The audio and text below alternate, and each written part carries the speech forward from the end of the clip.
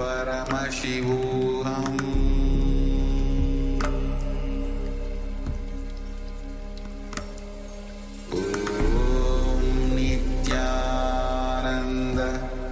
Paramashivoham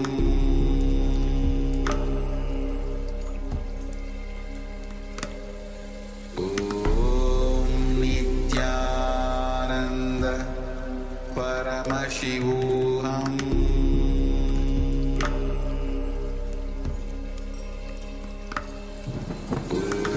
Om Nityananda Paramashivoham Paramashivoham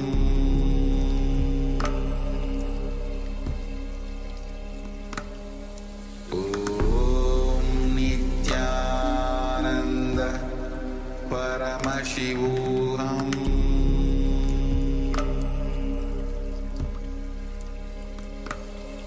Om Nityananda Paramashivoham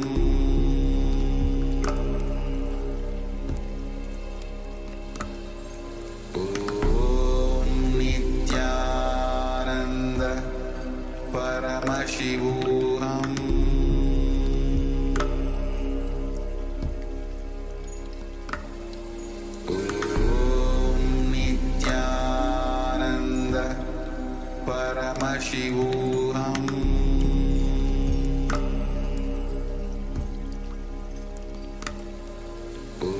Om Nityananda Paramashivoham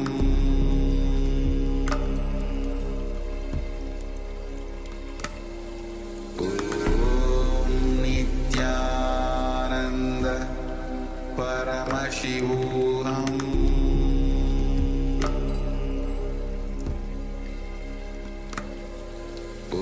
Om Nityananda Paramashivoham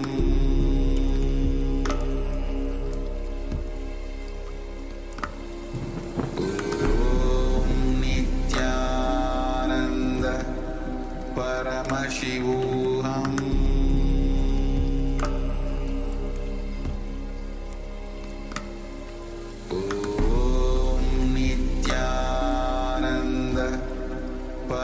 Paramashivoham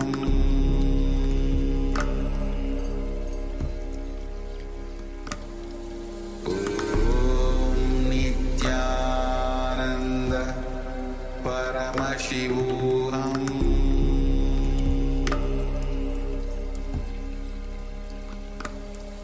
Om Nityananda Paramashivoham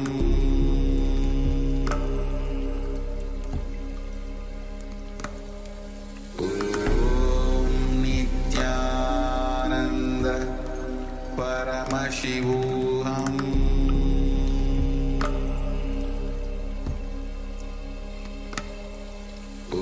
Om Nityananda Paramashivoham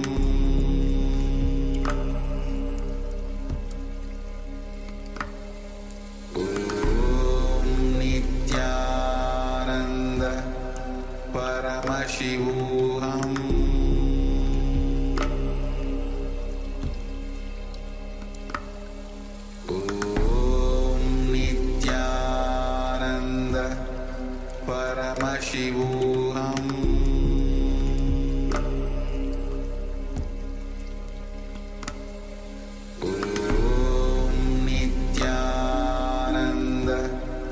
Paramashivoham Om Nityananda Paramashivoham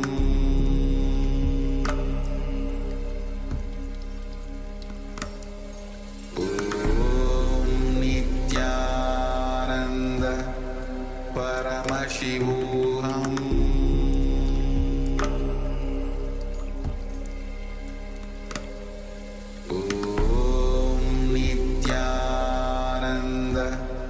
Paramashivoham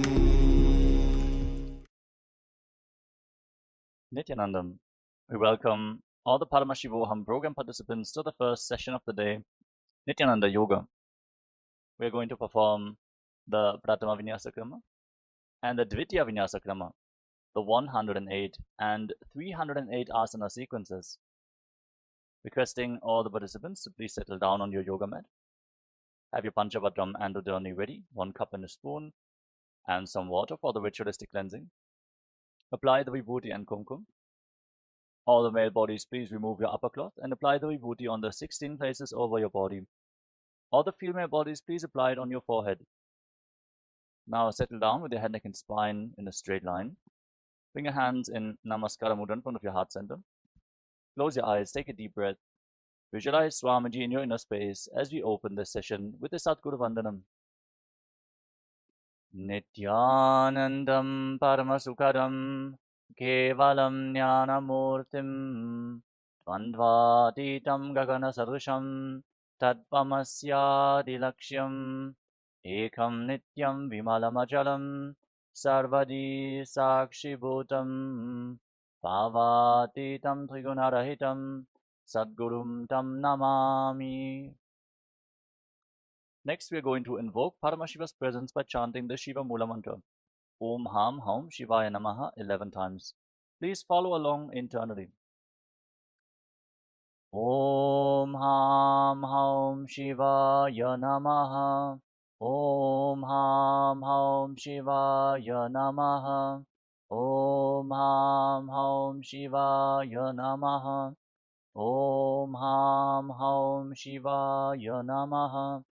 Om Ham Haum Shivaya Namaha. Om Ham Haum Shivaya Namaha. Om Ham Haum Shivaya Namaha.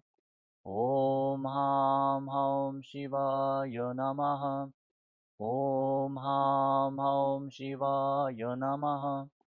Om Ham Haum Shivaya Namaha. Om Ham Haum Shivaya Namaha. Next, we are going to perform the Tadvachamanam, the ritualistic cleansing. Take your Panchabhatam and Udani. Keep your right hand in the Gokarana Mudra in the shape of a cow's ear. Take 1 Udani, 1 spoon of water, and pour it into your right palm.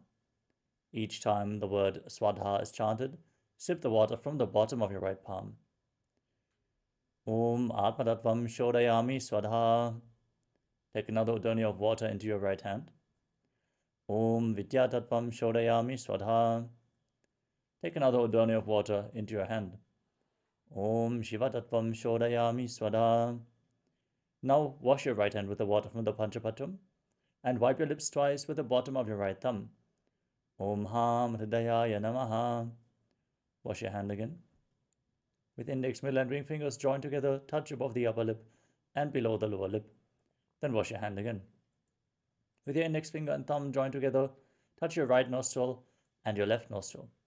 With your ring finger and thumb, touch your right eye, your left eye, your right ear, and your left ear. Then wash your hand again. With your little finger and thumb, touch your navel, your right chest, and your left chest. And with all the fingertips joined together, touch the crown of your head, the right shoulder, the left shoulder, and your heart center. Now clasp your right hand over the left. Place both hands on the right thigh. Close your eyes and make a sankalpa. Set a conscious resolution what you are going to manifest as part of today's ritual of Nityananda Yoga. Hold this visualization as we hold the space to manifest a yogic body and a Vedic mind and chant the Sankalpa mantra. Om Mamopata Samasta Duritakshayadvara Bhagavat Shri Nityananda Paramashiva Prityatam Shri Nityanandeshwari Paramashiva Shakti Sameta Shri Nityanandeshwara Paramashiva Prityatam Cha Adya Purvokta Evam Guna Visheshena Vishishtayam Asyam Shapaditau Purnarokya Yukta Tudagatra Yogita Shirira Sityatam Paramashiva Shakti Avishkaranartham Nityananda Yoga Abhyasam Karishye. Now wash your right hand once more. Om Apa Upasprishya And keep your Panchapatam and Udani aside, out of harm's way, and let us safely enter into this ritual of Nityananda Yoga.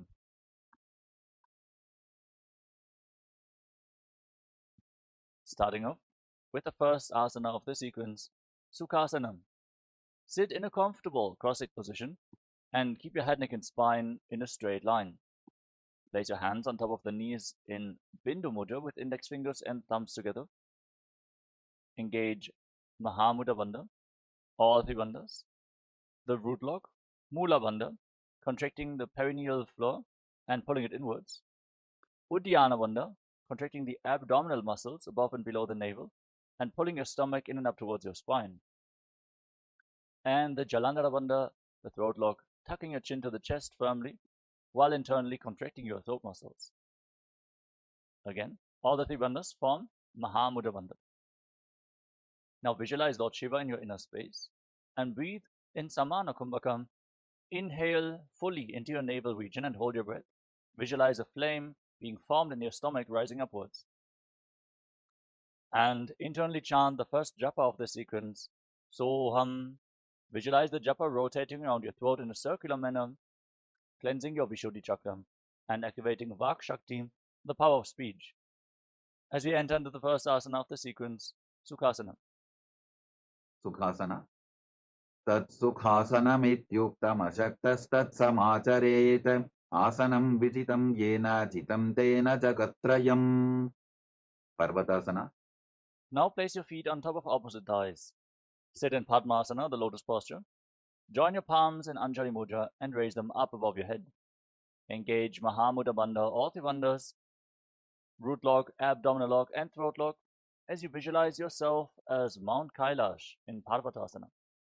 Athavakshe Mahadeva Parvatasana Mangalam Yatkritva Sthirarupi Syat Shatchakradi Vilopanam. Adibhasana. Now extend your feet away from the body. Join the soles of the feet together. Interlock your hands behind your back in Parasha Mudra. Gaze towards the tip of your nose as you lean forward and down. Place your forehead on the ground behind your heels. Engage Mahamudra Bandha, all three bandhas, and visualize Swamiji in your inner space. Purava Vidiyahu Mejano Ubhai Pagathali Samputatano Vishtupachedo Bhu Karalyavo Dachina Karso Vam Gahavo. Nadi Bhavasana. Now rise up and extend your arms out in front. Cup your palms and place them on the ground in front of the feet as you place your forehead once more on the ground behind the heels. Gaze towards the tip of the nose. Engage Mahamudra Bandha, all three bandhas, and visualize yourself as a snake. Purava Vidhi Pari Agane Nito Ho Bikahu Nipanasyo Lagagi Hatha Agane Dharti Lagave Pasari Dobo Hatha Ki Anjuli Kare. Kokilasana. Now rise up. Bring your hands into Prana Mudra. Extend index and middle fingers and hold on to little and ring fingers with your thumbs. Then catch your big toes. Extend your legs forward and up straight. And then cross your legs into Padmasana and lean forward and down onto your elbows.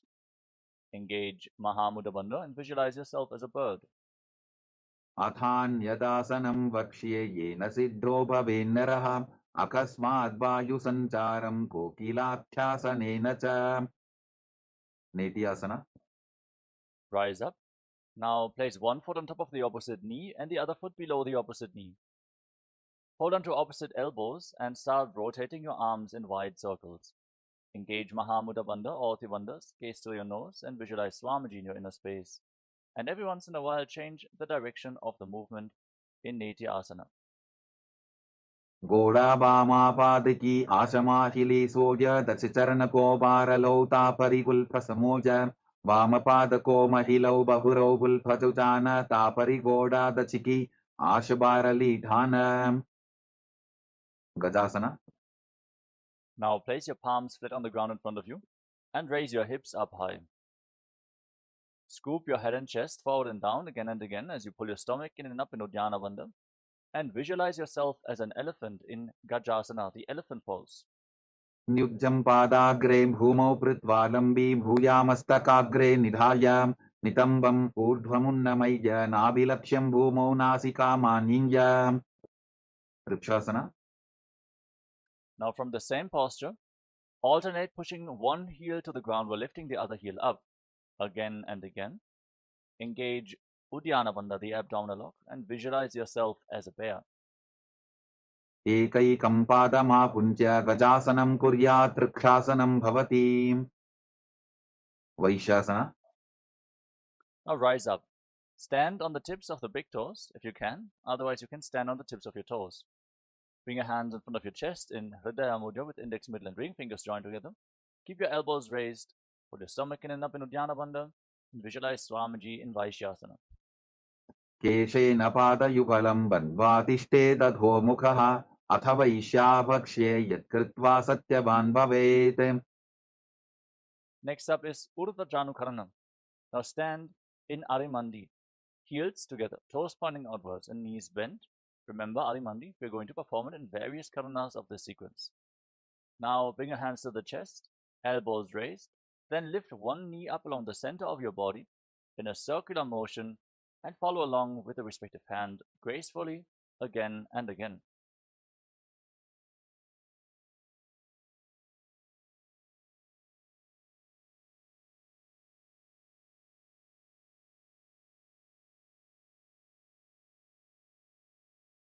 Balalingasana. Now interlock your fingers from the outside in Sarva Shankari Mudra. Raise one knee towards your chest and pull it close with both hands.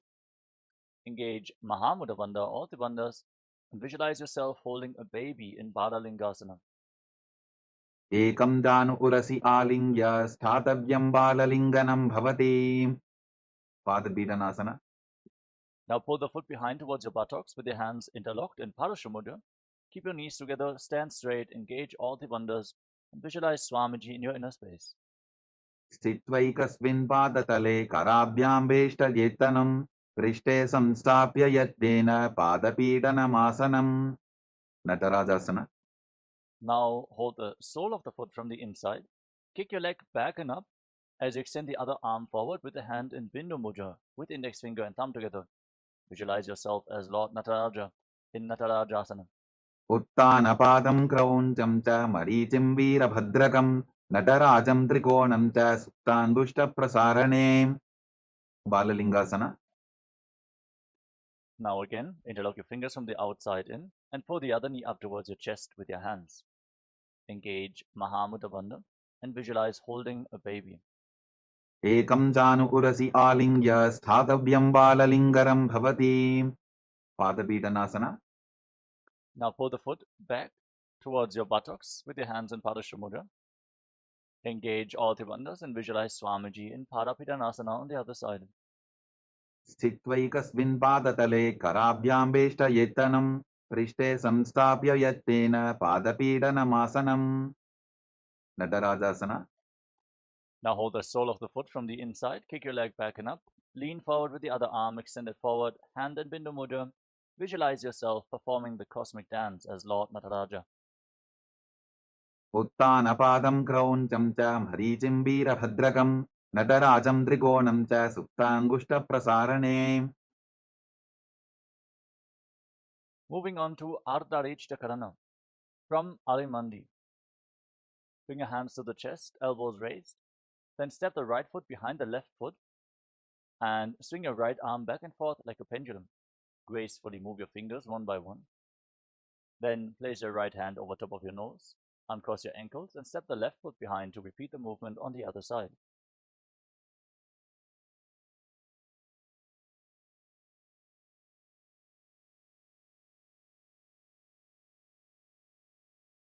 Moving on to the skeleton dance now. Visualize yourself as a skeleton and shake your body intensely. Hold this visualization of being a skeleton and dance wildly. There's no muscles, no tissue, no skin holding you back, so move every bone of your body freely.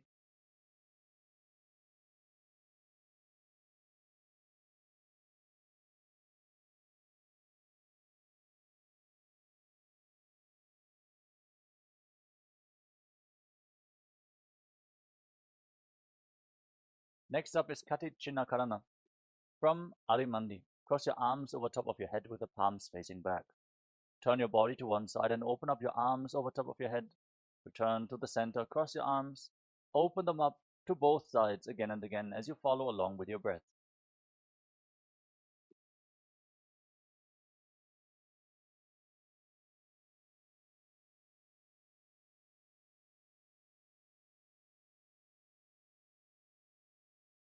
Tadasana. Now rise up onto the tips of your big toes, with your hands raised over top of your head, palms facing each other. Engage Mahamudra Bandha, all three bandhas, and visualize yourself as a palm tree as you internally chant the new japa, Shivoham, in Tadasana. महामुद्राबद्धपूर्णौ ताडासनविभेदकान् विनोत्तानं सदा कुर्यादन्तर्वत्नीपतिप्रियाम्. Uttanasana. Now lean forward and down and place your hands flat on the ground. Engage Mahamudra Bandha. If you cannot reach the ground with your hands, you can hold onto your shins or your knees and pull yourself down. Try to bring your forehead to the knees as you visualize Swamiji in Uttanasana. महामुद्राबद्धपूर्णौ ताडासनविभेदकान् विनोत्तानं सदा कुर्यादन्तर्वत्नीपतिप्रियाम्. Tarakshvasana. Now walk your hands forward and step your feet back into a tall plank position.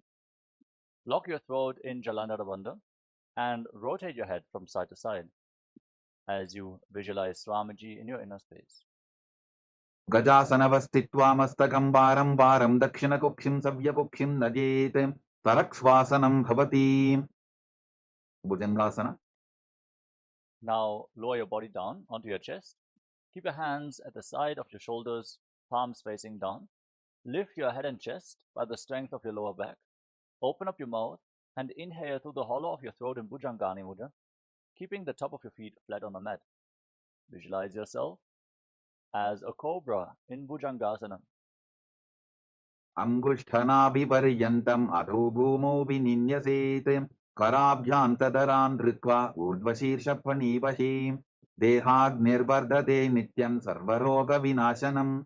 जागर्ति भुदगी देवी भुजङ्गासन साधनात्. Shashasana. Now push your hands into the ground, lift your body back up into a plank position, and alternate pulling one knee in towards your chest back and forth. Breathe calmly through your nose and lead the prana along your spine and hold the energy in the various energy centers along your spine in Sahaja Kumbhaka as you visualize Swamiji in your inner space. गजासन संस्थितौ जानुद्वयमापुञ्च वारं वारं कर्तव्यं शशासनं भवति. प्रथासना. Now step one foot forward in between the two hands. Simultaneously jump the front foot back and bring the other foot forward again and again. Visualize yourself as a chariot in Rathasana. गजासन संस्थितो एकैकं पादं पूर्वमार्गेण भ्रामयित्वा कर्तव्यं तथासनं भवति. Virabhadrasana. Now with one foot forward, rise up. Keep the back foot facing sideways. Bend the front knee at a 90-degree angle and raise your arms up parallel above your head. Engage Uddiyana Bandha, the abdominal lock. Hold on to weights if you want to intensify this asana. Gaze up towards your third eye and visualize yourself as Lord Veerabhadra. वासिष्ठमथ कौण्डिन्यम् ऊर्ध्वकुक्कुटमेव च. अष्टावक्रमथोत्थानं मयूरं सेतुबन्धनम्. उत्थानपादं क्रौञ्चं च मरीचिं वीरभद्रकं.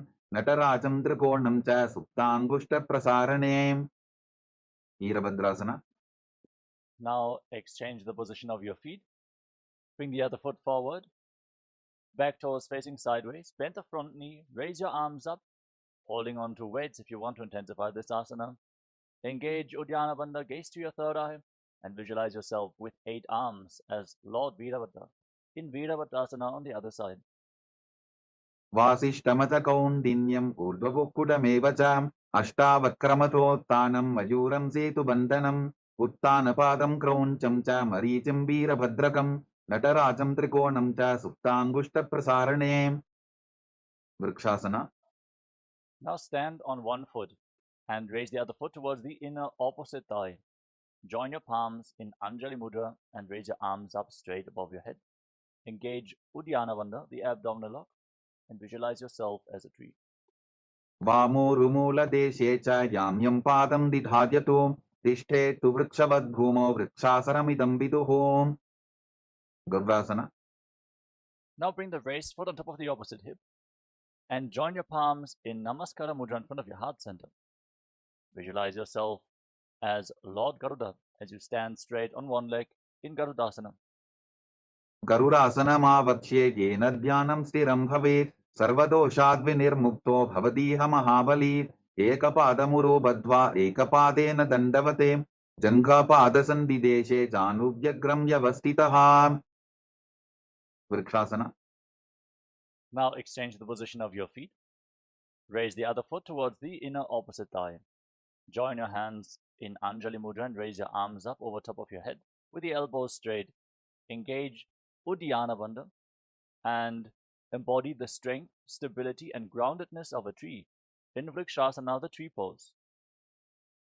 वामोरुमूलदेशे च याम्यं पादं निधार्यतु तिष्ठेत्तु वृक्षवद्भूमौ वृक्षासनमिदं विदुः. Bhadrasana.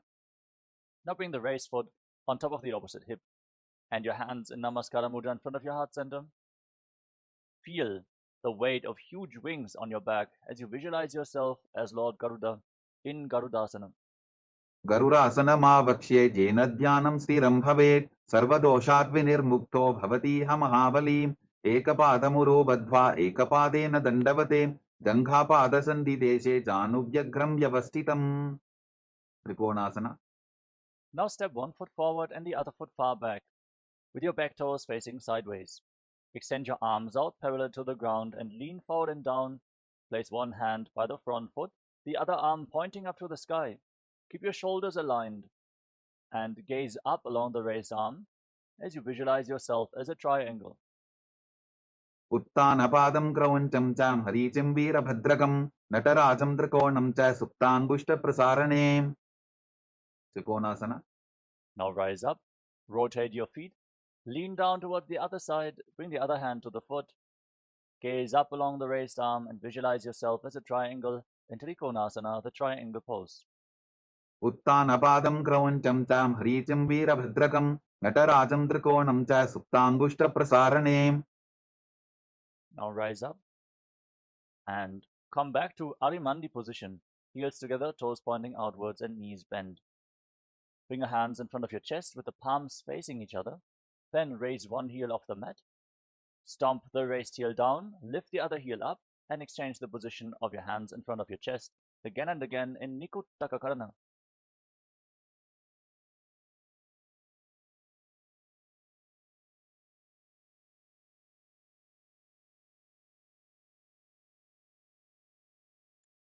Angushtasana.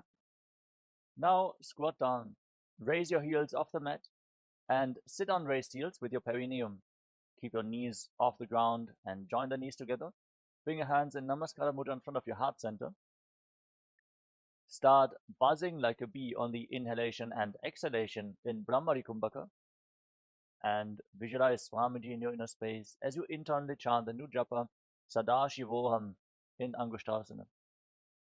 कबन्धासनमित्याहुः गोरक्षासनमेव च अङ्गुष्ठमुष्टिकं न्येयं ब्रह्मप्रासादितं तथा. Saurasana. Now step one foot forward and keep your hands at the side of your body with the palms facing forward in Vara Mudra, the boon-fulfilling mudra. Visualize Swamiji in your inner space in Saurasana. प्रसार्यैकं पादतलं संस्थाप्यत्वेकपादकं. Vidunanasana. Now lean forward, hold on to the big toe of the front foot in Prana Mudra, and hold on to the back heel with the other hand. Balance in this position and visualize Swamiji in your inner space. Keep buzzing like a bee.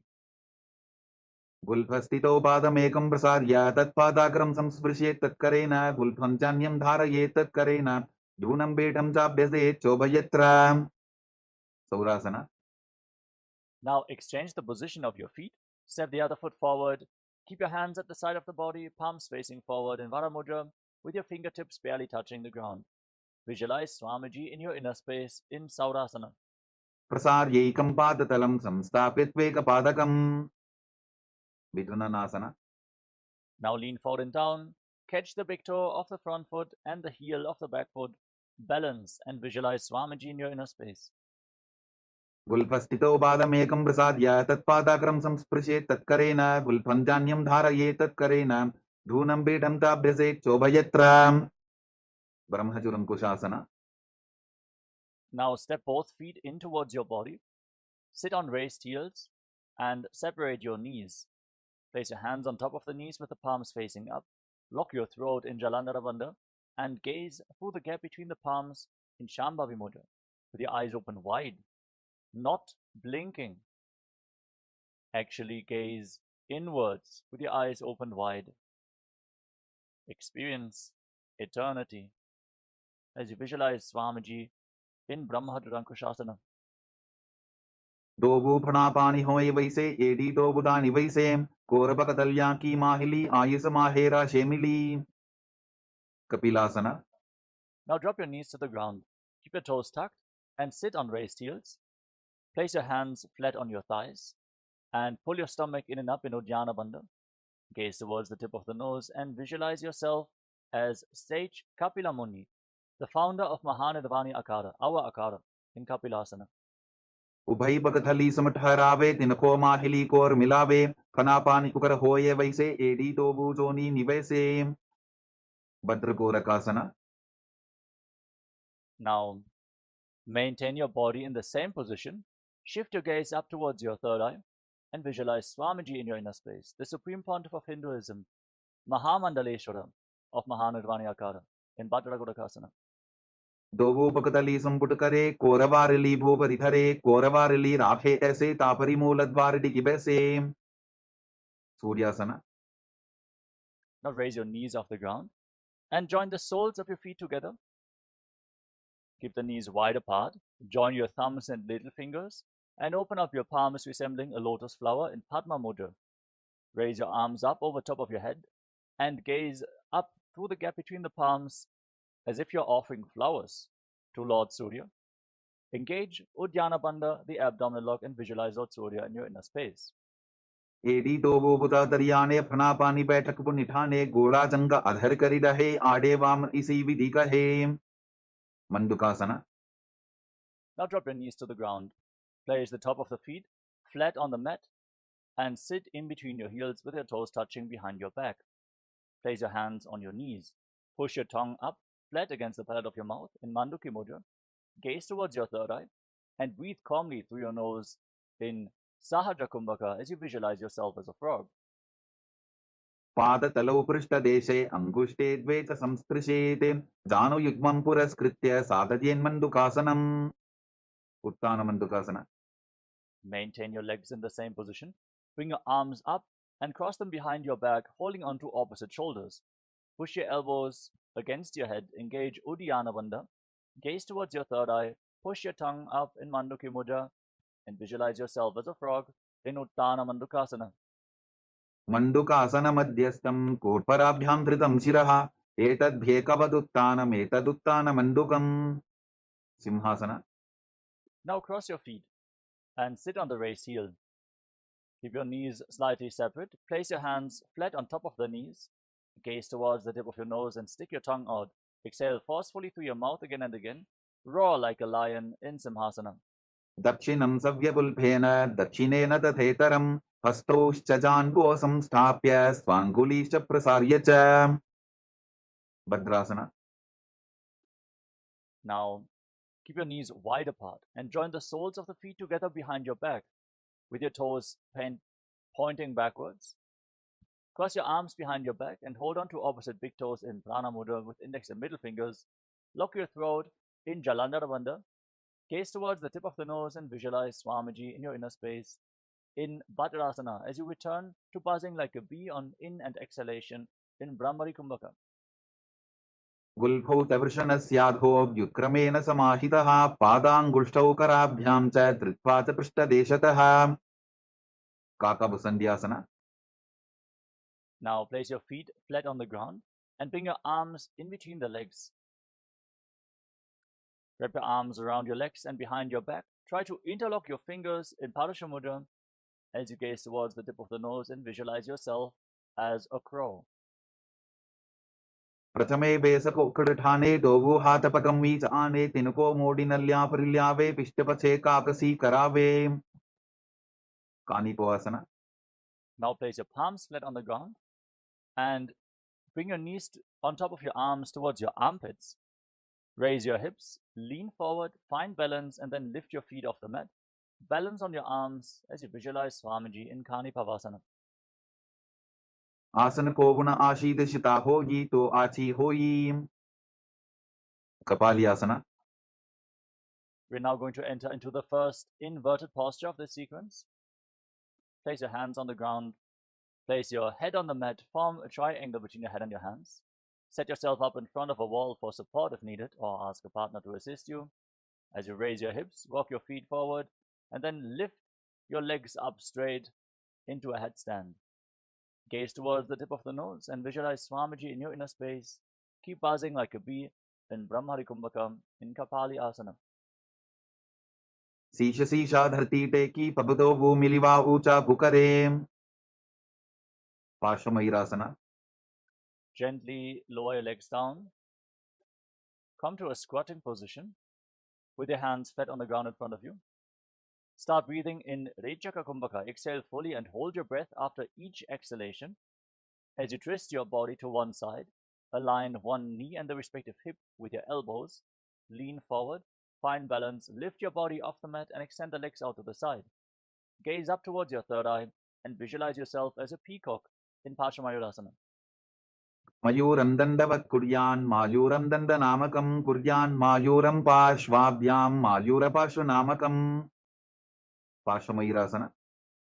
Now rotate your body in the opposite direction. Again, lean one knee and the respective hip onto your elbows. Find balance, extend your legs out to the side as you gaze to your third eye while visualizing yourself as a beautiful peacock. मयूरं दण्डवत् कुर्यान् मायूरं दण्डनामकं कुर्यान् मायूरं पार्श्वाभ्यां मायूरपार्श्वनामकं. बहिरागनाथासना. Now walk your hands forward and step your feet back into a tall plank position. Step one foot outside the shoulder in between the two hands. Push your hips forward and down, lift your head and gaze up towards your third eye as you visualize yourself as Lord Kala Bhairava in Bhairaganathasana. आसन को गुण पीति जायी. बहिरागनाथासना. Now step the front foot back. Bring the other foot outside the shoulder in between the two hands.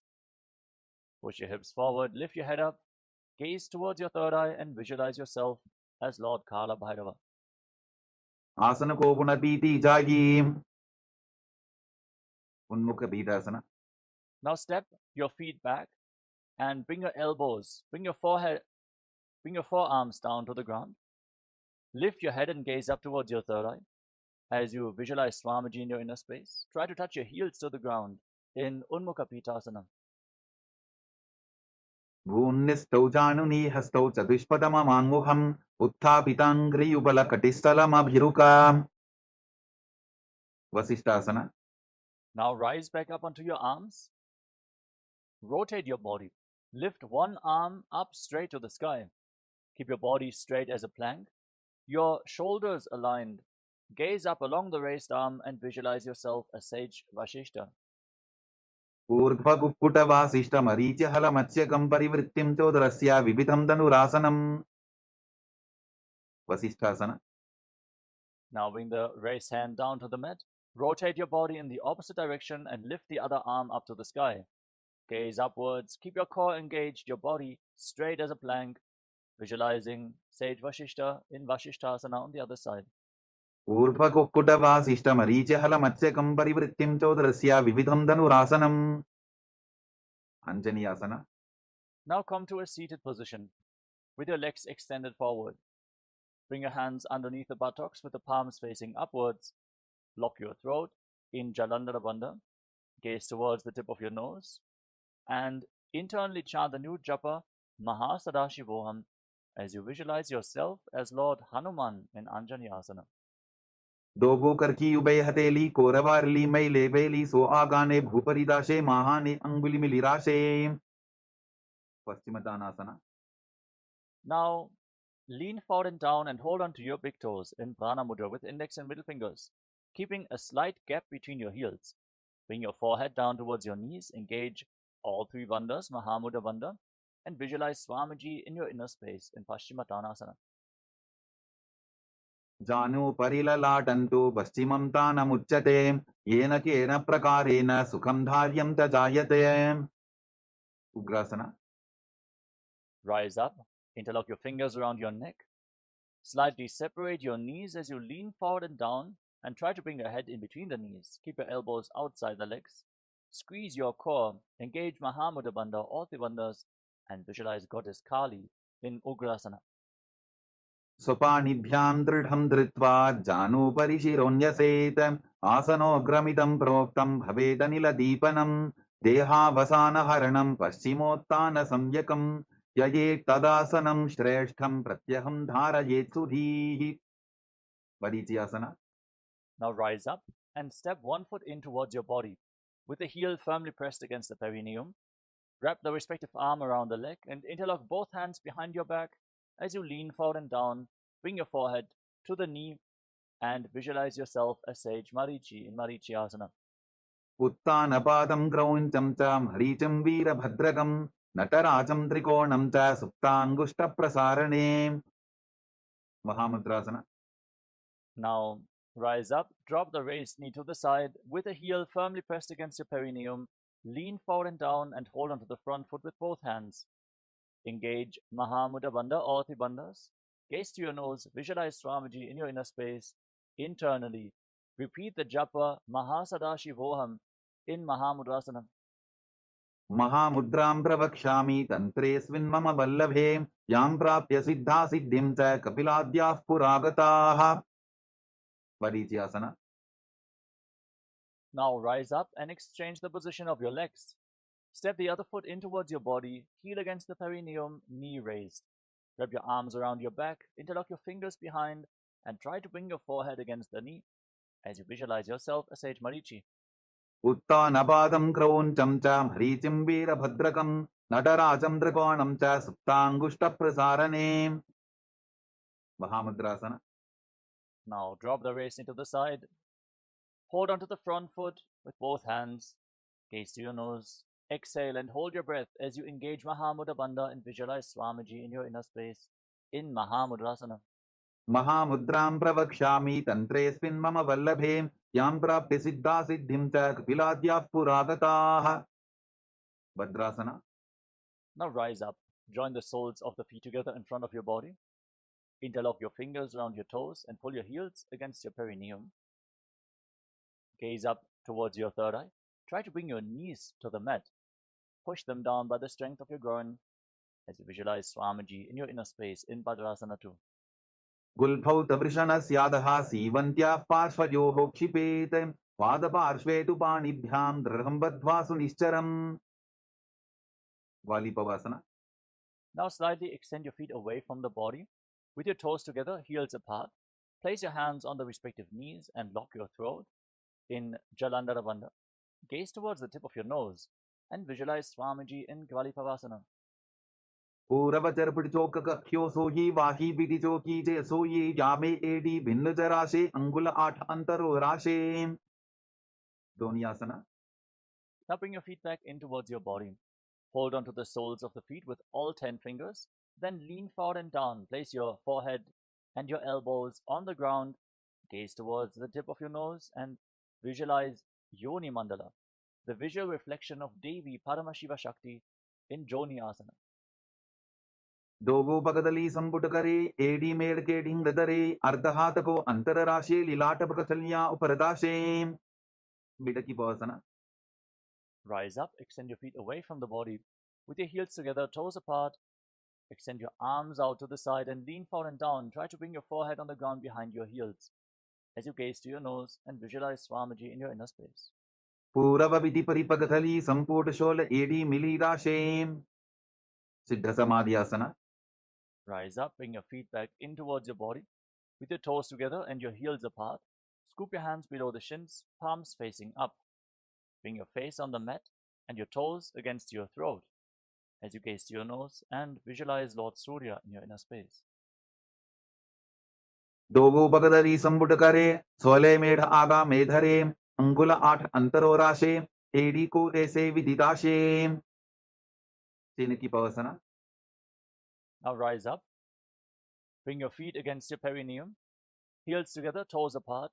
As you hold onto the soles of the feet, open them up like a book and push your legs down with your elbows. Gaze towards the tip of the nose and visualize Swamiji in Chinaki Pavasana. दोगो बका की AD धरती मदिवा मेढ़ रगावे. Sarpara Chokasana. Now, with the soles of the feet firmly together, heels against your perineum, place your hands on the respective knees and gently push them down to the ground. Try to touch your knees to the mat. Pull your stomach in and up in Uddiyana Bandha. Gaze towards your third eye and visualize Swamiji in your inner space in Jarapata Chokasana. दोगो बगदली संपुट धारे, आबा ने कैजारे पसारे, गोड़ा भूसो लगता राशे, हाथ दोगो गोड़ा परिदाशे. Bhairavasana. Now rotate your feet. Bring your toes to the mat and lift your heels off the ground with the soles of the feet together. Use the support of your hands. Then try to bring your knees down to the ground and place your hands on top of the knees in Bindu Mudra with index fingers and thumbs together. Pull your stomach in and up towards your spine firmly in Uddiyana Bandha. Gaze towards your third eye and visualize yourself as Lord Kala Bhairava in Bhairavasana.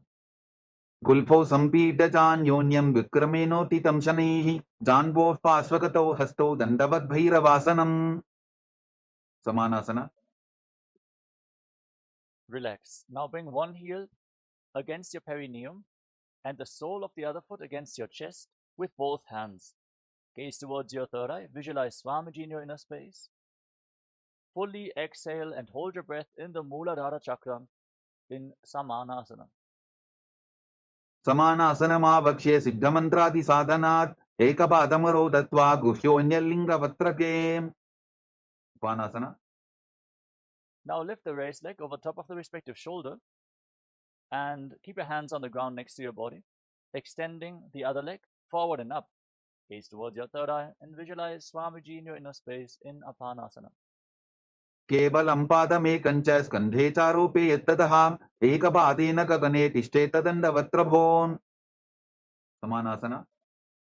Now bring the other heel against your perineum and lift the sole of the other foot against your chest. Gaze up towards your third eye and visualize Swamiji in your inner space in Samanasana.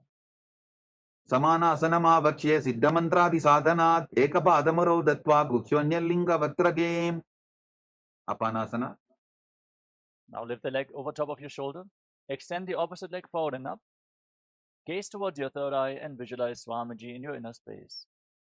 केवलं पादमेकञ्च स्कन्धे चारोपे यत्ततः एकपादेन गगने तिष्ठे तदण्डवत्रभोन्. Gomkhasana. Now stick your knees in front of your body with your heels outside opposite hips. Interlock your hands on the top knee in Paramashivoham Mudra. Gaze towards the tip of the nose and inhale through your teeth, making a hissing sound on the inhalation, exhaling through the nose. Internally chant the new japa, Om Nityanandoham, as you visualize the face of a cow in Gomukhasana. Sabve dakshinabulphanto prishtaparshvin yojayete dakshineti tata sadyam gomukham yatham. Anasuyasana. Now hold on to your big toes in Prana Mudra with index and middle fingers. Pull your stomach in and up towards your spine in Uddiyana Bandha and visualize yourself as Rishika Anasuya. दक्षिण कोटो नीचो ठाने बाबोता के ऊपर आने गोड़ा संधि मिलावे भारी आडा पद बुनिदे संधि पसारी. Anusuyasana 2. Now interlock your hands behind your back in Paramashivoham Mudra and lean forward and down. Bring your chin over your knees and try to touch your nose to the mat. As you fix your gaze at the tip of the nose, visualize yourself as Rishika Anasuya. जीमना कोता की संधि उपरिटा बागोड़ा की संधि मिलाई राशे घोड़ा से उले पकतल्यालो आरवाई सुधा राशे. Garbhasana 2. Now rise up, place the right foot flat on the mat with the left heel against your perineum. Place your hands on the respective knees, gaze towards the tip of the nose and visualize yourself as Lord Garuda. Davo bakamodi yedi bahila vilphamulatvarani saide. Naradasana. Now sit on the heel, interlock your hands around your neck, and twist your elbows outside the raised knee. Gaze up towards your third eye and visualize yourself as sage Narada in Naradasana. पिष्टि च वाम बगदली केरी भूपरिता हिलवा वे भेरी गोडा सुरो फनो है जोगी छिपाशिती राशे सोगी मत्स्य पीठकासना. Now place the left foot on top of the right thigh and raise the right knee. Wrap your arms around your legs. Hold on to the right big toe with your hand in Prana Mudra and hold on to the right shin with the left hand. Gaze towards the tip of the nose and visualize Matsya, the fish avatar of Lord Vishnu, in Matsya Pitakasana. वामेन वामाङ्गुष्टन्तो गृहीतं मज्जपीठकं योरिवामेन सम्बीज्य मेढ्रातुपरि दक्षिणम्. वोमखासना.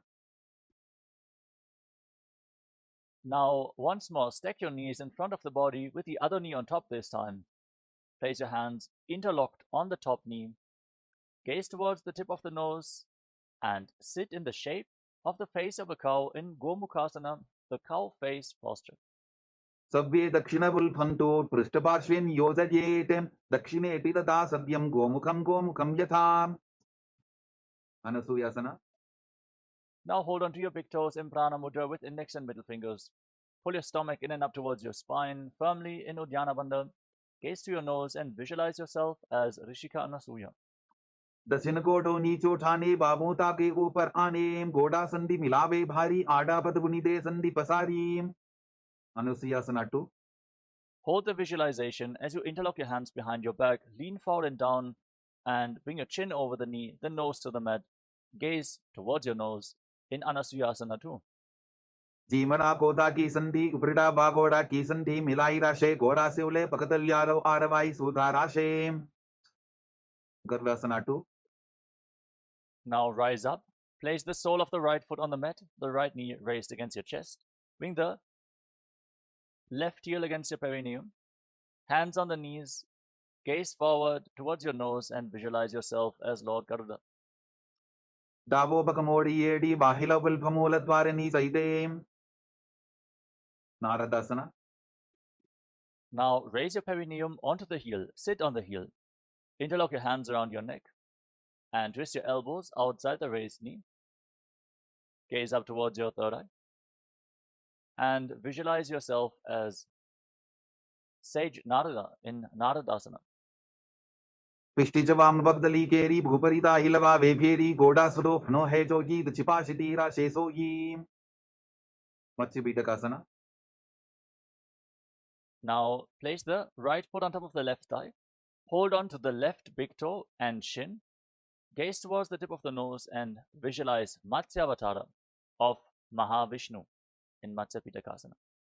Women वामाङ्गुष्टन्तो गृहीतं मज्जपीठकं योरिवामेन सम्बीज्य मेढ्रातुपरि दक्षिणम्. Matsyendrasana. Now extend your legs out in front. Then place the left foot on top of the right thigh and raise the right knee. Twist your left elbow outside the raised knee and bring your left hand to your neck, the right hand on the ground behind you. Gaze up towards your third eye. As you place the right hand on the ground and visualize Sage Matsyenanatha, the master of Hatha Yoga. उदरं पश्चिमाभासं कृत्वा तिष्ठति यत्ततः नम्राङ्गं वामपादं हि दक्षतानुपरिन्यसेत्. उपासना. Now extend the front hand down towards the foot with the elbow outside the raised knee. Hold onto the big toe in Prana Mudra with index and middle finger and place the other hand on your respective ear. Twist your spine, gaze back and up towards your third eye and visualize yourself as a camel in Kubasana. आसन को गुण झोलो जाए. मत्स्येन्द्रासना 2. Now drop the hand from the ear to the ground behind you. Keep holding onto the front foot, twist your spine even more. Gaze up towards your third eye and visualize Sage Matsyenanatha.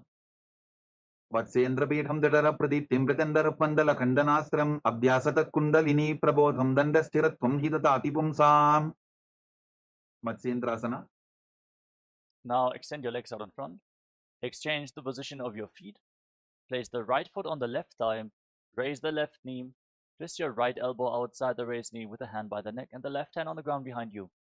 Gaze up towards your third eye and visualize Sage Matsyenanatha. उदिरं पश्चिमाभासं कृत्वा तिष्ठति यत्ततः नम्राङ्गं वामपादं हि तत्क्षचानुपरिन्यसेत्. Ubasana. Now extend the front hand down towards the foot. Hold onto the big toe in Prana Mudra and place the other hand on your ear as you gaze to your third eye and visualize yourself as a camel. Keep hissing through your teeth in Shitkari Kumbhaka. Asana ko guna jholo jaye. Matsyendrasana 2. Now place your hand from the ear to the ground behind you. Twist your spine even more. Gaze towards your third eye and visualize Sage Matsyendranath, the master of Hatha Yoga in Matsyendrasana 2. वत्सेन्द्रपीठं दडर प्रदीप्तिं प्रचण्डर पण्डल खण्डनास्त्रम् अभ्यासत kundalini प्रबोधं दण्डस्थिरत्वं हि ददाति पुंसाम्. Padmasana. Now place your feet on top of opposite thighs. Sit in the lotus posture. Place your hands flat on your knees, palms facing down. Gaze towards the tip of the nose. Roll your tongue up and stick it out of your mouth. Inhale through the rolled up tongue like a tube. Exhale through the nose in Shitali Kumbhaka. Engage Mahamudra Bandha, all the bandhas. Internally chant the new japa, Om Nityananda Mahasadashivoham, as you visualize yourself as Lord Shiva in Padmasana. Asanam dvedham proktam padmam vajrasanam tatha urdhvorupaiche dhatte ubhe padatale yatha. Padmasana 2. Now, maintain Padmasana, cross your arms in front of your body and hold on to the respective big toes in Prana Mudra. Gaze towards the tip of the nose and visualize yourself as Devi, Paramashiva Shakti. Keep breathing in Shitali Kumbhaka in Padmasana 2. उत्तानौ चरणौ कृत्वा ऊरु संस्थौ प्रयत्ततः ऊरु मध्ये तथोत्तानौ पानी कृत्वा तु तादृशो. Kukutasana. Now bring your hands through your legs.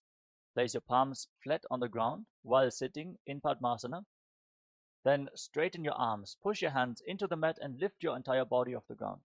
Pull your knees up towards your chest. Breathe calmly through your nose in Sahadra Kumbhaka as you visualize yourself as a rooster in Kukutasana. Padmasanam susamsthapya nanvororantare karo niveshya bhumavasishte dhyomastha kukutasanaha. Baddhatetyasana. From Padmasana, now rise up onto your knees. Place your palms on the ground in front of you with your fingers pointing towards your body. Bend your elbows against your navel. Lean forward, find balance, and then lift your entire body off the mat. Balance on your arms while visualizing Swamiji in Baddha Kikyasana. धरामवष्टभ्यकरत्वेन तत्कूर्परिस्थापितानाभिपार्श्वः उच्चासनो दण्डवदुत्थितर्खे मायूरमे तत्र वदन्ति पीठम् मयूरं पद्मकं कुर्यात् बद्धकेकीति कथ्यते. Mayurasana. Now extend your legs back. Bring your elbows against your navel, fingers pointing towards your knees. Lean forward, find balance, lift your legs off the ground straight as you visualize yourself as a beautiful peacock in Mayurasana. अथ वक्ष्ये महादेव मयूरासनमुत्तमं भूमौ निपात्य हस्तौ द्वौ कूर्परोपरि देहकम्. Makarasana. Now lay down on your stomach, relax. Interlock your hands around your neck and place your forehead on the mat. Rotate your feet so the toes are pointing outwards and your heels are touching the ground. Visualize yourself as a crocodile in Makarasana, the crocodile pose. अध्यासशेदे हृदयं निधाय भूमौ च पादौ च प्रसाद्यमानो शिरश्च धृत्वा करदण्डयुग्मे देहाग्निकारं मकरासनं तत्. Salabhasana. Now place your hands on the ground next to your shoulders and lift your legs off the ground completely, including your knees, and hold while visualizing yourself as a locust. अध्यासशेते करयुग्मवक्षो भूमिमवष्टभ्यकरयोस्तलाभ्यां पादौ च शून्ये च वितस्ति चोर्ध्वं वदन्ति पीठं शलभं मुनीन्द्राः. Pushprasana. Now bend your knees, hold on to your feet, and pull them down to the ground outside your hips. Try to touch your heels to the mat as you visualize yourself as a camel.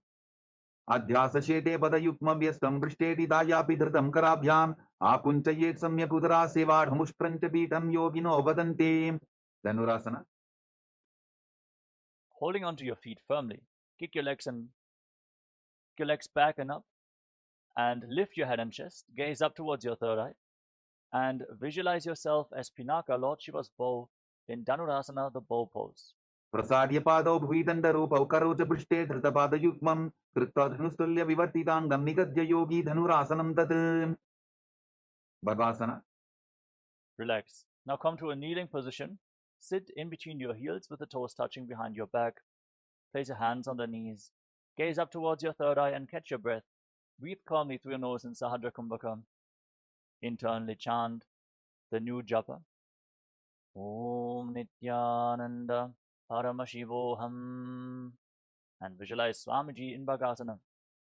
उल्टा मोटी पावतो वैसे बहुरोचिपति करे के कैसे पावन महिला बुलपुत होवु कुला पाशितीला वेसोवु गोहियासना. Now get ready for another inverted posture. From the kneeling position, place your forearms on the ground, elbows shoulder width apart. Interlock your hands in Paramashivoham Mudra. Place your head on the ground and support it with your hands. Raise your hips, walk your feet forward, and then lift your legs off the ground. Keep your knees bent and pull your knees against your chest. Try to touch your chin with your knees as you gaze to your nose and visualize Swamiji in Gohi Asana. दोवो हाथ की कहुनी जोगी पुनिह कलाई जाने दोयी. Shirasasana. From the same position, extend your legs up straight. Breathe calmly and deeply. Find your center. As you gaze to the nose, visualize Swamiji in Shirshasana. विपरीतं मण्डलं तद्विधैव विदितं हिनः दण्डासनं दिदा प्रोक्तं विपरीतोपवेशने. Kodyasana. Gently lower your legs down and come to a seated position. We're now going to enter a sequence of rapid exhalations through the nose. Pull your abdomen in and up and push the air out of your lungs again and again, like the bellows of a blacksmith, without actively inhaling. Don't worry, air will naturally flow back into your lungs in this pranayama, Vastika Kumbhaka. We're going to perform it throughout the next few asanas, so keep exhaling, exhaling, exhaling. Hold onto your calves and extend your legs up straight. Try to bring your forehead to the knees as you visualize Swamiji in Podyasana. दोवो हाथ पक बाहर आने गोरा तरे काकसी ठाने अंगुष्ठ पिंडली लगता धरे चरण उभे आकाश दिशी करे. परिभासना. Now bring your hands behind your back and hold on to your opposite shoulders. Keep your legs raised, gaze to your third eye and visualize yourself as a mace in Parigasana. उत्थान शयनं कृत्वा पादौ मिलित्वा प्रसाद्याय नितम्बं भूमौ स्पृष्ट्वा हस्ताभ्यां कन्दरां बद्ध्वा. नौकासना. Extend your arms out in front, parallel to the ground. Gaze towards your third eye and visualize yourself as a boat in Naukasana. उत्थान शयनं कोट्पराभ्यां भूमिं वष्टद्य हस्तो नितम्बं निधाय. रुद्रासना. Now bring your hands towards your chest, scoop your hands below the feet and pull the soles of the feet against your chest. Gaze towards your nose and exhale rapidly as you visualize yourself as Lord Rudra. पगरली संपूट करी हाथस्य उपक उचाई पकाका अंगूठा दोबो लेबो परलिका नीतालवे. उन्मुख पीठासना. Relax. You can now lay down on your back and breathe calmly. Place your feet flat on the mat. Keep your knees raised. Place your palms flat on the ground just behind your heels. Push your hips off the ground, contract the perineal floor, lock your throat and hold your breath firmly in Mocha Kumbhaka for a long time, forcing the prana into the Sushumna Nadi, the central nadi of your spinal cord. Feel the energy raising as you gaze towards the tip of the nose and visualize Swamiji in your inner space in Unmukha Pitasana too. ऊर्ध्वे च जानुनी कृत्वा छवित्वोर्ध्वमुखं तथा उत्थाप्य हस्तौ तिष्ठेतु पीठ उन्मुखनामके. शवासना. Now lay down flat on your back. Keep your hands at the side of the hips with the palms facing up. Forcefully pull the awakened Kundalini Shakti up along your spine from the Muladhara chakra at the root of your spine to the Swadhisthana, the Manipuraka, Anahata chakra, to the Vishuddhi chakra, the Anya chakra, the third eye, all the way to the Sahasrara chakra on the crown of your head. Pierce the Brahmarandha and leave your body behind. Completely unclutch from your physical body. Lay completely still without any movements of the body and mind as we enter into a small meditation. visualize that your body is dead and Swamiji is liberating you. Internally chant the Mahavakya. Om Nityananda Paramashivoham in Shivasana. Uttanam Shababad Bhumau Shajanam Tu Shabasanam Shabad. I welcome you all with my love and respect. Let you all open all your three eyes. Om Nityananda Paramashivoham.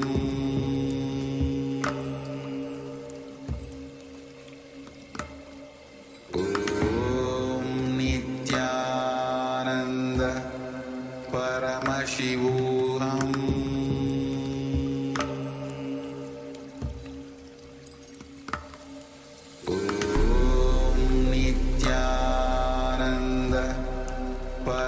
Paramashivoham.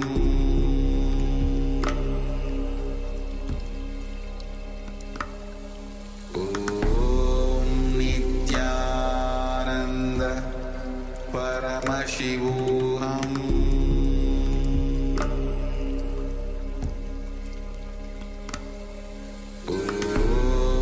Nityananda Paramashivoham. Paramashivoham.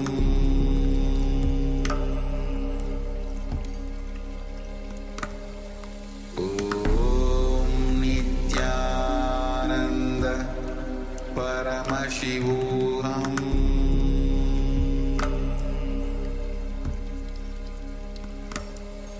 Om Nityananda Paramashivoham.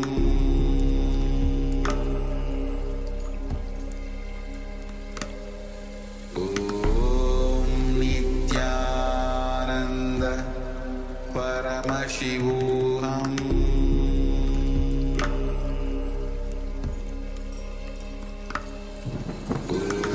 Om Nityananda Paramashivoham.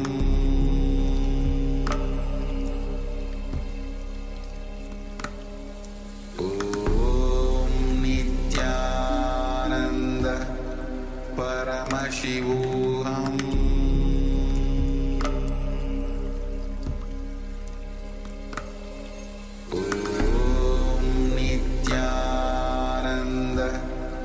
Paramashivoham.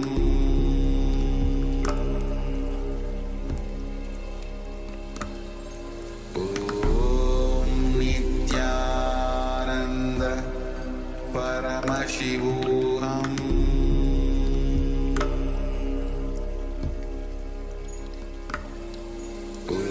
Om Nityananda Paramashivoham.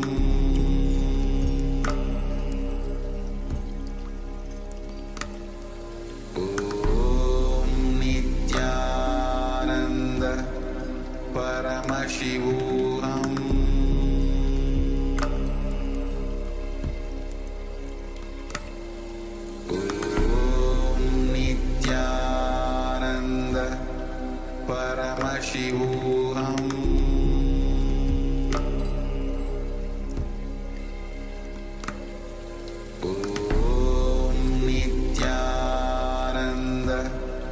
Paramashivoham.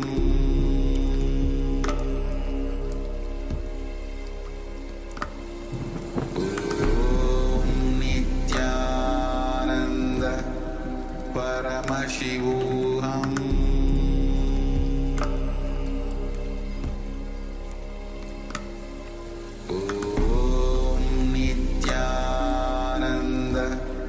Paramashivoham.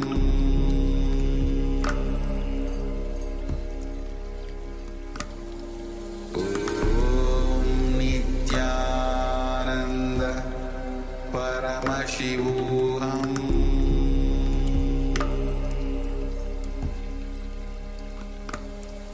Om Nityananda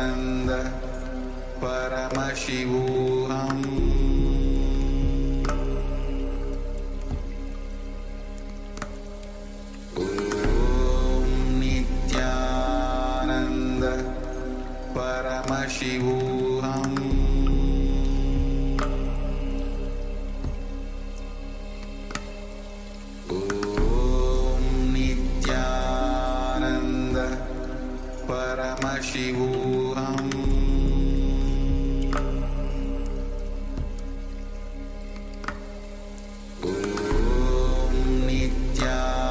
Nityananda Paramashivoham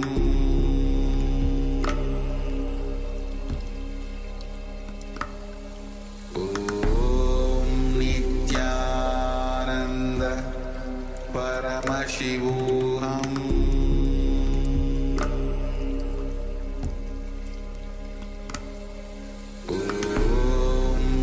Nityananda Paramashivoham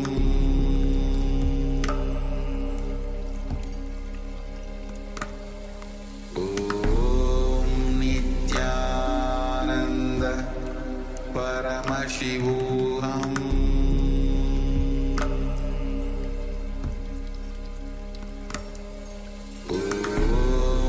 Nityananda Paramashivoham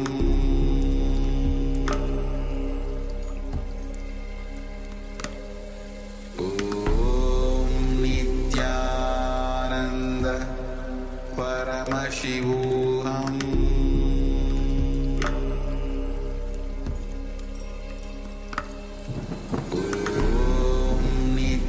Nityananda Paramashivoham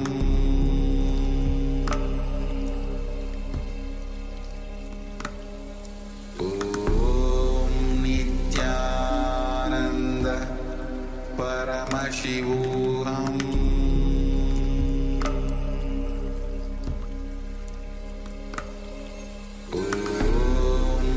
Nityananda Paramashivoham Nityananda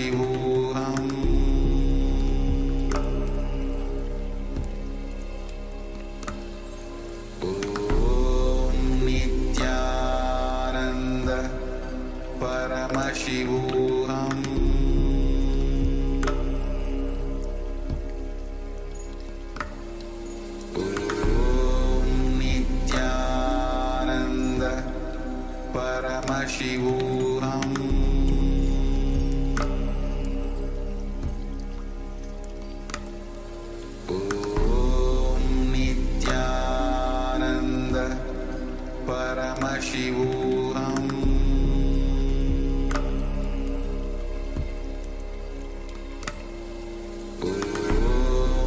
Nityananda Paramashivoham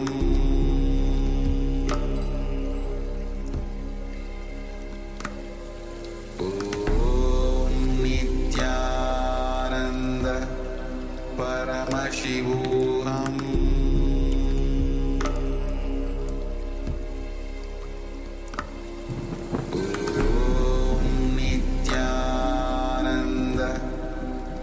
Paramashivoham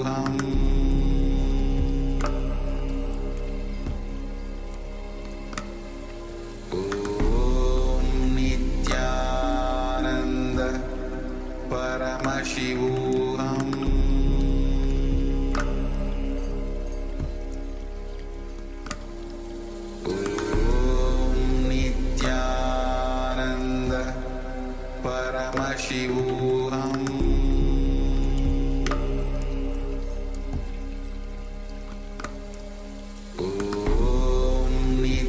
Nityananda Paramashivoham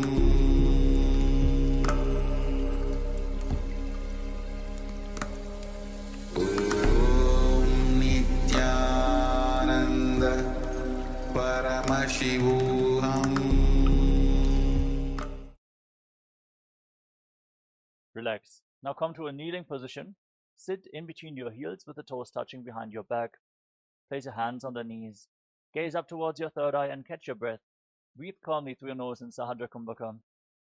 Internally chant the new japa. Om Nityananda Paramashivoham. And visualize Swamiji in Bhagasana. उल्टा मोटी पावतो वैसे बहुरोचुपति करे के कैसे पावन महिला बुल्पत होबु कुला पाशितीला वेसोबु गोहियासना. Now get ready for another inverted posture. From the kneeling position, place your forearms on the ground, elbows shoulder width apart. Interlock your hands in Paramashivoham Mudra. Place your head on the ground and support it with your hands. Raise your hips, walk your feet forward, and then lift your legs off the ground. Keep your knees bent and pull your knees against your chest. Try to touch your chin with your knees as you gaze to your nose and visualize Swamiji in Gohi Asana. Dovo हाथ की कहुनी जोगी पुनिह कलाई जाने दोयी. Shirasasana. From the same position, extend your legs up straight. Breathe calmly and deeply. Find your center. As you gaze to the nose, visualize Swamiji in Shirshasana. विपरीतं मण्डलं तद्विधैव विदितं हिनः दण्डासनं दिदा प्रोक्तं विपरीतोपवेशने. Uddiyasana. Gently lower your legs down and come to a seated position. We're now going to enter a sequence of rapid exhalations through the nose. Pull your abdomen in and up and push the air out of your lungs again and again, like the bellows of a blacksmith, without actively inhaling. Don't worry, air will naturally flow back into your lungs in this pranayama, Vastika Kumbhaka. We're going to perform it throughout the next few asanas, so keep exhaling, exhaling, exhaling. Hold onto your calves and extend your legs up straight. Try to bring your forehead to the knees as you visualize Swamiji in Podhyasana. दोवो हाथ पक बाहर आने गोरा तरे काकसी ठाने अंगुष्ठ पिंडली लगता धरे चरण उभे आकाश दिसी करे. Paribhasana. Now bring your hands behind your back and hold on to opposite shoulders. Keep your legs raised, gaze to your third eye and visualize yourself as a mace in Parigasana. उत्तानशयनं कृत्वा पादौ मिलित्वा प्रसाद्याय नितम्बं भूमौ स्पृष्ट्वा हस्ताभ्यां कन्दरां बद्ध्वा. Naukasana. Extend your arms out in front, parallel to the ground. Gaze towards your third eye and visualize yourself as a boat in Naukasana. उत्तानशयनं कोट्पराभ्यां भूमिं वष्टद्य हस्तो नितम्बं निधाय. Rudrasana. Now bring your hands towards your chest, scoop your hands below the feet and pull the soles of the feet against your chest. Gaze towards your nose and exhale rapidly as you visualize yourself as Lord Rudra. पगरली संपूट करी हाथस्य उपक उचाई पकाका अंगूठा दोबो लेवो परलिका नीतालवे. Unmukha Pीठाsana. Relax. You can now lay down on your back and breathe calmly. Place your feet flat on the mat. Keep your knees raised. Place your palms flat on the ground just behind your heels.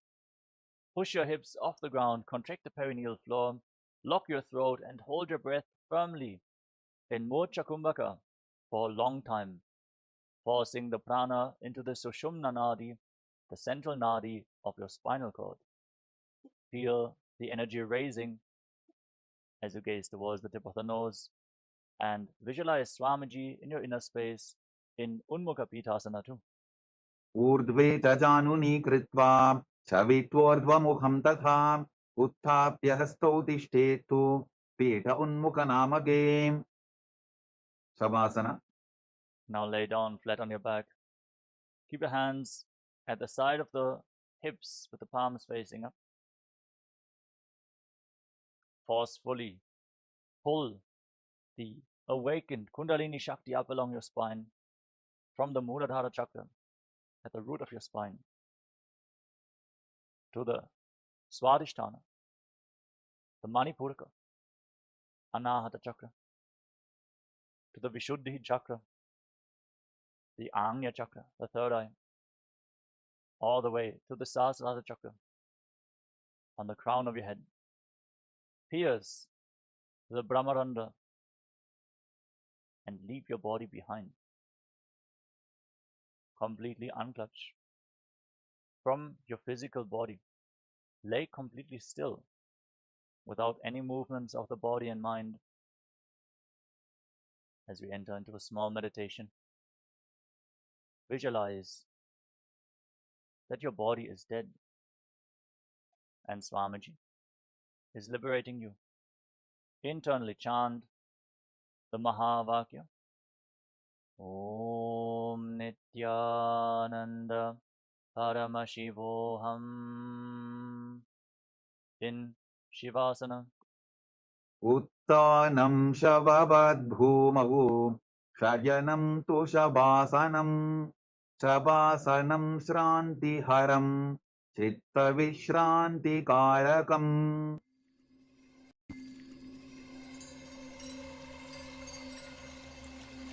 I welcome you all with my love and respect. Let you all open all your three eyes. Om Nityananda Paramashivoham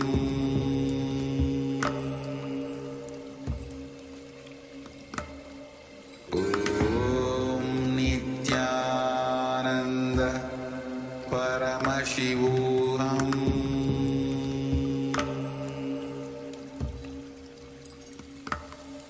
Om Nityananda Paramashivoham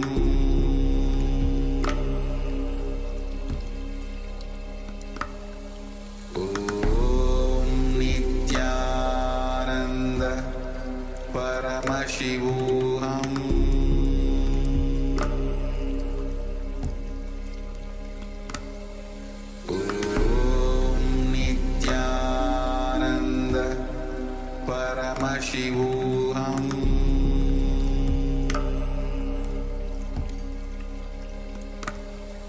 Om Nityananda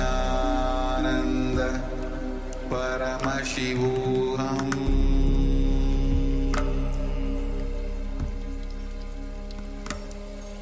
Om Nityananda Paramashivoham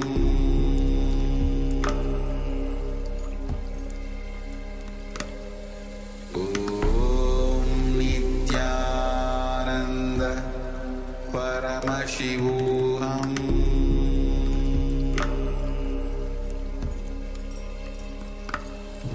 Om Nityananda Paramashivoham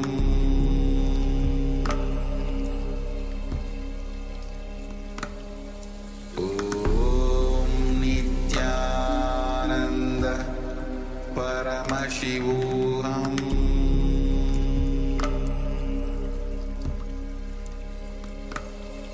Om Nityananda Paramashivoham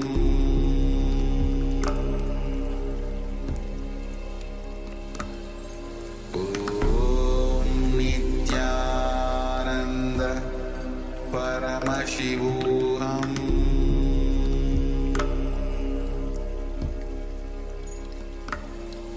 Om Nityananda Paramashivoham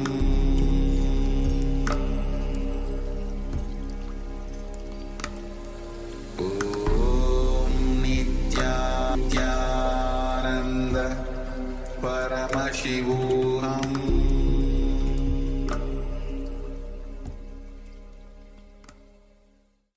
Now, slowly return to your physical body. Start to wiggle your fingers and toes. Rotate your wrists and your ankles. Move your arms and legs. Pull your knees up towards your chest. And circle your legs with your arms. Squeeze your body into a ball and rock it from side to side. Slowly return to a comfortable seated position.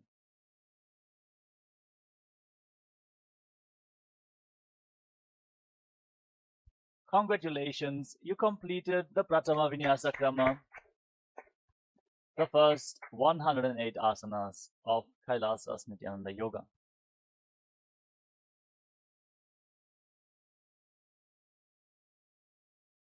With this, let us now get ready to enter into the next asana.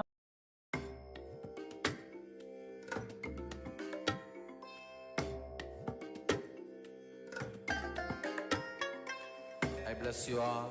Let you all open all your three eyes and manifest the powers of Mahasada Shiva. Om Nityananda Paramashivoham Om Nityananda Paramashivoham Om Nityananda Paramashivoham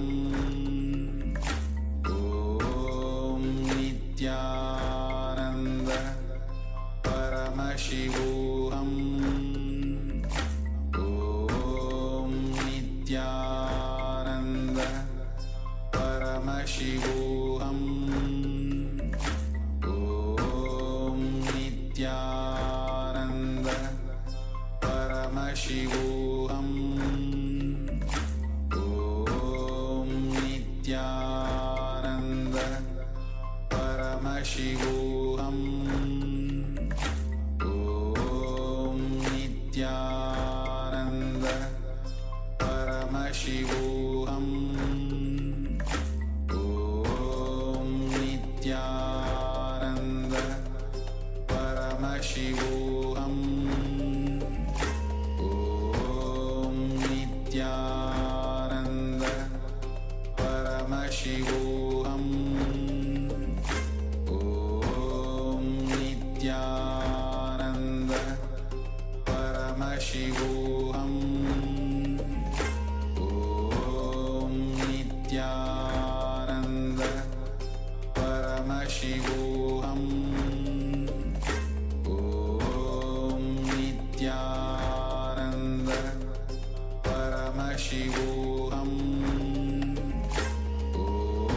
Om Nityananda Paramashivoham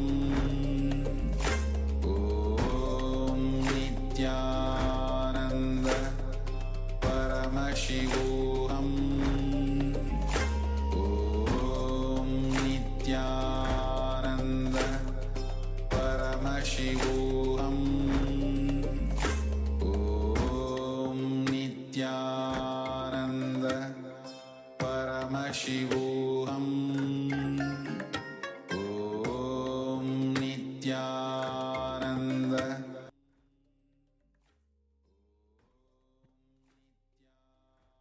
Nityanandam Paramaspadam Kevalam Jnanamurtim Dvandvatītam Gaganasudhisham Tattvamasyaadilaksham Ekam Nityam Vimalamachalam Sarvadhi Sakshibhutam Bhavatītam Trigunarahitam Tadgurum Tam Namami.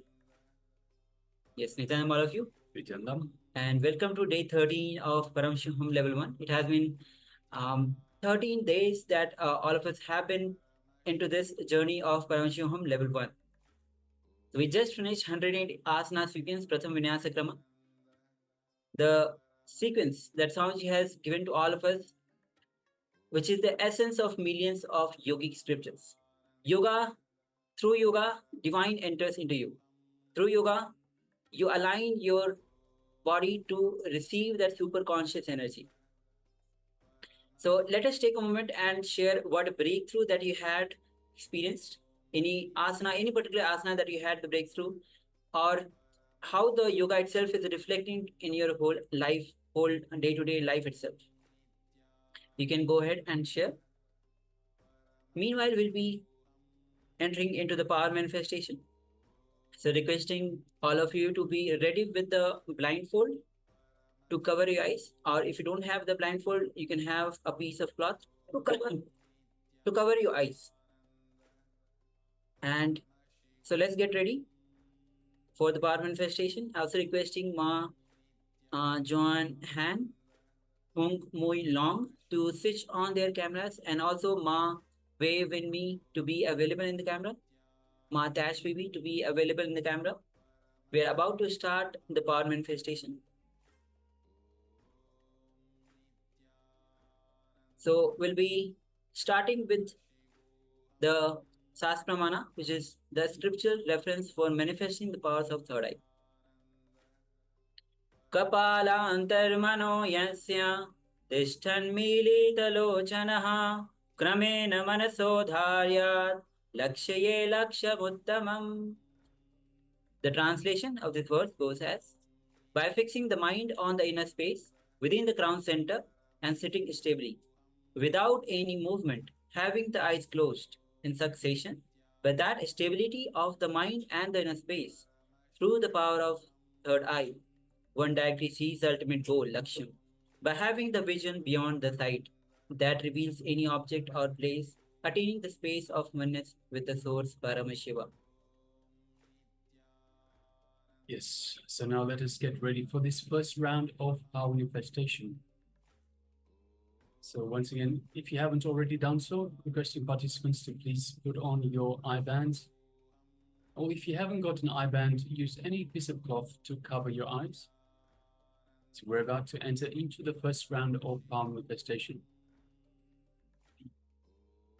Let us sit comfortably with the head, neck, and spine in a straight line. And let us just unclutch from anything the mind might throw at you. Any thoughts, any emotions, any worries, fears. Unclutch from anything from the outside world, anything from the inside.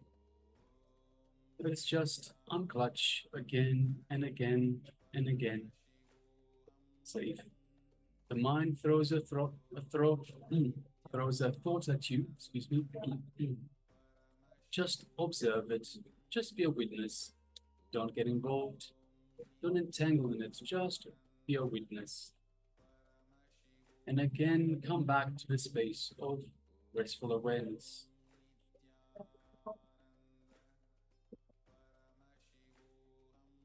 Now let us just shift our gaze to our inner space, the region just below the heart center. And let us invoke Swamiji in our inner space. Just a mere remembrance of the Master. Invoke Swamiji in our inner space. Just take a moment and feel Swamiji's love, His compassion, His infinite grace in your inner space. Feel His energy radiating, flowing throughout your entire body. Every cell, every one of the trillions of cells in your body being energized, feeling alive because of this superconscious energy that Swamiji is radiating. Let us take a moment and send this energy to every corner of our body.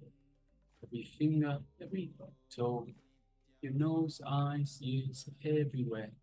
Every one of your cells feeling alive with this energy.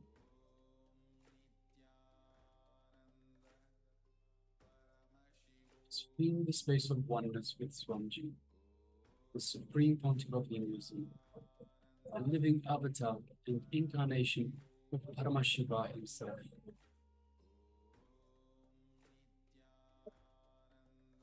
Just take a moment and imbibe this space of oneness with Swamiji. Now, from this space of oneness, let us move our gaze just gently to the third eye. Just gently, just like you would look at a flower. Don't concentrate, don't strain your attention on the third eye. Just gently look through the third eye into Swamiji's third eye and make a connection.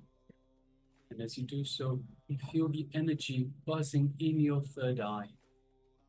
Your third eye is awakened, energized, activated. Just take a moment and feel that energy in your third eye.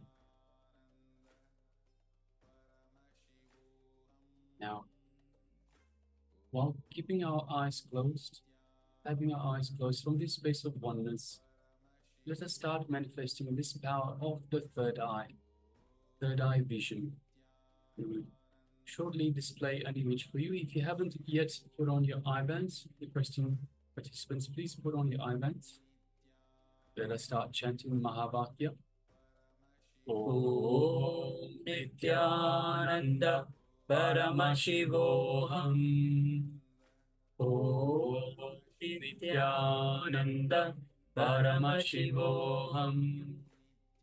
Om Nityananda Paramashivoham. Yes, continue chanting Mahavakya. Your image is being displayed for you. Now, let us begin this first round of power manifestation. Shivoham. Om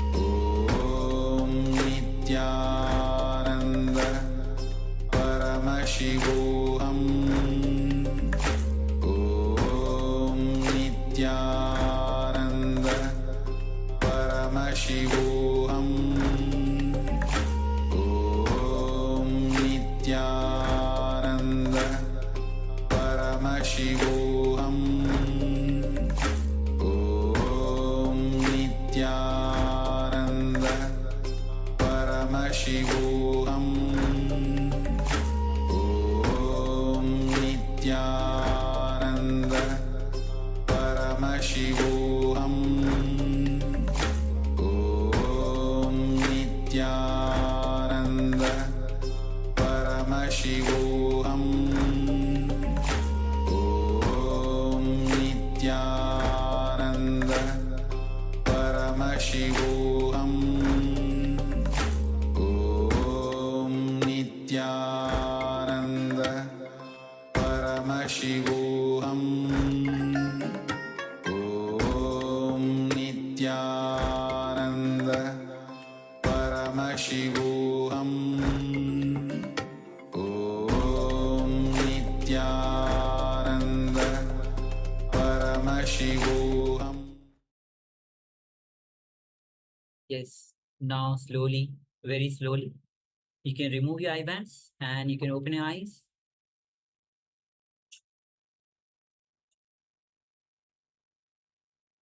Yes, you can relax and you can open your eyes.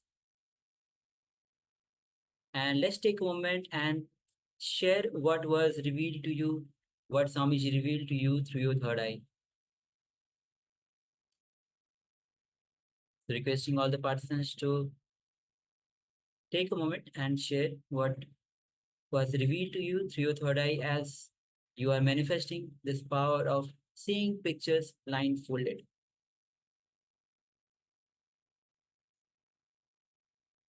And remember, do not hesitate to share what was revealed to you. Even if you just saw black or you saw few colors, just go on sharing. Whatever detail was revealed to you through your third eye, take a moment and share. And remember, the moment you start manifesting the powers, it is Paramashiva is manifesting through you. You know, he is there, he is alive, he is manifesting through you. So go on manifesting the powers. The more power manifestation, the more oneness. The more power manifestation, the more nirvakal samadhi. And the more you manifest the power, you break limitations, the boundaries that you have. This is all the limitations that you have built. You start to break all those patterns, limitations within you. So it's not just about seeing picture blindfolded or manifesting any other power. It's about breaking your barriers, breaking your limitations, and ultimately be in the state of that restful awareness, that time shaft where the eternal time shaft, which you will be touching only at the present moment. When you get rid of all the self-doubt, self-hatred, self-denial, you enter into the space of pure oneness. So requesting all the participants to start sharing whatever was revealed to you. We already have one sharing.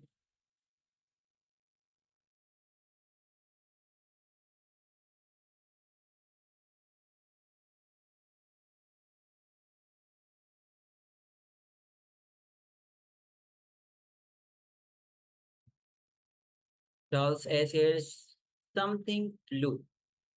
Thank you very much for Yes, sharing thank that. you. We have Ma Wei Wen Mei that shares flower, white, light, sunshine, green grass, bee, red, and orange. Yes, thank you very much for sharing, Ma. Very detailed. Thank you. The requesting all participants, Ma Joanne Han, if you took part in this manifestation, requesting please share with us what was revealed to you in your third eyes. What did we display? Also, all other participants, we have a number of participants that have their camera switched off. And we have Yang Yen Hong, we have Hui Mui Dong, Amrita Bandini, and Ki Xin Wen. I apologize if I mispronounce any of the names. If you could please switch on your cameras and be available in the camera frame itself. Also, welcome Amrita Mandani. We are Yes. just joined. We just are in the first round. We already displayed the image, requesting all of you to share what was revealed to you through your third eye. So take a moment, all of you, to share what was revealed to you. So welcoming all participants that have just recently joined us. So we also have Ma Yang Yen Yes. Hong. Welcome, Ma. Welcome to this Paramashivoham Level-1 Day 30. Soma Joan Han has joined us for the power manifestation. Welcome, Ma. Yes. And also Ki Xing Wang. Yes. Welcome. And Ma Joan Han shares pink. All right. Yes. Thank you, Ma, Thank for you very sharing. much for sharing, Ma.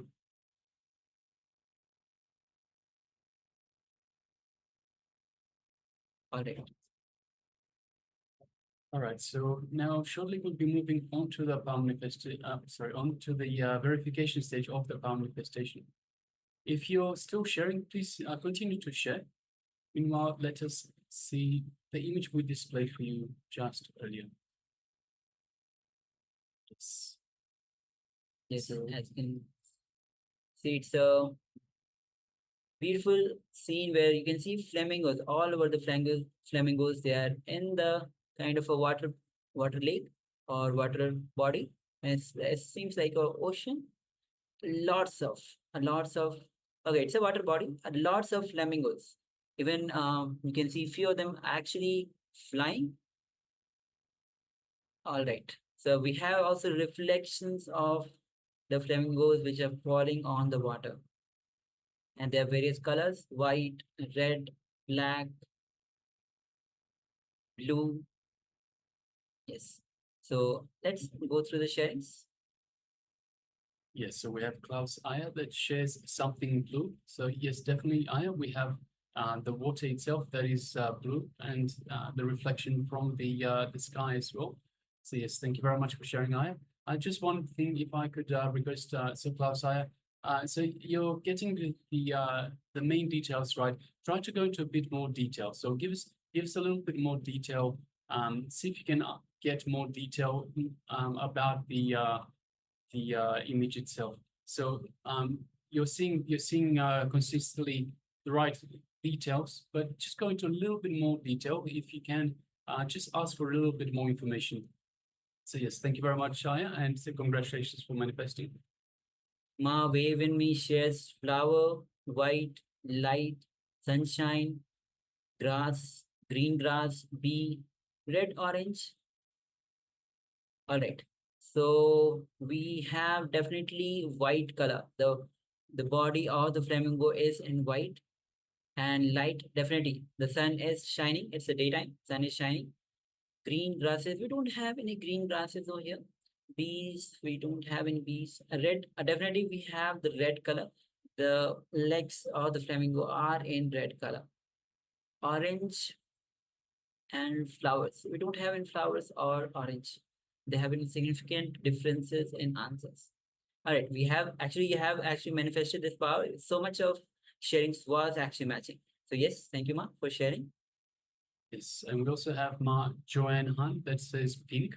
Yes, Ma. So if you have a look at the legs of the flamingos and as well as the body, some of the feathers are very much pink, Ma. So the just looking in the center of the image itself, it looks like there's a lot of pink in there. So yes, thank you very much for sharing, Ma, and congratulations. And also, if I could also request you, try to go into a little bit more detail as well. So ask for a little bit more information. So you're getting the right information, the right details. Go into a little bit more details. So ask, show me more details. Okay, thank you very much for sharing, Ma, and congratulations for manifesting. Yes, thank you all of you for manifesting and participating and sharing. And as Maya said, with the moment you ask, so go on asking Swamiji. Ask Swamiji to reveal more, and you will see that you are getting more information, more detail you are getting into it. All right. So let us get ready for round number 2. So request your participants once again to cover their eyes. Yes, you can go ahead and cover your eyes with the blindfold or a piece of cloth. Yes, it's better to have a piece of cloth or blindfold to cover your eyes because your mind can play tricks and suddenly you will open your eyes. So that's why it's really important to cover your eyes until instructions are there to open your eyes. So Take a moment to cover your eyes with the blindfold or the piece of cloth. It's requesting, also requesting all those persons whose those cameras are off, please switch on your cameras. And Ma, wave in me if you can cover your eyes with the blindfold. All right. Also requesting Ma Tashvi, if you are there, please be available for the power manifestation. All right, so let's get started. As you sit with your head, neck, spine in a straight line, visualize Swamiji energy in your inner space flowing throughout your whole body. All your trillions of cells are getting energized with Swamiji's energy. Every pore of your body is getting energized. His love, compassion is radiating throughout your whole system. His infinite grace, His love is filling your whole system and radiating.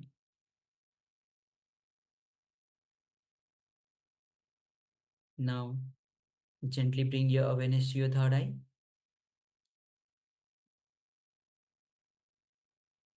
And through your third eye, see Swamiji's third eye. Gaze at Swamiji's third eye.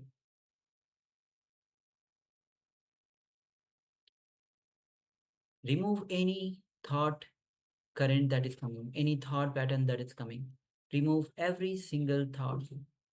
Unclutch from every single thought.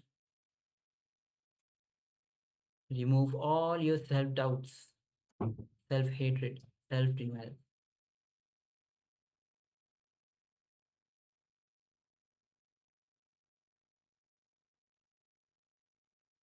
Go on unclutching. Unclutch from all the social identities that you carry. Unclutch from all the inner identities that you project. Unclutch from even the time, the concept of time. Unclutch from the I identity. Go on unclutching, unclutching. And then you enter in the space of that pure unclutched space from where all the powers of Paramashivoham starts manifesting. And with deep gratitude and surrender, let's start chanting Mahavakya. Om Nityananda Paramashivoham. Om Nityananda Paramashivoham. Om Nityananda Paramashivoham. As you keep vibrating with this Mahavakya, with deep feeling connection with Bhagwan, let's enter into this manifestation. The image is now being projected. Let's begin. Paramashivoham Om Nityananda Paramashivoham Om Nityananda Paramashivoham Om Nityananda Paramashivoham Om Nityananda Paramashivoham Om Nityananda Paramashivoham Om Nityananda Paramashivoham Om Nityananda Paramashivoham Om Nityananda Paramashivoham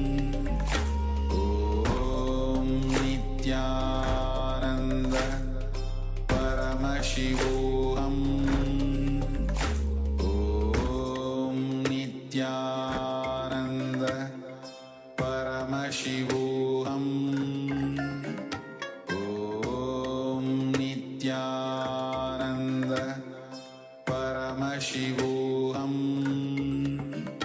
Om Nityananda Paramashivoham Om Nityananda Paramashivoham Om. Yes, you can now relax and slowly, very slowly, remove your eye bands. Gently let the light come back into your eyes.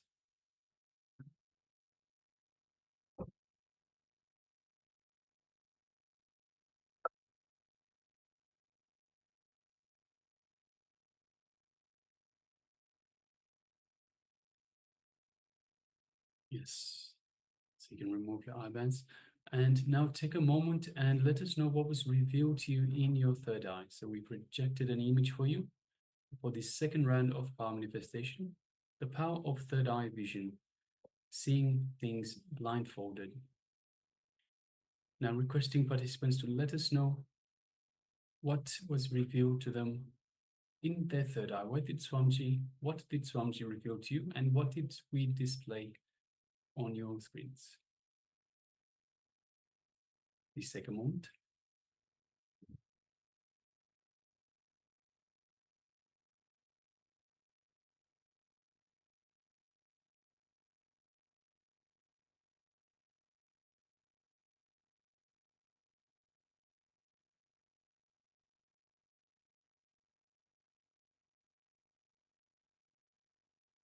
And as you share, remember that any doubt that comes, just remove all your doubts.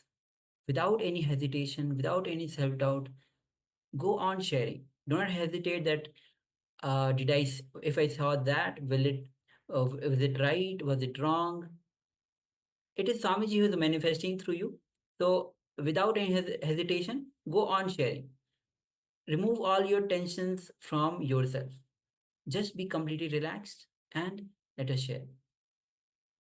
Yes, so we have a number of sharings already. We have Ma Wei Wen Mei that says white, dark blue, bridge, mountain, green, white clouds. Yes, thank you very much for sharing, Ma Wei Wen Mei. Thank you.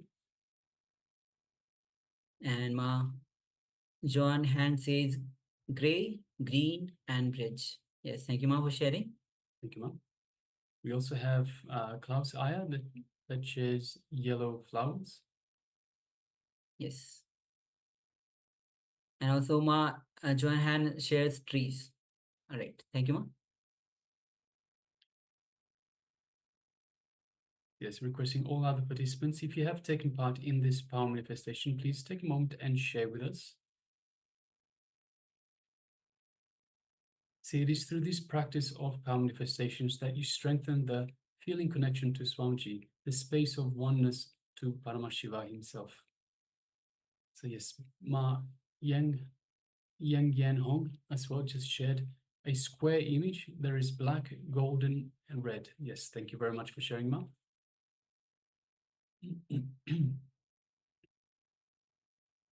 All right. So now let us reveal the image that we had shown before so that we can start to verify our manifestation.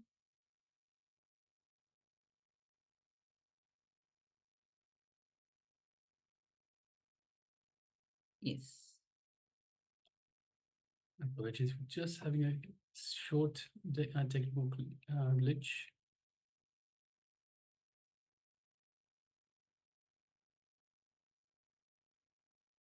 Yes. Yes, and finally, we have the image displayed for you.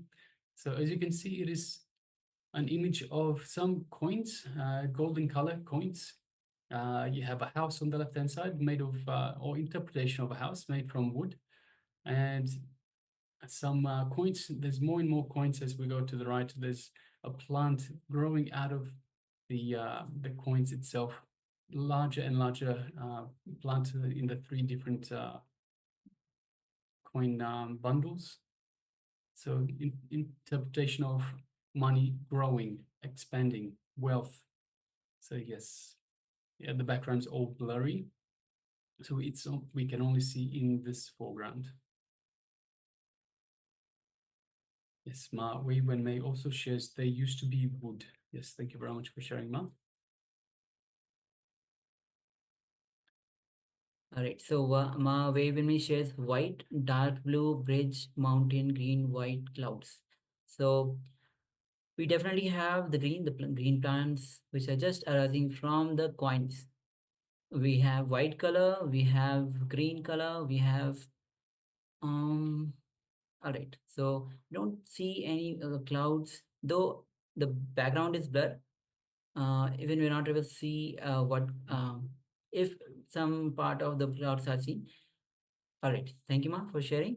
And also, as you shared, there used to be words. I feel like the answers given are getting sick and not able to accurate as before. Do not worry, Ma. See, whenever you are manifesting the power, also remember to detox. Go on detoxing, whether through Haritaki, doing the enema in the morning, taking neem juice. Go on taking detoxifying your body and doing yoga every day, manifesting the powers. Even sometimes you're not able to manifest, do not worry. Again, go on manifesting. See, Ma, because you have gotten sick, so you're saying that before getting sick, you are manifesting better. See, because you're cognizing that you are sick, your consciousness level has slightly gone a little bit down. So that could also play in it, play on your mind. So it is all about the mind. If you're cognizing that you are sick, then you're letting the mind get in the way of your power manifestation. So again and again, we say power manifestation comes from the space of oneness with Paramashiva, space of oneness with the Supreme Pontiff of Hinduism. When you engage the mind and think, I'm sick, you're stopping. These are thoughts and patterns that are stopping your mind. That are stopping yourself from these power manifestations. So that's why before the power manifestations, we ask people to unclutch. So unclutch from any thought that you have. So don't even cognize that you're sick. Just think to yourself, I'm healthy, I'm healthy. So it is also this positive spin on things. But if you don't, so if you unclutch from this feeling that you're sick, this thinking that you're sick, then you'd be able to much better connect to Paramashiva, have that space of oneness with Paramashiva. And also bring awareness to the part, especially when you are feeling sick, whether you have cough, just bring your awareness. Ask Swamiji to heal, because the moment you start, as yesterday we had the body scanning. So when you start to scan yourself, it also heals. All right. Ma Wavin shares. Thank you. Yes, thank you. And also we have been joined by Maha Gana Lopananda. Yes, Nityanam, welcome, Ma. Nityananda. All right. So we have more sharings. Yes, so we have Ma Joanne Han that says gray, green, and bridge. So we do have some shades of gray, definitely, Ma. We have a lot of green in the background, and of course the plants that are growing out of the money bundles. And bridge. We don't have a bridge as such. We have a interpretation of a wooden house. So that could be what you interpret as a bridge, Ma. So yes, thank you very much for sharing, and congratulations for manifesting. Yes. And also we have Ma Yang Yan Hong, who shares square image. There is a black, golden, red. All right. And we also have Klaus Eye that shares yellow flowers. Yes. So we have shades of yellow, especially in the background, the blurry background. And of course, we have the golden coins, which are a shade of yellow as well. And even the wooden house has shades of yellow on it. So yes, thank you very much for sharing. We don't have the we don't have the flowers, or at least we don't see the flowers. There might be flowers in the background, but it's blurred out, so we can't tell. But we do have plants. We have a lot of and we have a lot of yellow. So yes, thank you very much for sharing, Aya, and congratulations for manifesting. And Ma Yang Yan Hong shares a square image. So if you just look at the structure of the house, you can figure out there are some square structures. It's not that perfect though. And there are black, golden, and red. So definitely we have the coins which is golden and black. We some part of the image actually is black, especially the shadows are coming as black. Even the coins have little bit of black portion in it. And red. We don't see any red in this. Yes, but thank you for sharing, and successfully you have manifested this power. Ma Wang Ma Yang Yang. Yes, thank you, Ma, for sharing. And remember, it's not just about the manifesting the powers or seeing picture blindfolded. It's about the moment you start manifesting, you know that Parameshwar is alive and he's manifesting through you. Even uh, you are able to connect with Parameshwar, you connect with Swamiji. That with that excitement, go on manifesting the powers. The moment you start manifesting the powers, you realize, you know that that one is you connection with Swamiji. You deepen your connection, and you go as you go on manifesting. You break your limitations. You break your bondages, and the moment you break your bondages, limitations, you feel the sense of freedom that you get from that. So go on manifesting the powers. Also, Ma Wavin shares the bridge is made of wood and there is also wood inside. Just tell me the answer as a bridge. Yes, you can see like that. Yes, you can pray to that. All right. Thank you all of you for manifesting and sharing the powers of third eye. Seeing picture blindfolded. Yes. So with this, we'll be entering into today's theme itself, which is going to be on accumulation, accumulate wealth around you with simple truths. So throughout the sessions, throughout the day, we'll be going through what is wealth, what are the other dimensions of wealth, and how to accumulate wealth with the simple truths, and various other sessions that we'll be having today.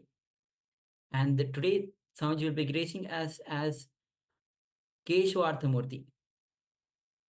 So we'll be starting with the small introduction to the wealth and how the religion actually shapes our wealth accumulation. So there is a statistics on how the religion shapes wealth. A survey study done by Ohio University Sociology Department empirically measured and statistically proved that religion is an essential factor in wealth accumulation. The study suggests religious belief children learn in their family translates into educational attainment, adult occupation, financial literacy, social connection, and other factors that influence adult wealth ownership. So, this study very clearly indicates how the religious belief that the children or any person is carrying that shapes their education attainment, their occupation, their financial literacy, social connection as well, and other factors that influence adult wealth ownership. One more important thing the study says is that it is not only religious affiliation. People who attended religious services regularly accumulate more wealth. So this is one of the important observation, important thing in the study that was revealed. So, what is wealth consciousness as per the Hindu principles? We must understand expansion in life is freedom. So, expansion in life is freedom. Expanding in health, expanding in wealth, expanding in every field is success, and that is life. So, creating wealth is an intrinsic part of life. Bhagavan Krishna says very beautifully in the Srimad Bhagavad Gita, Gahano Karmano Gatihi. The universe by its nature just works, works, and works. If you have at least the goal of creating wealth, you will be creative, your energy will be channeled properly.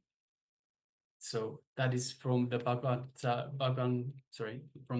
Gita, where Bhagavan Sri Krishna tells us that the universe by its nature just works, works, and works. So this is all about creation of wealth, creation, expansion, expansion, expansion. So with this understanding, and as we just saw the study from the universities that was revealed that how the religious belief shapes our accumulation of wealth and various other things. Now we'll be entering into the revelation by Swamiji on what is the right attitude that we should have to create wealth in our life. See, at the moment, understand that it is our cognition, the attitude towards wealth that attracts wealth. So, what is the right attitude that all of us should have so that we start creating wealth? So, this revelation is going to be on this. Swamiji will be revealing on this. So, have your notebook and pen with you so that you can write the powerful cognitions, as these sessions are going to be very important. So take a moment and gather, if you want, the pen and paper, and let's get started with this revelation by Swamiji. So understand that having the wealth is one thing that everybody is required. It's a very intrinsic part of our life, as we just saw. So having the right attitude creates wealth. So let's enter into this revelation.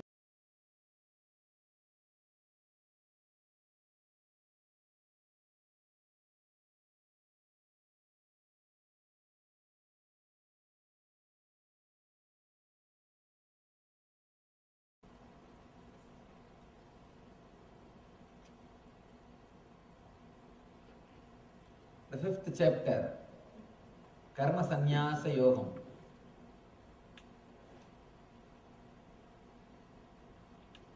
starts with Arjuna's question.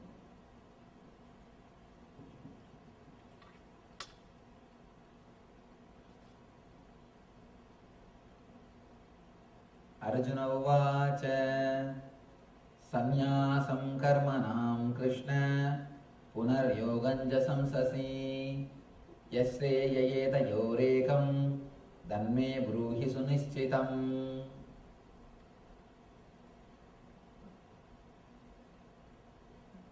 Arjuna said, "O Krishna, first of all you asked me to renounce work, and then again you recommend work with devotion. Now will you kindly tell me definitely which of the two is more beneficial?"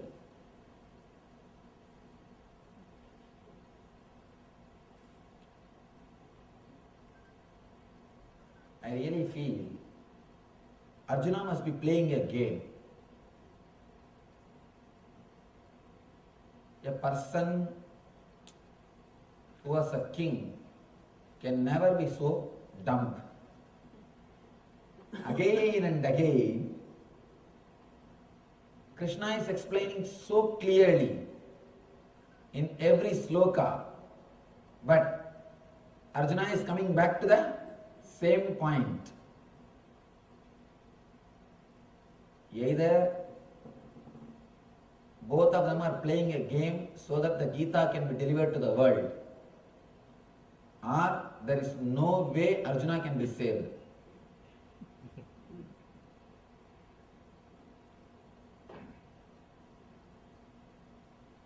There is no other book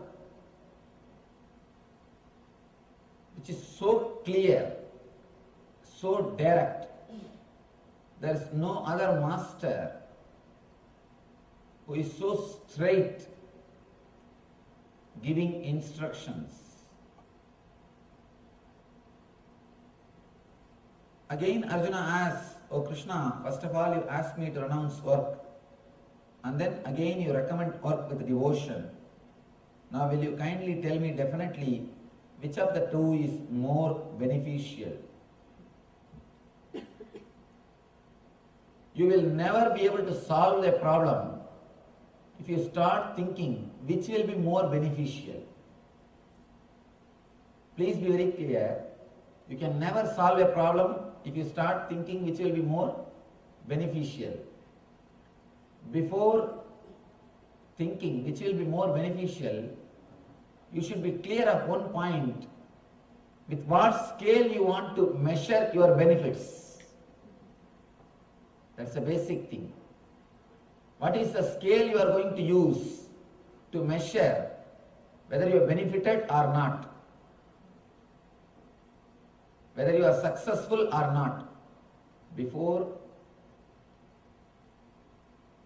thinking whether you are successful or not, before coming to the conclusion whether you are successful or not, you need to know with which scale you are going to measure your life. Before that, unless you know the scale with which you are going to measure your life, you can't jump to conclusion. Jumping to the conclusion should be done with clear intelligence. Small one-liner. What do you call falling out of an airplane without parachute? That is jumping to a conclusion. Jumping to a conclusion. If you do it without a proper scale, you are just jumping to a conclusion. You don't know where you are landing.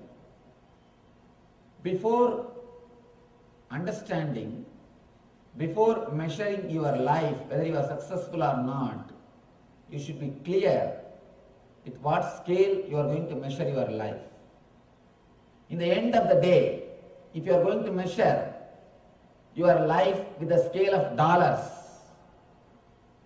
then you have to work only for dollars. In the end of the day, you know with which scale you are going to measure your life.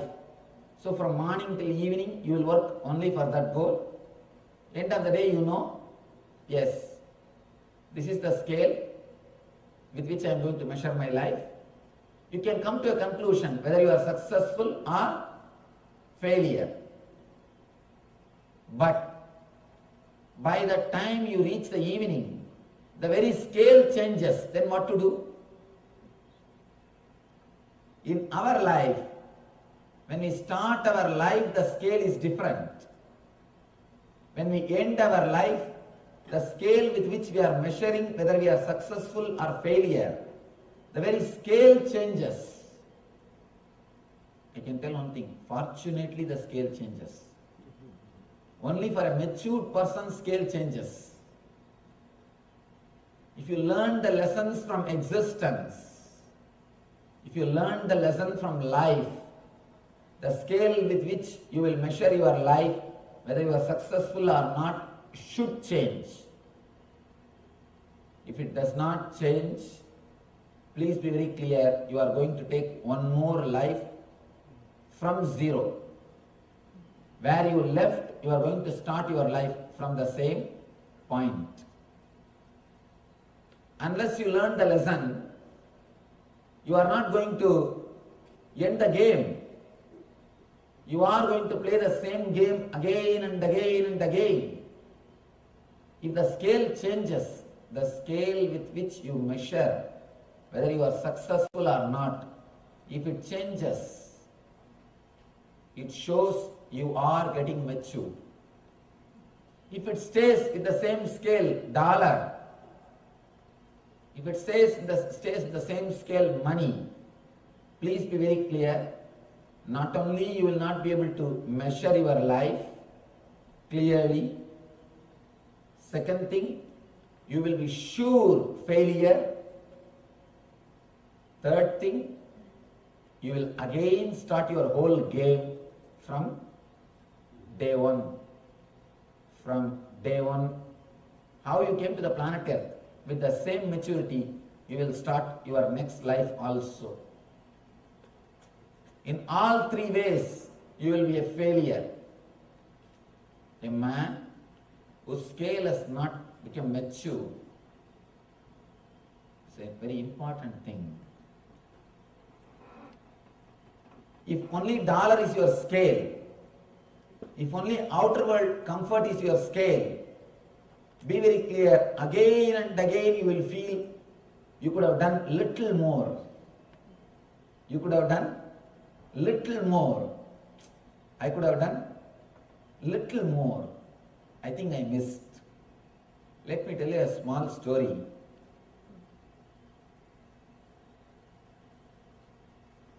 One barber, king's barber, that guy used to live a very happy life. Every day morning, he will go and shave king's face. King will give 10 coins. He will come back to the house. He will live his life happily with the 10 gold coins. Next day, he will again go, shave the barber's face, shave the king's face, come back, have his 10 coins salary, live his life. His life was really beautiful, blissful. Nothing to bother about. There is nothing about which he is worried. He was happy. One day, when he was coming back from king's palace, suddenly he heard a voice. He heard a voice. Booming voice. Dear son, do you want pot filled with gold coins? This man said, pot filled with gold coins. But what am I going to do? I have no use for that. My expense is $10 and that is enough. My expense is just 10 gold coin. That is enough. I don't need anything more. The booming voice says, all right, I'll give you 24 hours to think. You can go to your house, you can discuss with your wife, come back tomorrow and tell me. This poor guy, he could have at least kept quiet. He went and opened his mouth to his wife. Now you know. You fool, don't you have sense? You should have brought that jar. And you never did this for me, you never did that for me. Throughout my life, I am wearing the same sari. You have never given me any jewelry. You never got this for me. You never took me here. You never took me there. What did I enjoy after marrying you? I always tell, marriage is 3-ring circus. One is engagement ring. Next is wedding ring. Third is suffering. Engagement ring, wedding ring and suffering. She starts shouting at him. This guy says, all right, don't worry. The booming voice has given me time. Till tomorrow morning, I have time to decide. Next day morning, I will talk to him and get the pot. He goes there. Next day morning, he asks that voice, please give me that jar. Immediately, Yaksha is appearing there. Yaksha means a man who has got wealth but who never enjoyed. Who has got wealth but who never enjoyed. In India, there will be a lot of these agricultural fields. They will keep 2-3 dogs. The dogs neither they will eat nor they will allow other animals to come and eat. Same way, if you have wealth, neither you enjoy nor you share with others. You are called Yaksha. Yaksha is a person who has got wealth, neither he enjoys nor he shares with the world. I always tell people, either you do dana or you become Mahadana. If you do dana, a little bit you will share and you will also enjoy. Others also will enjoy. If you don't do small danas, you will become mahadani, means you will leave everything and go away. Once for all. Yaksha is a person who has got enough wealth, but he never enjoys and never shares with others. Somehow he appears and he says, have this jar. This jar has got 990 gold coins. Just 10 gold coins less. Just 10 gold coins less.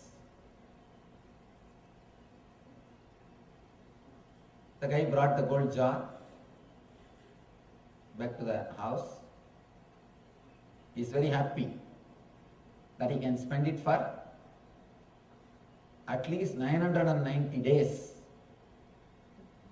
He can be happy. If he spends $10, at least 99 days he can spend. The moment wife got the jar, she said, what is this? The jar is not the jar is not overflowing. There is something missing.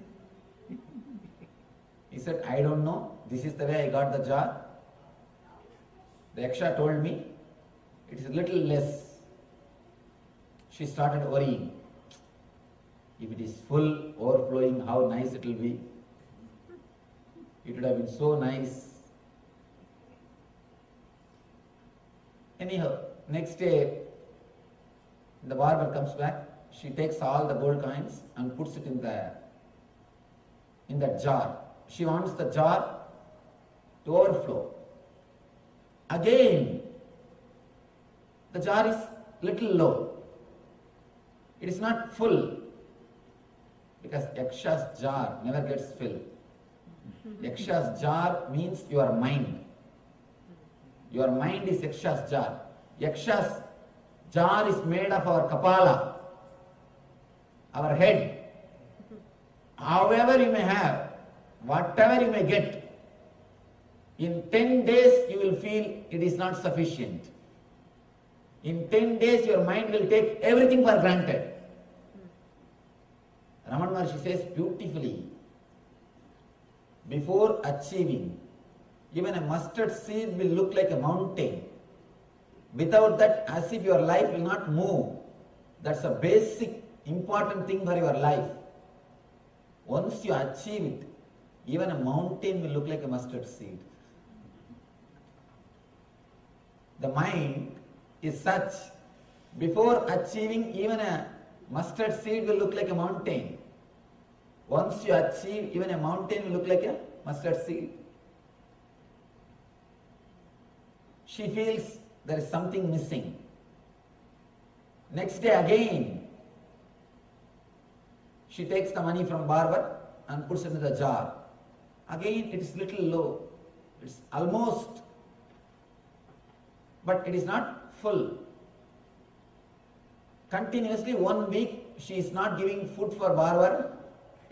She is not giving anything to him. She takes away all the money and she wants only one thing, that jar should overflow. By 1 week, this fellow has become tired, dull. His face has become very dull. King started inquiring, what happened? You used to look so fresh. What happened to you? For last 1 week, you are tired.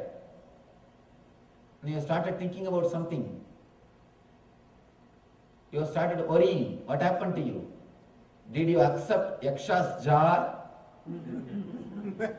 King asks him, did you accept any gold part from anybody? Suddenly, Barber is just shocked. He says, "Oh king, how do you know?" King says, "Whomsoever is suffering in this country, whomsoever is unhappy in this country, all of them have accepted Yaksha's jar. Please be very clear. Go back to your house and see, do you have a Yaksha's jar or not?" If you are worrying, if you are suffering, there is every chance in your house you are having Yaksha's jar. If you have Yaksha's jar, of course, when I say Yaksha's jar, it may not be there in your house, it will be there in your head. Yaksha's jar is made out of kapala, means the head, which always makes you feel you are not enough, you are not complete, you are not full. The head which makes you think continuously you are not enough, you are not complete, is what is Yaksha's jar. When you go back to your house, check once. Do you have Yaksha's jar in your house? Be very clear. Sometimes Yakshas hand over the jar in the form of bank balance. Don't think you may have just a bar. You may have just a jar. Don't think it will be just only in the form of a jar. It may be in your mind. Man who is continuously feeling that he is not fulfilled, or man who is measuring his whole life with the scale of wealth, will never feel fulfilled. Because he has got Yaksha's jar in his house, he will have only more and more suffering. Yaksha's jar will never be fulfilled. Yaksha's jar will never be filled. First we need to understand with what scale you are going to measure your life, whether your life is beneficial or not. That itself has to be defined. Only then you can enter, you can choose the path. The end of the day, end of your life, at the end of your life, how you are going to measure your life, that whether it was successful or not. Now itself let you be very clear. What is the scale? Here Arjuna asks, Sanyasam karmanam Krishna punar yoganja samsasi yasreya yedayo regam danme bruhi sunischitam.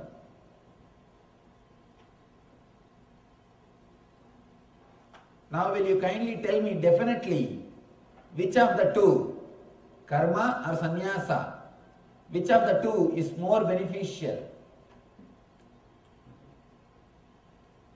We are all again and again asking this question to ourselves. Man is dilemma.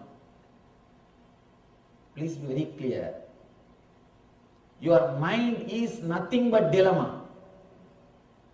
Your mind will be alive as long as you are caught between the extremes. The moment you come to any single conclusion, you will be liberated. The moment you reach any conclusion, you will be liberated. You will be ignorant as long as you are moving from this extreme to that extreme. Don't say ignorance is bliss. If ignorance is bliss, why so many people are suffering in the planet Earth? Why do you think so many are suffering? Ignorance is not bliss. Innocence is bliss. That is different. Innocence means you will not carry a scale with which continuously you will be measuring your life. Ignorance means you will have a scale, but you are not able to fulfill your life according to your scale. If you neither have scale nor have a goal, then no problem. But here, you have intelligence, you have intellect, you have enough of intellect to have a scale, but you are not able to fulfill it. That is what I call ignorance. First thing we need to understand is man as such is a disease. The first and last disease is dilemma. Dilemma is the disease with which he starts his life and ends his life. I can't even say ends. He will be in a dilemma whether to end or not. It is just taken away from him. It is just taken away from him. Why do you think worry kills more people than work? Because more people worry than work. Worry is nothing but dilemma. Here, Arjuna is having a dilemma. Which is more beneficial for me? If you look into the whole life as a utility, some way of benefit, please be very clear, you are creating, you are building your own hell. Life has no separate benefit. Life itself is benefit. You cannot measure your life whether it is success or failure with a scale. If you have a scale, please be very clear. If you don't achieve, you will feel life is a failure. If you achieve, you will face the depression of success. That's all. Both the way, you are going to be in trouble. Life itself is a benefit. If you ask which of the two is more beneficial, that also more beneficial. Business mind, a pure business mind, with the life you cannot do business. Whole life cannot be business. Be very clear. At some point, you need to relax from business. You need to relax from the business mentality. I always tell people, at least half an hour per day, at least 30 minutes per day, do something which will not get dollars for you. Some painting, some writing, some poetry. When you start painting itself, don't start thinking of a big gallery. I'll make all these paintings and put gallery in New York and make money. When you start writing few poems, don't start thinking of Nobel Prize. I'll publish this and it will become like Gitanjali, then I will have Nobel Prize. No. Without thinking about any result, benefit, just do something.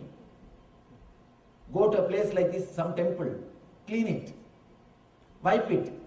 Don't think, I will become the leader of volunteer batch. The moment you take the broomstick in your hand, start mopping, start cleaning the room, start cleaning the temple, you start planning how to have a volunteer batch and how to become leader of that batch. All you need to do is only one thing, a simple technique. The whole thing is now reduced to a one-line message. Let all your mental thoughts, let all your physical deeds be directed towards the gratitude to the divine. Don't work out of fear or greed, because whatever you achieve out of your greed, you are not going to feel fulfilled. It's like a pouring ghee into the fire. Can you quench the fire by pouring ghee into it? Never. So you will never be able to feel the fulfillment. So all your actions done out of greed will only make your senses weak and tired. Same way, all your laziness done out of fear will only make your mind restless, because you may not do anything physically, but your mind will be worrying. If you have become karma yogi out of greed, your senses will be only weakened, because how much you will run? All the running will make only your senses weak. If you become sannyasi out of fear, again, you may not do anything physically, but whole day you will be sitting and worrying. A small story, one-liner. When a man don't have money the problem is money. When he has got money, the problem is sex. When he has got sex, the problem is comforts. When he has got comforts, when everything goes well, he starts worrying about the death. He has started bothering about the death. He has started thinking about death. Something or other will be going on in your mind. Don't think people who have become sannyasis, who are sitting in the Himalayas, they are in the bliss. They are in ecstasy. No. Unless they change the attitude, they cannot experience joy. Unless the attitude changes, they cannot experience bliss. Bliss is directly related to your attitude. Being, doing and having. Your whole life will be directed to doing and having if you are caught in fear and greed. If you center yourself into the being, doing and having, both will happen through you with a tremendous ecstasy. Never work out of greed because that is waste. Never work out of fear. Again it is waste. Never become silent out of fear because there is nothing to lose. Never become silent out of fear because why should you be afraid? Whether you are afraid or not, everything is going to be taken away. Why not be blissful? Same way, never work out of greed because whatever you achieve is going to be taken away. Then why should you waste your life in working? Both the corners. Understand, there is a beautiful story. One man goes to Ramakrishna and asks for money as a blessing. Ramakrishna will never bless for money. He will never bless for money. He goes to Ramakrishna and asks, Master, please bless me. I should have wealth. Finally, Ramakrishna says, all right, let you have wealth. You will be surprised. He was working. He was not working. Actually, he used to collect paper from road. The roadside, he will collect the papers. And he will go to house and collect the old paper and make money out of it. He used to make his living out of it. The day Ramakrishna blessed, something happened. Within 10 years, he became the owner of a very big magazine called Ananda Bazar Patrika. If you are from Calcutta, you know. The founder of Ananda Bazar Patrika is disciple of Ramakrishna. Ramakrishna blessed him, you will have wealth. Till today the magazine is running. And you will be surprised. You don't have kids. You don't have kids. In the end of the life he says, oh God, now I realize I asked for wealth from Master. Now I understand.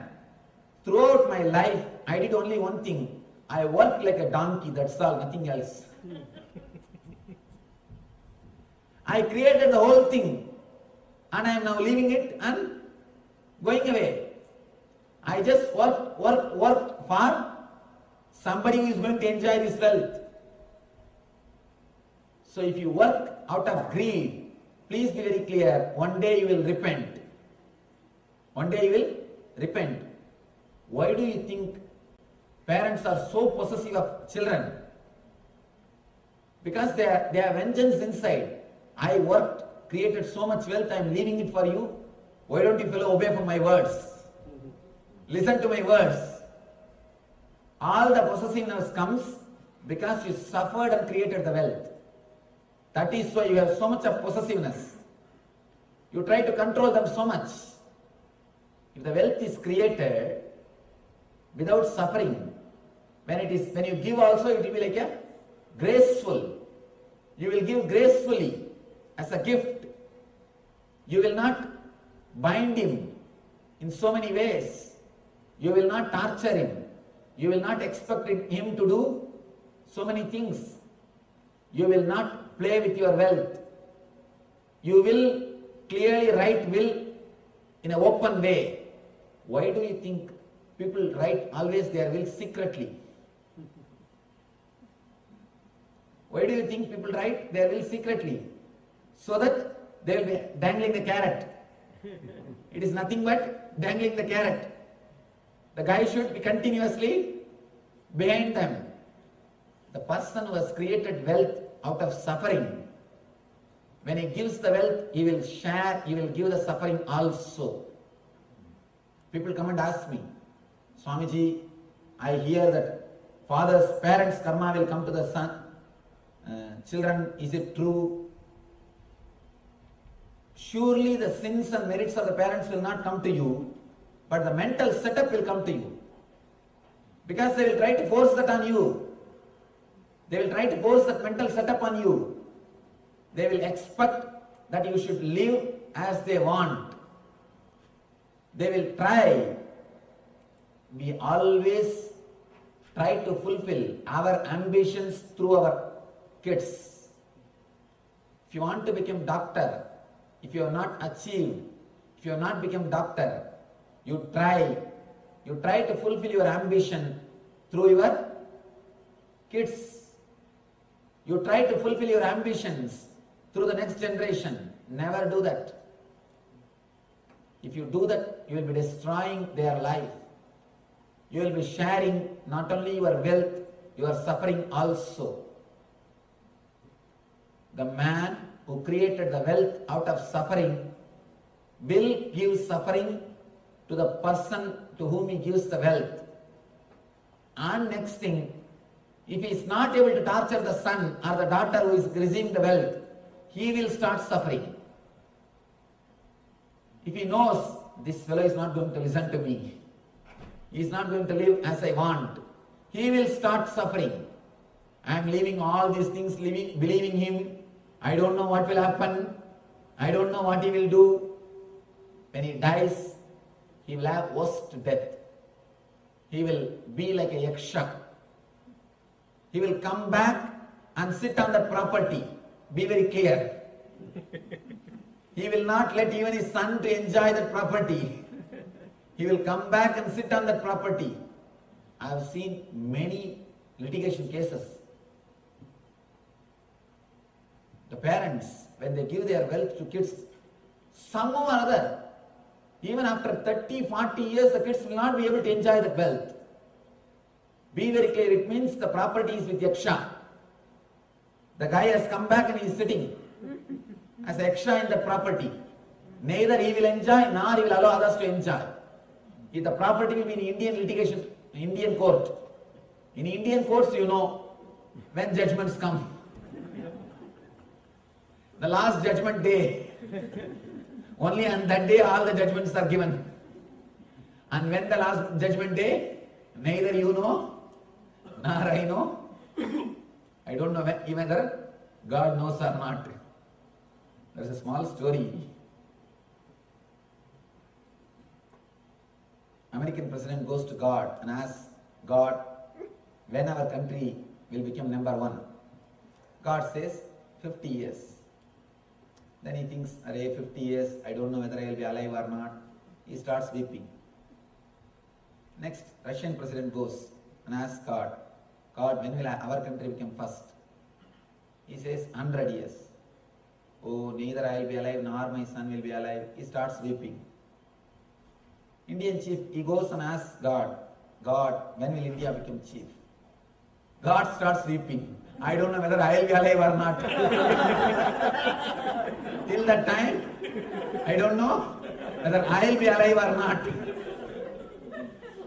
So be very clear, whenever the judgment comes, it takes its own sweet time. For a file to move from one table to another table, if the file grows the leg and moves by itself, only then it is possible. Otherwise, it takes its own sweet time.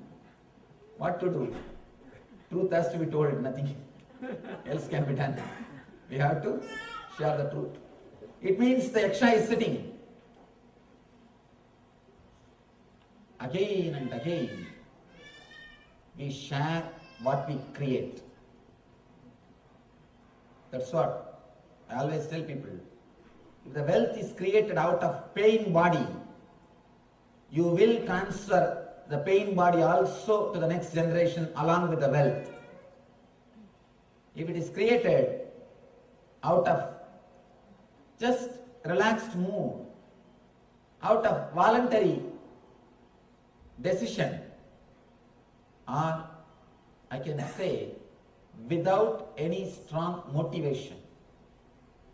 One important thing we should understand, working without motivation is completely unheard in the West. All the people who are working in the field of mind, psychologists, psychiatrists, the people who do research in the field of mind, all the scientists always emphasize, without motivation you cannot work. That is why so many motivational gurus in the West. West is haunted by motivational gurus. So many motivational gurus. Please be very clear. These scientists, these psychologists, these doctors have come to the conclusion after doing analysis on patients, not on an enlightened man. They never had a specimen of a Buddha. They never encounter an enlightened man. That is the reason they say work without motivation is impossible. I tell you, work without motivation is the only work. Work without motivation will never make you tired. Will never make you tired. Every moment you will be ecstatic. You will be working out of bliss. First he gives the technique to enter into that state. Then he says, if you can stay in the same state, you are liberated.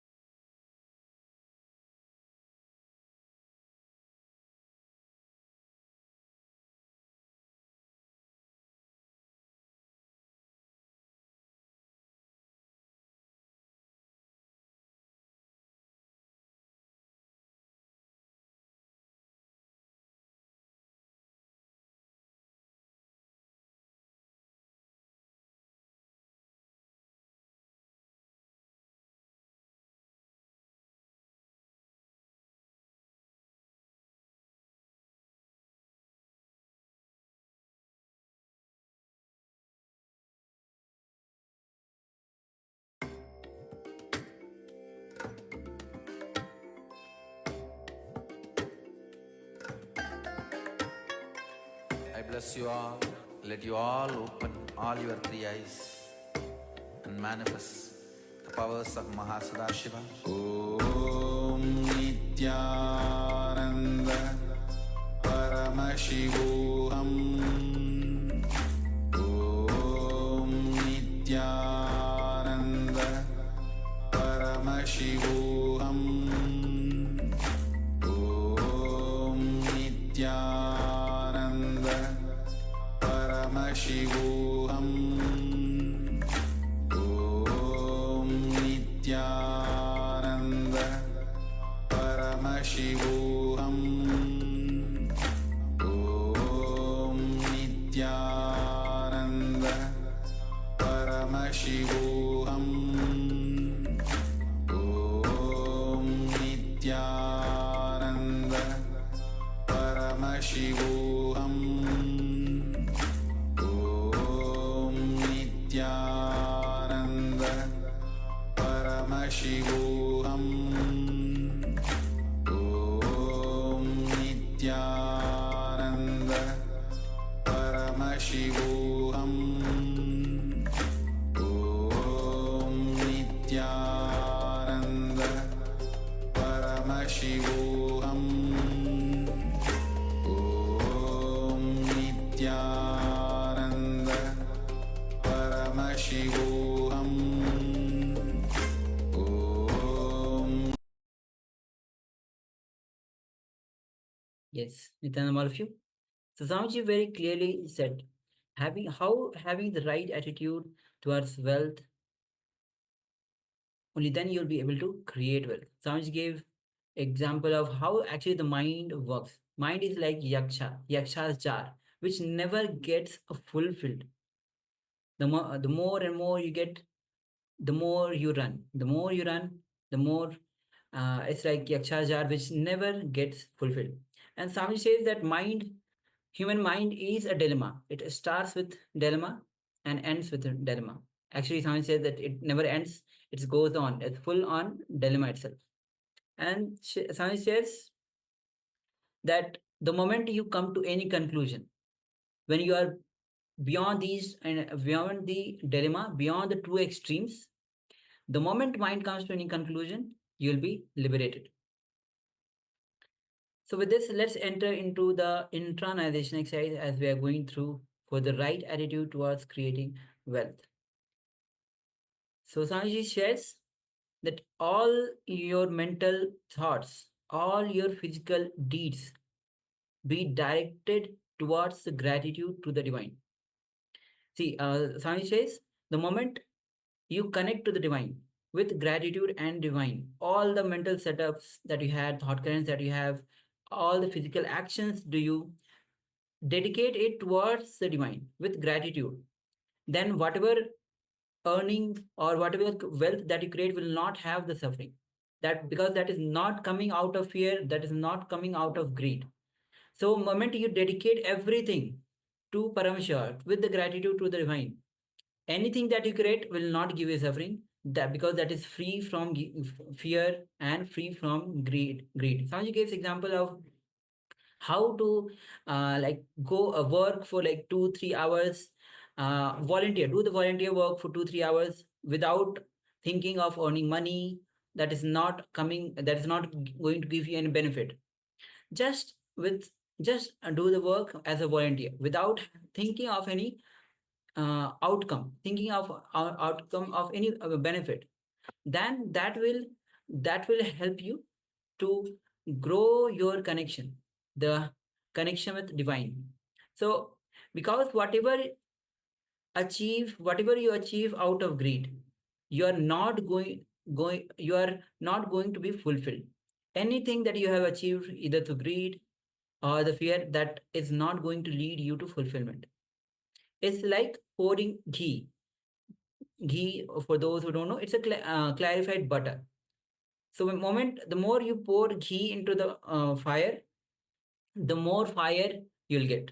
So can you quench the fire by pouring ghee into it? No, never. Because the more ghee you pour into fire, the fire is going to grow more. So you will never get the feeling of fulfillment. through greed or even the fear. So all actions done out of greed will make only your senses weak and tired. So anything that is coming out of greed is going to make your senses weak. And anything that is coming out of fear, you're going to be tired. Yes, in the same way, all your laziness done out of fear will only make your mind restless. Because you may not be doing it physically, but your mind will be worrying. So let me just repeat that. All your laziness done out of fear will only make your mind restless. Because you may not be doing it physically, but your mind will be worrying. Your fear is rooted in the Swadhisthana chakra, means the chakra which is situated just 2 inches below the navel, whilst your greed is rooted in the Muladhara chakra. It's the chakra which is at the bottom, at the root of your spinal cord. So now we'll be taking a few minutes. You can sit with head neck spine in a straight line. You can close your eyes. Let your head and neck be in a straight line, as we see again and again. Sit with your head and spine in a straight line. And intensely pray to that ultimate energy, Parabrahma Krishna, to give the experience of this meditation to us, all of us. So requesting all of you to be seated with your head, neck, spine in a straight line. And also requesting Ma Li Tang, Jonahan, Hung Mui Long, please switch on your cameras. Please be available for the sessions.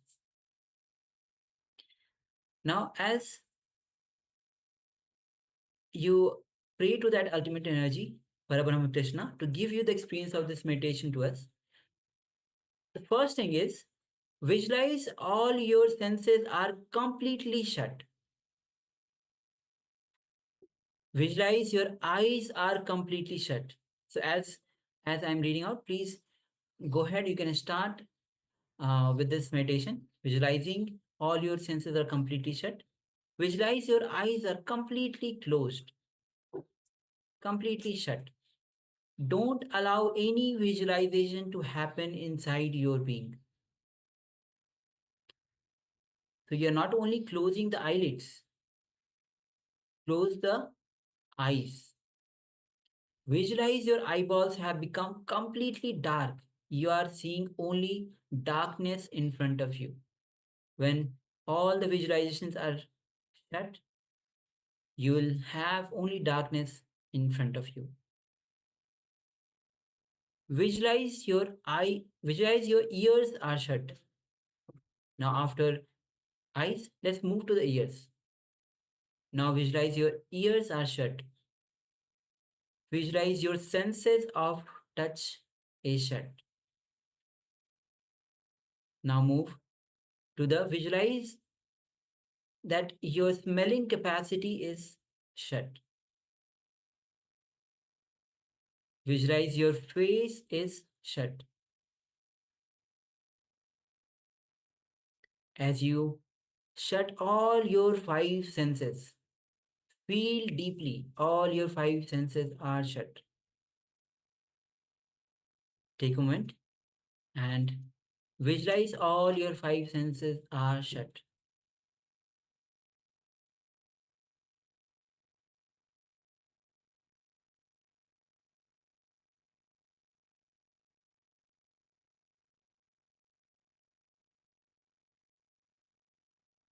Now, slowly and deeply, as slowly as possible, as deeply as possible, inhale and exhale as slowly and as deeply as possible.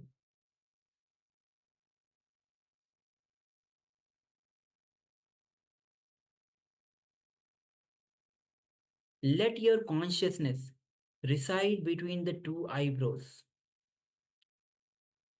the Angya chakra. In a very relaxed way, let you be aware of the space between the 2 eyebrows. Remember, Don't concentrate. Don't tense yourself. Be very relaxed, deeply relaxed awareness. Just bring your awareness.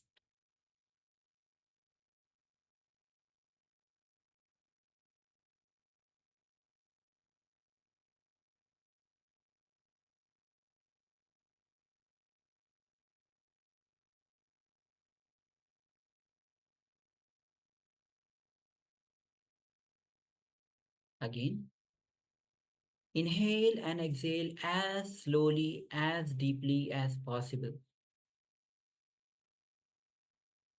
Let your consciousness reside between the two eyebrows, the Angya chakra. Just bring your gentle awareness to your third eye.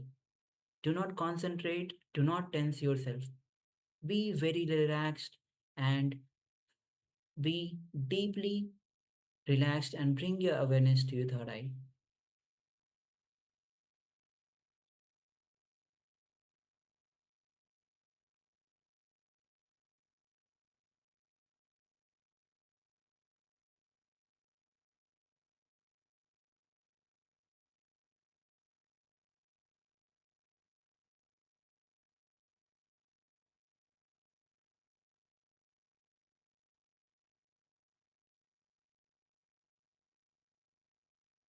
Now, let your Muladhara chakra be relaxed, which is the root of the spine. Let the root of your spine be relaxed. Take a moment and relax your Muladhara chakra, the root of the spine.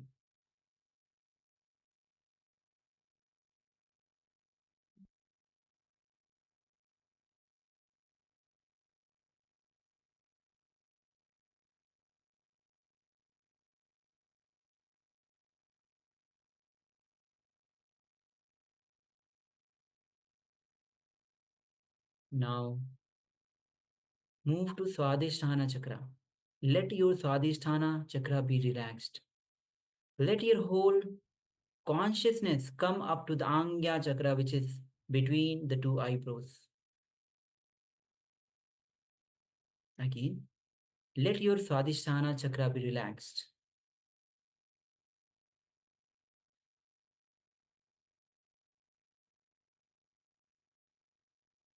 Now let your whole consciousness come up to the Angya chakra, which is the area between the two eyebrows, third eye. Let you concentrate in a space between the eyebrows.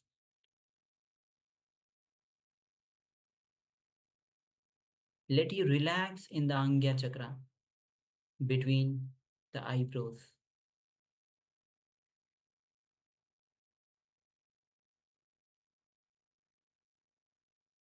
Visualize a cool, soothing light in the Angya chakra, in the space between the eyebrows.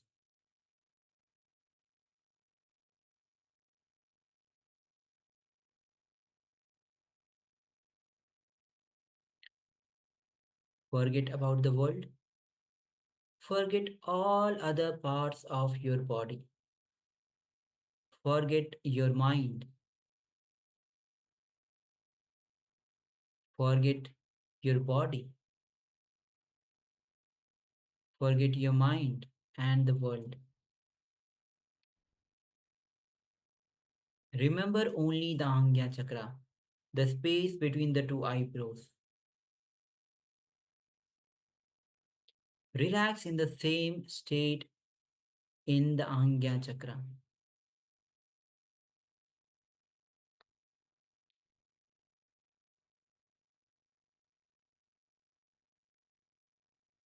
Go deeply into the Angya chakra, in the space between the two eyebrows.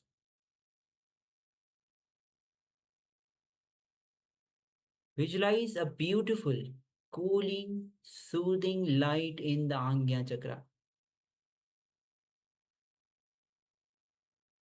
Let you experience blissful, beautiful light in the Angya chakra.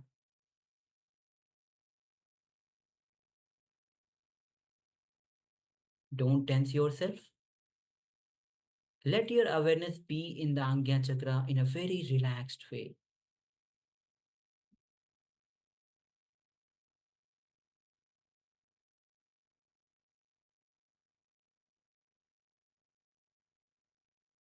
Let your consciousness rest in the space between the two eyebrows.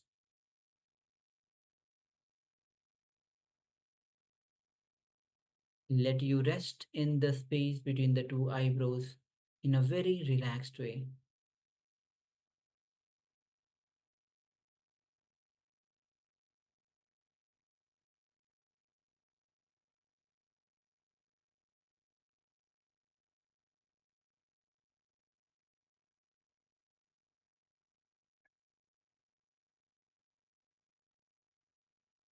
Let you relax in the same space of eternal consciousness. Let you be beyond the body and mind. Let your intelligence be awakened. Let you work your eternal consciousness.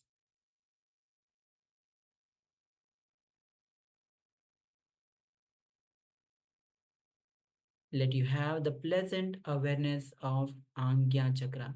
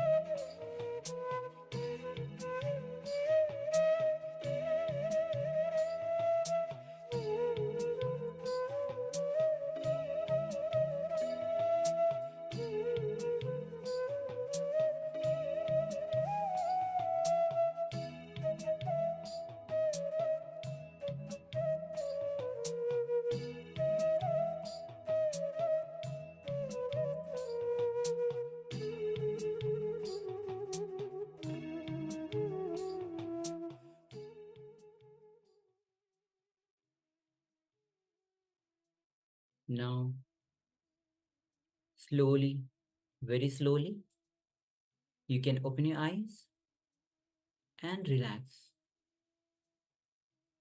Let you stay in the same mode for at least next 10 days.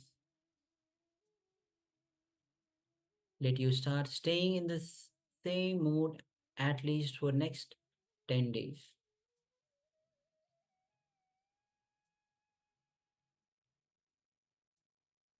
Slowly, very slowly.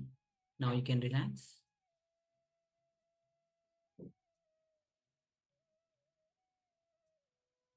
Yes, so after that wonderful meditation technique, that calming, relaxing meditation technique, let us move on to the next segment in our program today, which is on detox. And today we will be talking about Haritaki.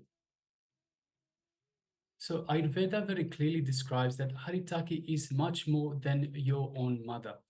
Why? Haritaki will do more good, will do much more good than your very own mother.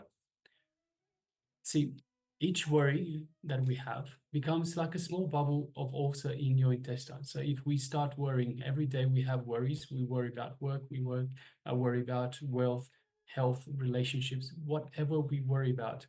Every worry that we have becomes like a small bubble of ulcer in your intestine, allowing that psychological pattern like a sediment to settle in your system. So you start worrying, it becomes an ulcer, a bubble of ulcer in your intestine, and over time it will settle in your system. If you have haritaki every day, these bubbles, these ulcers will not settle down, even if in the physical layer. Even physically, it will just be cleansed and kicked out. Some further benefits of Haritaki itself. Haritaki powder increases the oxygen level in your body 300%, and it cleanses the whole system. Only by taking Haritaki powder, you can understand all the subtle truths. So all the subtle truths that Swamiji is imparting, they can be picked up so much easier only with Haritaki powder, because it works on your brain layers as well. It helps you to understand these subtle truths, to pick up these subtle truths. So how do we have the Haritaki powder? We have it as a full teaspoon. So you take a full teaspoon of the Haritaki powder itself with 1 glass of water. You can have cold water, but generally we recommend just a little warm water. And also, if you can't swallow it, so you take it 1 teaspoon just before going to bed. So you take the powder and you take it with a little warm water. If you find that you can't swallow, you can search for Haritaki tablets. So there are also Haritaki tablets which are available. Just make sure 2 things. First of all, that the tablet casing itself is not from animal source, so that it is vegan or vegetarian. And the second thing, make sure that you have the same, you take the same equivalent amount as per the teaspoon of Haritaki. So have a look at how much is held by these Haritaki capsules, and just do the equivalence to a full teaspoon of Haritaki powder.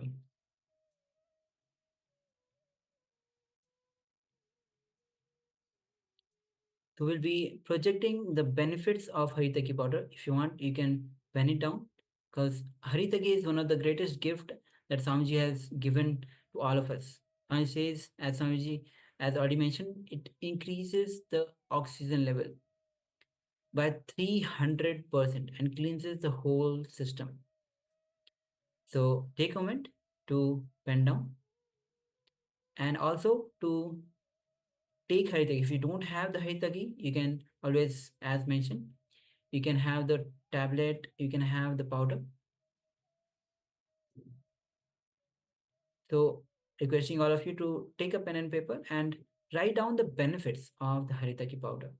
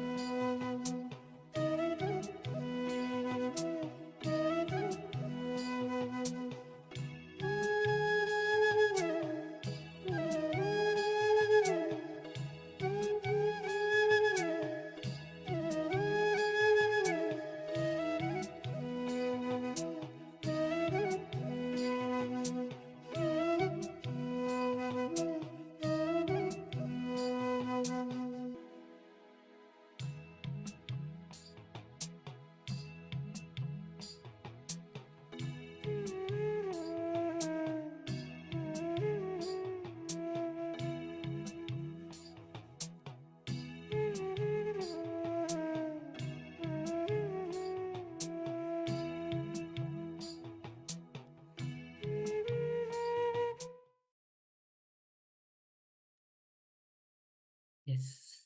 So I hope all of you have penned down. Now, with this, we'll be moving on to today's power manifestation. And today we are doing the power of Mahima. And before we enter into the manifestation of the power of Mahima, let's enter into the Tas Pramana, which is a scriptural reference of this science of manifesting the power of Mahima, power of Ashtamaha-siddhis. This is from Shiv Samhita, chapter 5, 76 to 78. Maranam khadyate tena sakena pi khadyate tasyat sat parama siddhir animante guna prada vayu sancharate dehe rasavriddhi bhave dhruvam akasha pankajagala piyusamapi vardhate. The translation of this verse goes as, death is eaten by him, he is eaten by none. He manifests the highest powers such as anima, laghima, mahima, etc. The vayu, wind energy, moves equally throughout his body. The juices of his body also are increased, rasa vriddhi. The nectar exuding from the ethereal lotus, akasha pankaja, also increases in him. This is from the Vijnana Bhairav Tantra, Sutra 92, Dharana 96. So with this, let's enter into the power of Mahima. We'll be reducing the weight of any object.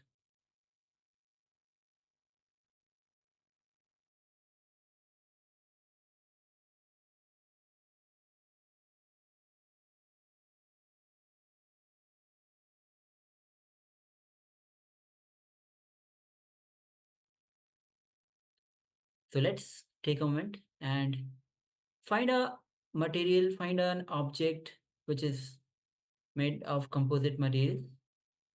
It can be anything from your household. It can be a measuring tape. It can be a tennis racket or any cutting boards or any equipments from your kitchen, sports equipments. Take a moment and find an object which is made of composite materials. We'll be manifesting the reducing the size of the object.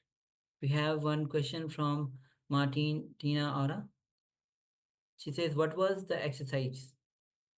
So, we are about to enter into the power of Mahima, means reducing the size of the object.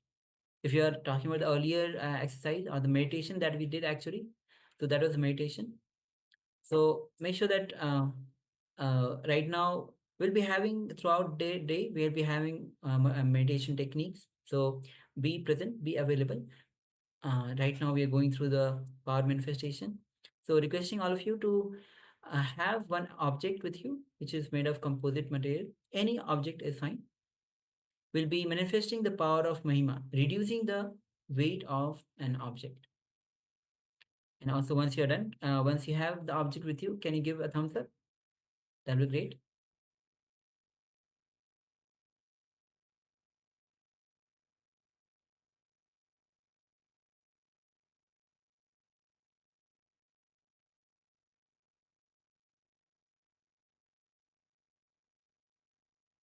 Yes, requesting Ma Li Tang, Ma Juan Han, Hong Mui Long, and also Martina Aura to switch on your cameras, be available in the camera.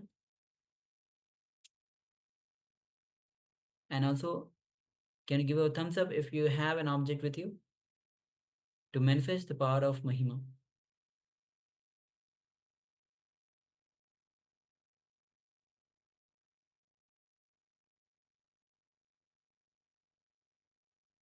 All right. So let's move to the manifestation itself. Once you have the object with you, you can sit with your head, neck, spine in a straight line. You can close your eyes. Remember Swamiji in your inner space. His love, his compassion is radiating through you, filling all your cells with his energy. Your whole body, your whole system is getting energized with his super conscious energy.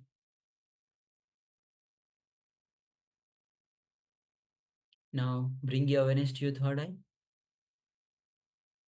As you gaze to the flower, gently bring your awareness to the third eye with that awareness. Now let's start chanting the Mahavakya. Om Nityananda Paramashivoham. Om Nityananda Paramashivoham. Om Nityananda Paramashivoham. As you keep vibrating this Mahavakya, now declare and give the command to the object to change its weight. With your intense declaration, give the command to the object to change its weight.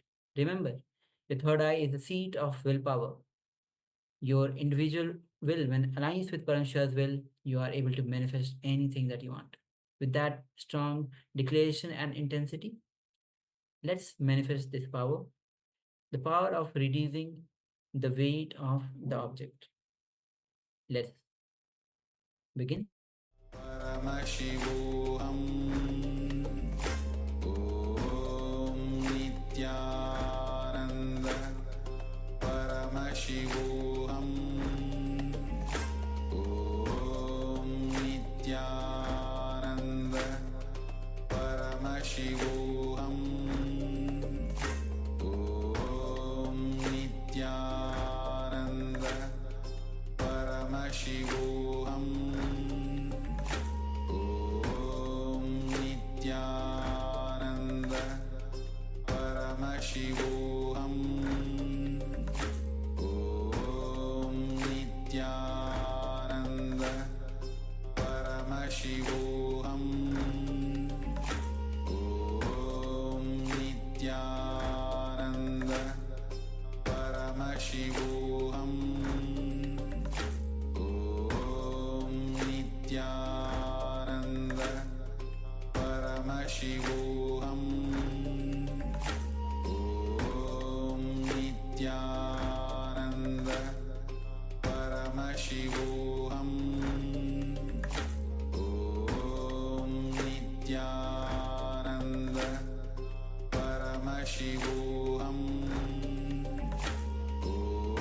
Om Nityananda Paramashivoham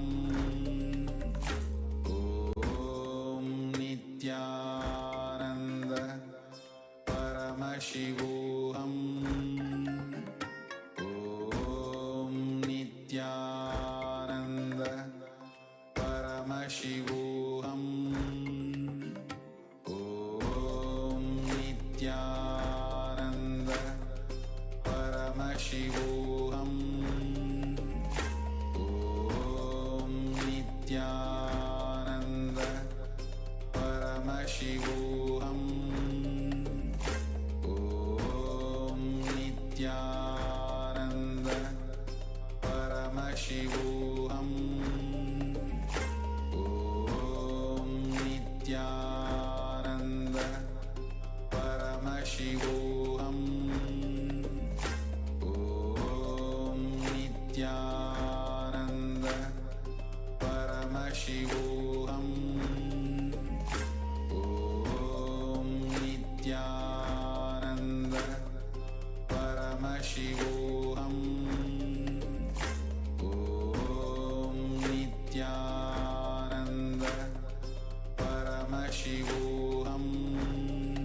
Paramashivoham Om Nityananda Paramashivoham Om Nityananda Paramashivoham Om Nityananda Paramashivoham Om Nityananda Paramashivoham Om Nityananda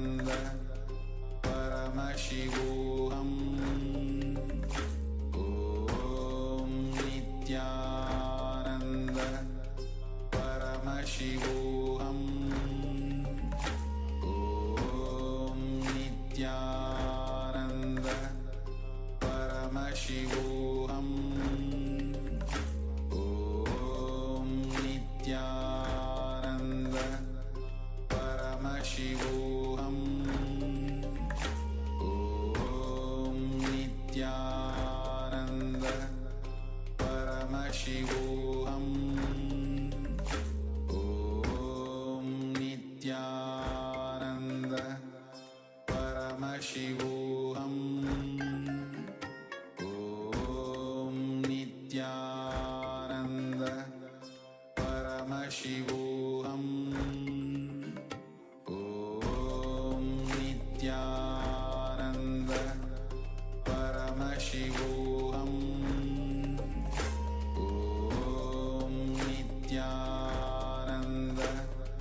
Paramashivoham.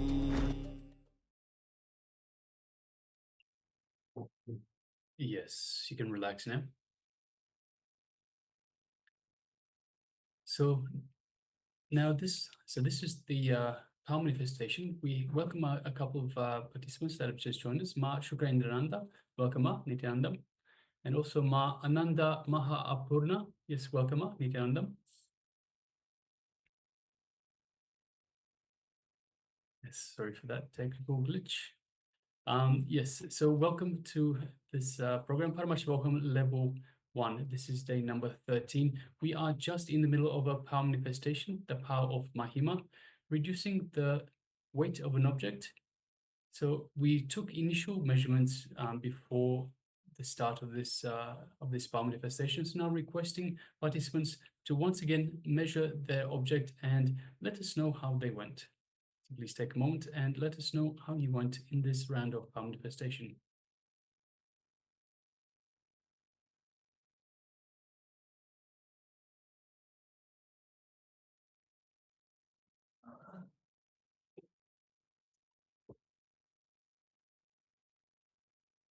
Yes, so requesting all participants that have taken part in this power manifestation to share with us in the chat box. So do a quick measurement, a second measurement of the weight of the object that you were affecting the weight of, and to let us know how you went.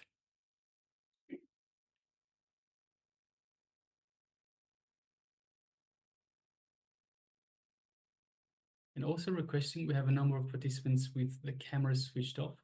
We have Ma Lei Tang, we have Ma Joanne Han, Hung Mui Long, and Martina Aura, requesting please switch on your cameras and be available in the camera frame itself.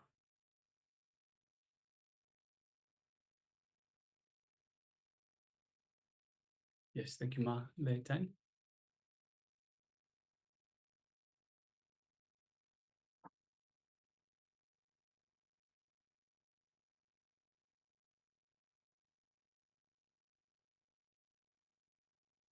So we are manifesting the power of Mahima, reducing the weight of the object. So if you have taken the initial measurement of the object, you can go ahead, take the second measurement and compare the two weights and let us know how much you have decreased, or even if you had increased, or even if there was no change, you can share that as well. So the idea of manifesting these powers is very much we can make it as our lifestyle. We can make it something that we can use in our everyday life. So the power of Mahima, yes, we can decrease the weight of an object. We can also increase the weight of an object. And of course, something that would come in very handy would be, for example, if you have, let's say, a gold ring or something like that, you increase the weight of, make it a lot more valuable. So there are so many ways that you can use these powers that we are going through in this 21-day program that Swamiji has revealed for us, that we can make it part of our lifestyle. And this is the important bit.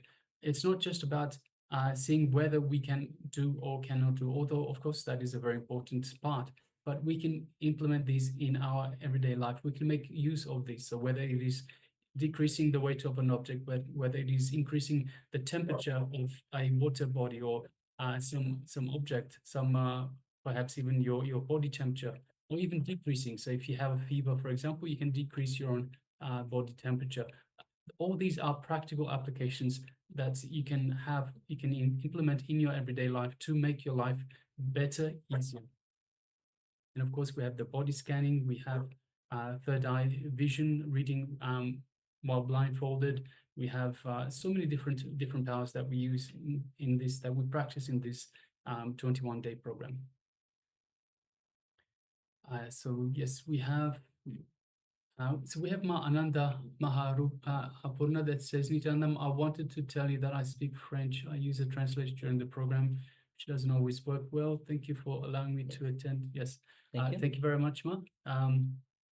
We don't speak French, so I hope the translator works well. Yes. All right. And Claudia says there was no change in weight. All right.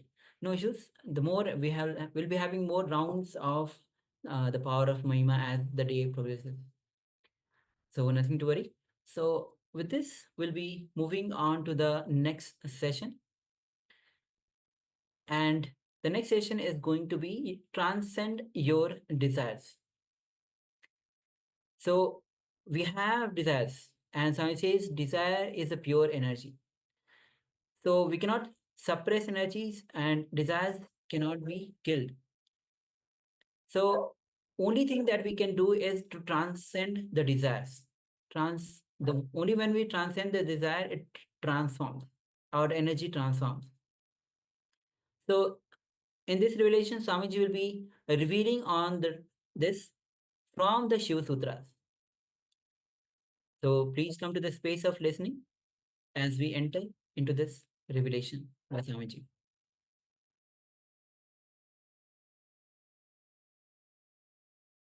In Sanskrit we call viraga. Understand? Viraga means going beyond attachments. Vairagya. Going beyond. Raga means attachment. Araga means detachment. Viraga means going beyond attachment and detachment. Going beyond desires and desirelessness.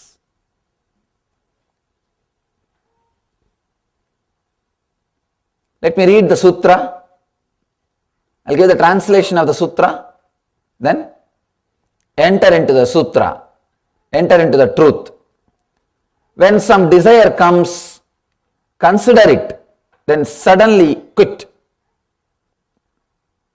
Suddenly unclutch and experience the truth in you.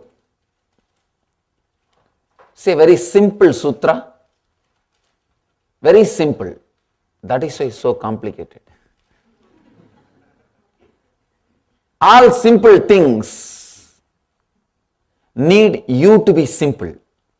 Understand? When the truth is delivered in a simple way, they take it for granted. You are already in a simple space, in an innocent space. Here, Shiva is delivering a beautiful truth. I can say this is essence of all spiritual literatures. Essence of all spiritual literatures. One more thing you need to understand. Never you can have the benefits of spirituality unless you practice it, go into it honestly. People come and ask me, Swamiji, is there a shortcut to enlightenment? I tell them, only when you drop the idea of shortcut, you will achieve enlightenment. As long as you have the idea of the shortcut means what? Trying to grab something without putting your energy or effort to it. Fortunately, there is no shortcut to enlightenment. Otherwise, you will suffer. See, great energy, great understanding, great truths should happen to us only when we are matured enough to receive it. When you are not matured enough, if you are just greedy of the truth, seeing a life or joy or bliss of an enlightened being, be very clear, you will create trouble for yourself. I have seen many times, people see the joy, they see the ecstasy and energy I radiate, and they become greedy of the state in which I am living. But when I ask them to go through the steps, they say, no, this is not what we wanted.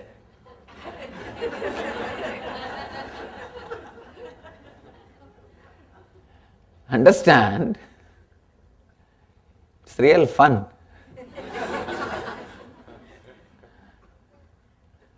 This is not what we wanted.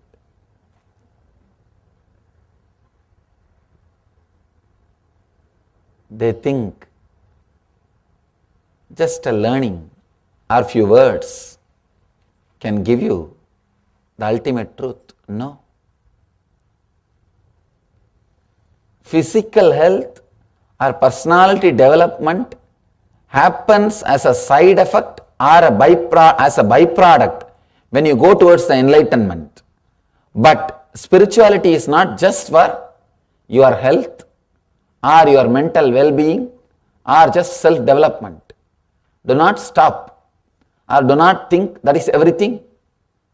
That is where the problem starts. I have seen people.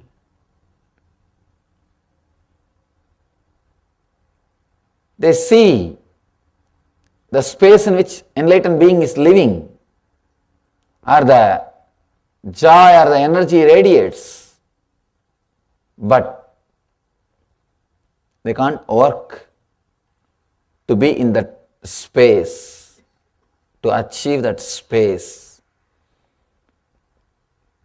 Spiritual growth cannot be extension of your being. There should be a complete unclutching between what you were and what you are. There should be a clear unclutching, disconnection between the past and the present. I have seen in the West many kinds of the self-development programs or the personality development programs becoming successful and popular. They become very successful and popular because they do not teach the true spirituality. They just do a little bit of cosmetic job, like a good cream for skin, or little bit of massage. That's all. And you feel good about it. But the true spirituality is not massage, operation. It is radiation. True spirituality, true enlightenment is straight away penetrating your being. Then you get frightened.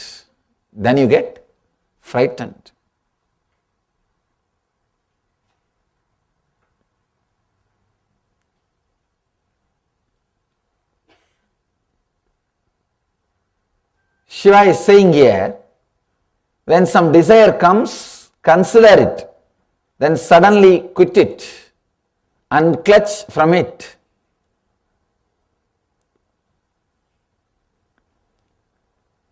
It's a very strong truth.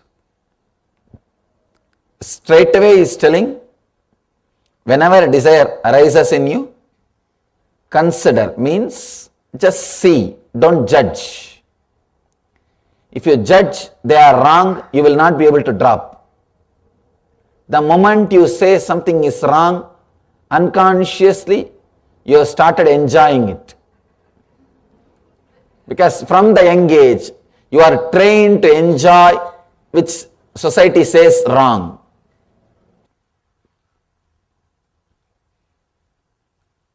Shiva is not here just to give you a little massage or just to give you a little cream. No. He is here to straight away transform your whole being. He will put his hand straight away on the tumor and remove it. He will straight away do the radiation. he is talking to a disciple, not just to a visitor. Understand? Visitor is a person who feels greed towards the joy or the energy which master radiates. Disciple is a person who is courageous enough to go through the process and imbibe the truth. Disciple is totally different from a visitor. Here, Devi is living with Shiva. She is a disciple. First, I should narrate the story of Devi, consort of Shiva. Then you will understand to whom these great truths can be delivered, who is qualified to receive those truths. Devi was born to a king called Himaraja. He was called as a Daksharaja also. His father was a great king, very big king. Naturally, she lived a luxurious life, very luxurious life. But when she decided, I am going to stay with Mahadeva, stay with Shiva, she just decided, I am going to go and stay with him. Mahadeva, Shiva was living in burial ground, cremation ground. He did not have his own house. He did not have his own home. He is homeless. He is a great yogi, Mahatapasvi. If you see all the things around Shiva, things which society does not want, because he is such a compassionate being, all the useful things he gives it away to the society.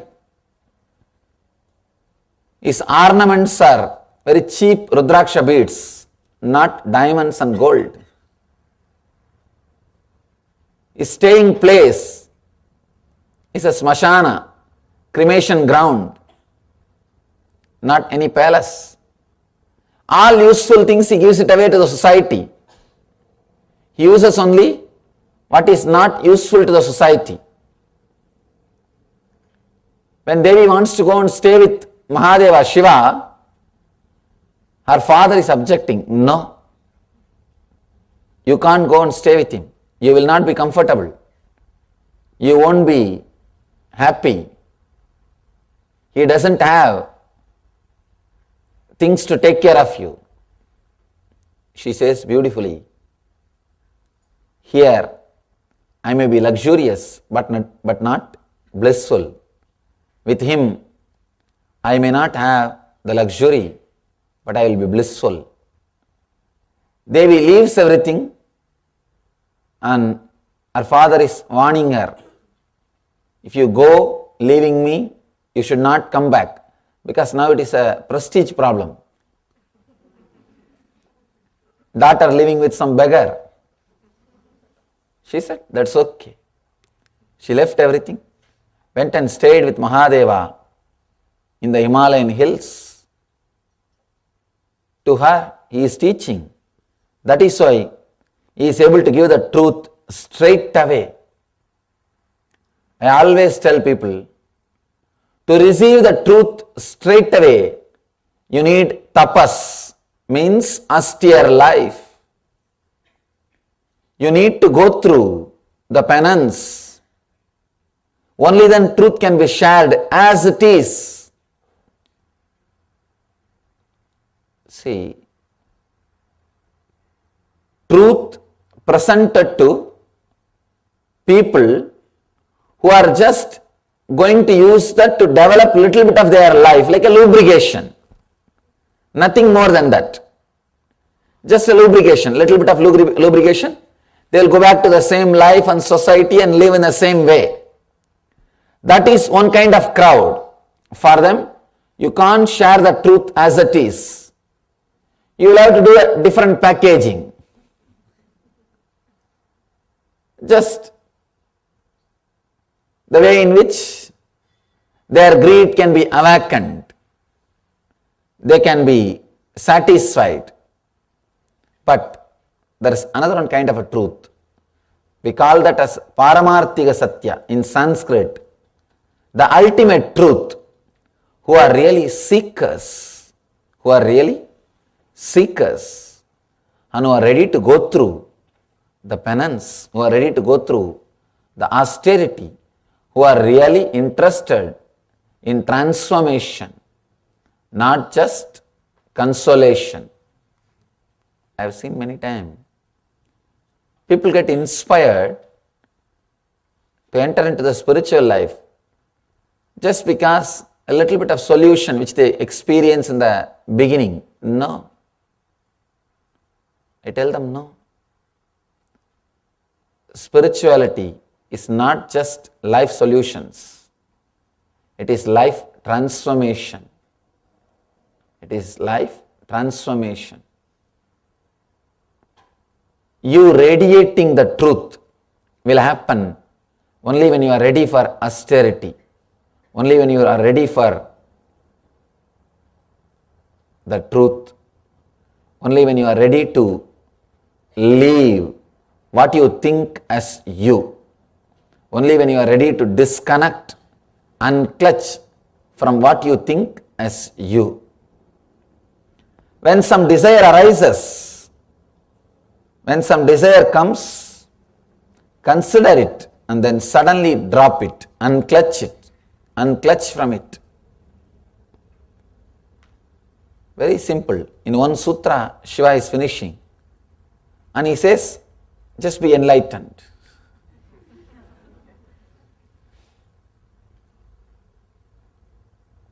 Actually, you don't need more words to experience the truth at all. For any person to become enlightened, this is more than enough. This is more than enough. Here, Shiva is telling the essence of everything. The essence is already here, available. He says, when some desire comes, when some desire arises, unclutch. He is not telling,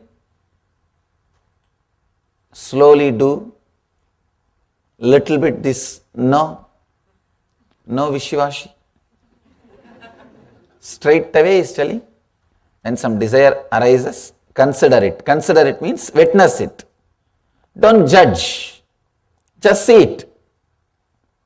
See. Then the moment you are seen it, unclutch from it.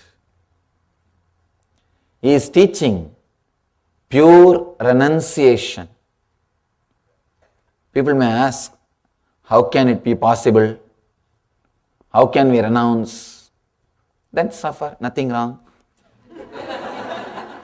That's all. Simple. People come and ask me many times, renunciation is very difficult, Swamiji. How to renounce? I tell them, don't bother, then suffer.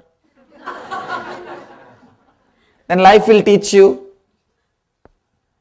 two things. Either you learn from enlightened master or life will teach you. Life is going to teach you.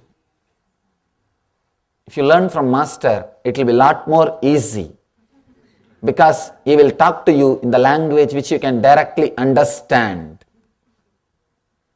Life, the language life speaks, you may not directly understand it. So it will give you strong punches.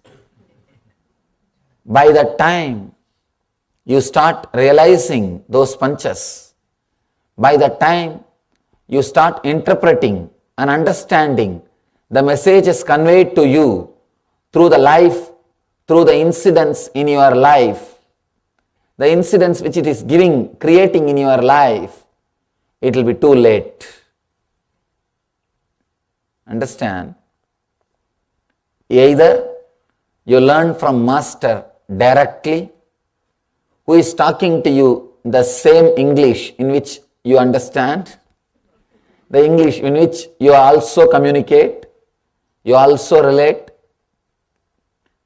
If you learn from him, it will be a lot more easy, because you don't have to go through the painful experiences. Straight away, see, it's more like he has done a big research and development, and he knows the truths of the inner software. Here he is ready with the software. Just download and start living it. But when you want to create your own software, of course you can. Then you have to live your life, go through the experiences. By the time you learn how to pick up the lessons from the experiences, how to interpret the experiences, you are ready to die. Life is over.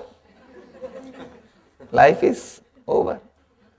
In Sanskrit, we have two words, anubhava, anubhuti. Anubhava means lessons you learn from the experiences. Understand? Anubhava means the experience, and learning lessons. For example, first you touch the charcoal fire and say, oh, charcoal fire will burn. Then you touch the cigarette fire. Oh, cigarette fire also will burn. Then you touch lighter fire. Oh, lighter fire also will burn. Like this, you touch all varieties of fire. By the time you understand all fire will burn, your body will be ready to be burnt. This is what we call anubhava, learning through experience. It goes on and on and on. Next is called anubhuti, learning from intelligence, learning from enlightenment. Example for this anubhuti is, once you touch one fire and get burnt, immediately you realize, oh, all fire will burn. This is called anubhuti. Understand? Anubhava will demand, learning through experience will demand your whole life, painful. In the end, you will say the same thing which Shiva is saying. You will say the same thing which Buddha is saying. You will see the same thing what Jesus is saying. You will see the same thing which Mahavira is saying. All the great masters, what they are saying, you will see it and say it, but it will be too late. It will be little too late.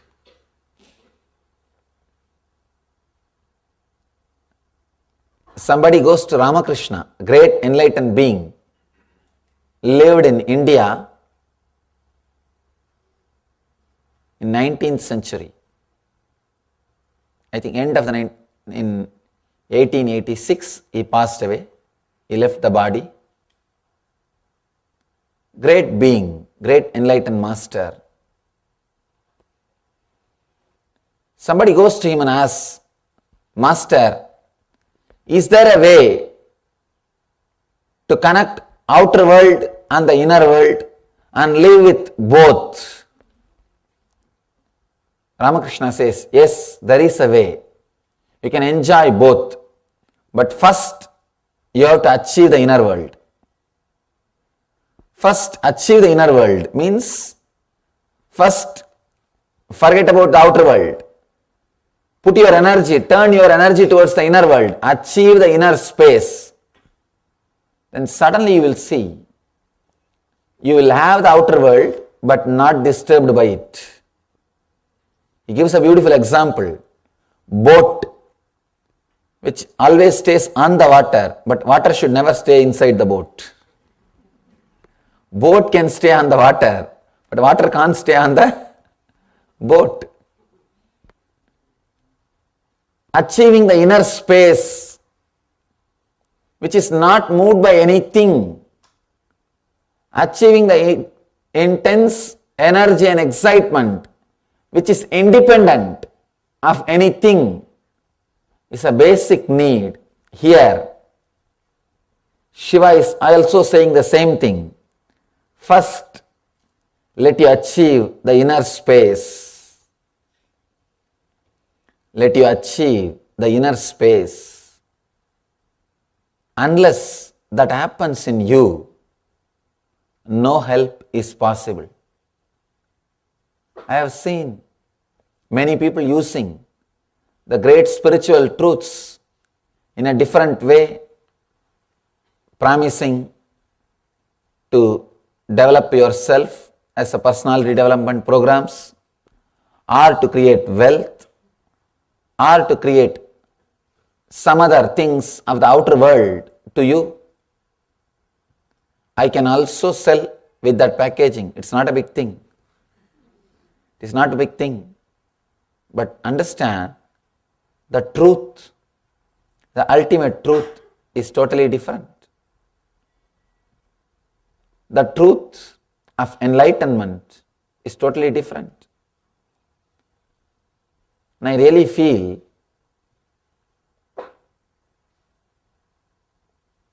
this happened because you do not go to learn the truth from the source. To reach the source, you need to walk up the hill. So you are now dependent on the bottled waters, who are labeling it. No, it is from the source. It may be from the source. By the time they bottle it, label it, and bring it to you, enough corruption has happened. Enough of dilution has happened. Enough of pollution has happened. At least with water, we have some system. We can transport it without pollution. But with the truth, the moment it goes to somebody's head, and if it does not become enlightened, and if it comes out, it is polluted, corrupted. It's already corrupted. I always tell people, even if it is a little difficult, learn from enlightened sources. Learn from authentic tradition. It will be little difficult. They will take little time. They will demand little austerity. They will demand little bit of penance, tapas. They will demand little time and energy and your attention. But you will reach the truth. You will achieve the truth. There is no instant packaging. There is no shortcut for enlightenment. Mahadeva is saying, when some desire arises, consider it, then suddenly unclutch from it. He is not telling, cherish the desire, it's okay. No. He is saying, suddenly unclutch. Before even the mind starts arguing with you, should I unclutch or not? Suddenly unclutch. If you are arguing with the mind, you will never unclutch. I always tell people, don't think before you jump. If you think, you will never jump. See in your life, if you are thinking, you will never jump. You will jump only the moment you stop thinking. Only when you stop thinking, you will take decision. Don't think before you jump. People always tell, think twice before you jump. I say no. If you think, you will never jump. Here Mahadeva is telling, suddenly unclutch. Before even your mind becomes aware, unclench, you are enlightened. There is a beautiful story. One lady goes to Ramakrishna, great master, and says, Master, my husband is threatening that he will become a Swami. He will leave me and go away. He will renounce the life and go away. Ramakrishna says, don't bother, never it will happen. She was very surprised. She says, no, he is talking very seriously. He is not just joking. Then Ramakrishna tells an incident. Like this, one guy was threatening his wife that I will go away, I will become a Swami, I will renounce and go away. Actually, this is a technique used by frustrated men in India to threaten women. No, really, because in India, women are not economically independent. So if she nags too much, this is the way this guy will respond. So this guy says, I'll go away, I'll become a monk, a Swami.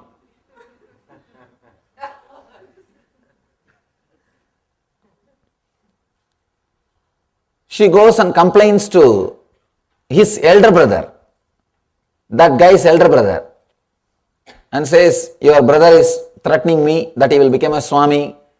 Please advise him. Elder brother says, don't bother, never it will happen. Again she is asking, how you say never it will happen? He is very serious, he is talking really seriously. He says, no. How a person will become a Swami? Understand, now see. And just this guy took his cloth and threw it away. Just took one towel and went away. Left the house and became a Swami. The elder brother shows, this is the way people will become a Swami. And he really becomes Swami. Person who talks will never do. Person who is thinking will never do.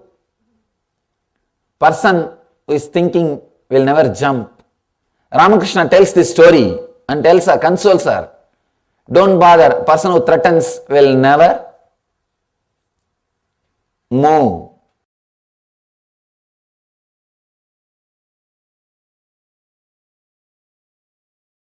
Shiva is speaking to a different kind of personalities and different kinds of people.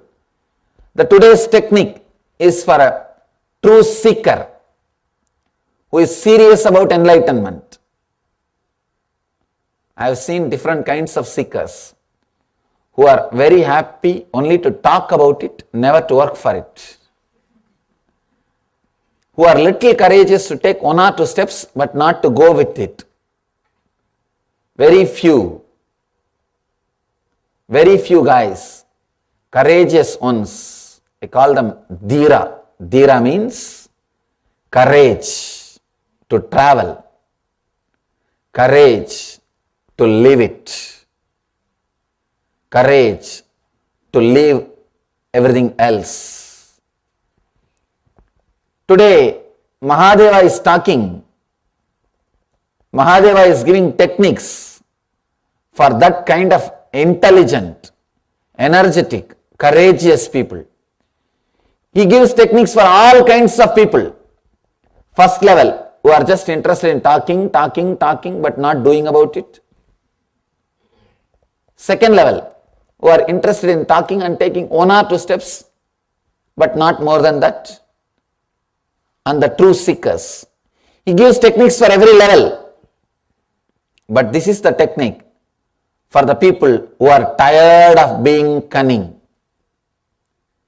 If you are tired of being lazy, if you have suffered enough with your dilemma, if you have suffered enough with your mind, then this is technique for you. If somebody is, people come and tell me, Swamiji, what you teach is really wonderful, amazing truth. But how to practice? I am not so mature to practice these great truths as it is. Then I tell them, suffer a little more and come back.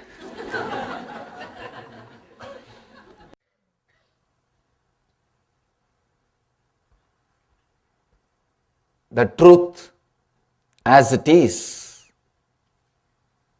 the truth as the truth just transforms, just makes you completely a different being. Whenever some desire arises in you, consider it, see it, witness it, understand it. Suddenly, before your mind is ready with arguments, unclutch from it. It's a very powerful technique. Very powerful technique.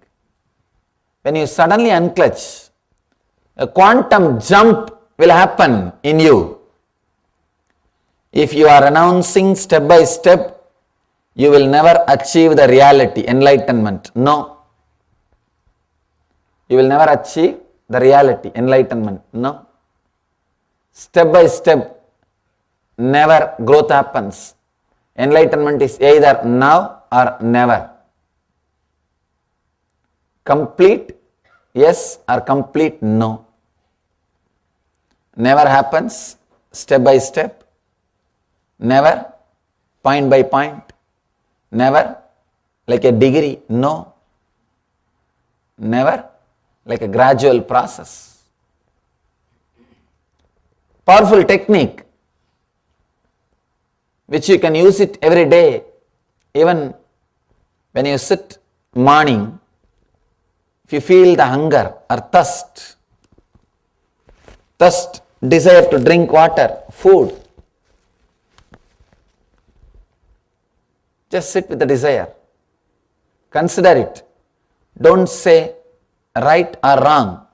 Just unclutch before your mind brings up any argument. You may ask, then I should not eat or what? That is secondary. When you are really hungry, when it goes beyond unclutching, you will simply eat. That is different. But this unclutching can surely reduce the number of times and the quantity which you eat. Any desire, whether it is about anger, desire to express your anger, or desire to express your lust, desire to express anything, or desire for some object, just sit, consider the desire, and suddenly, before even your mind is ready, unclutch from it. Unclutch from it. Shiva is giving so many wonderful methods for so many different kinds of beings.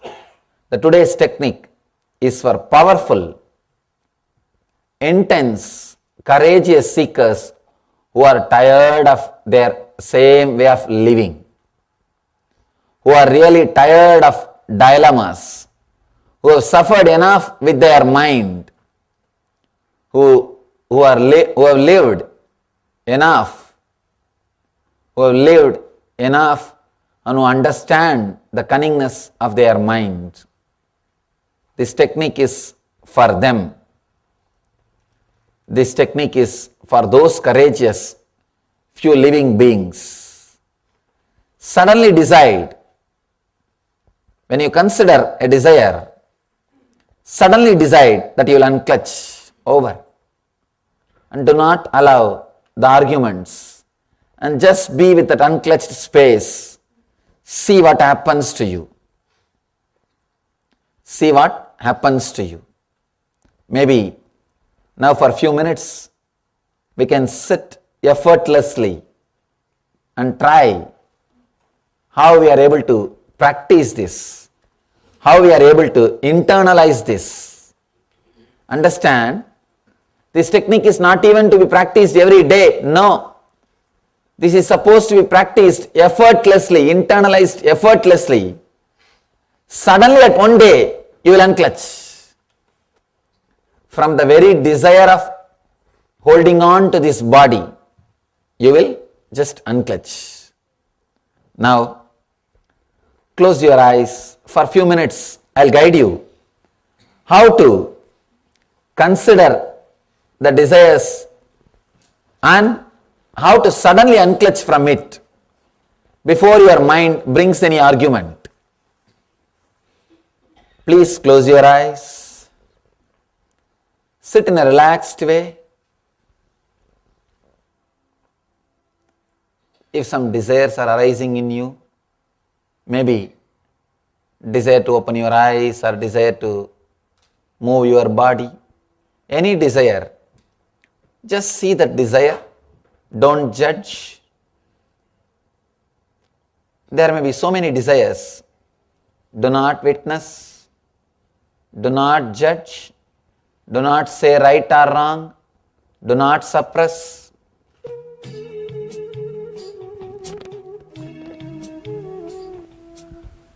Just see.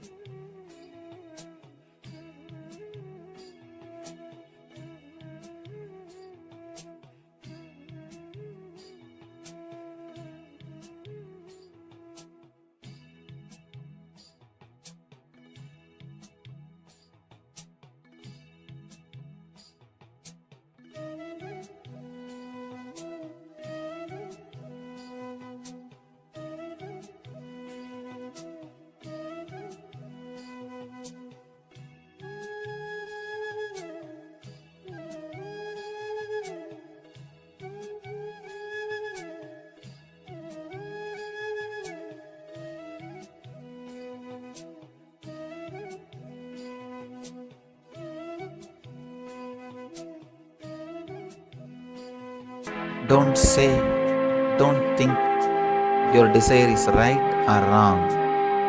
Just see it.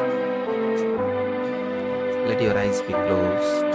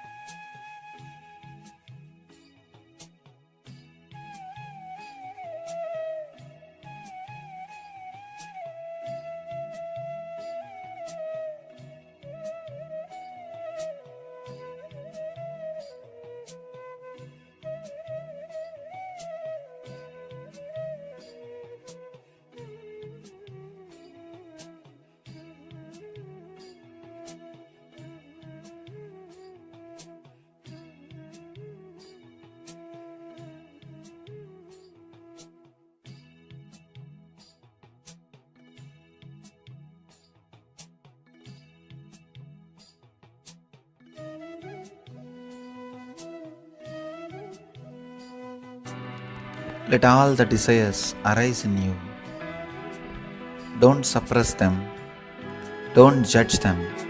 Don't say they are right or wrong. Just let them happen.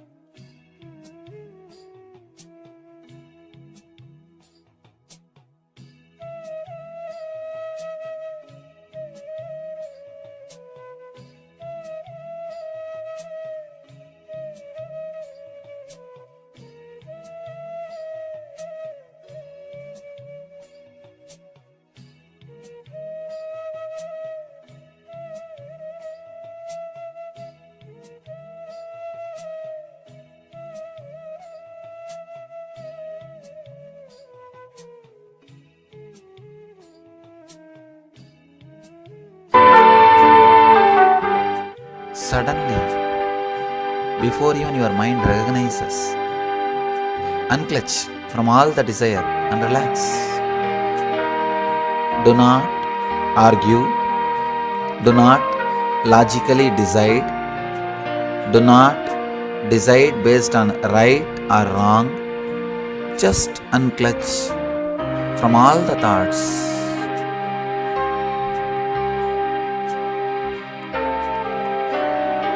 Let your eyes be closed.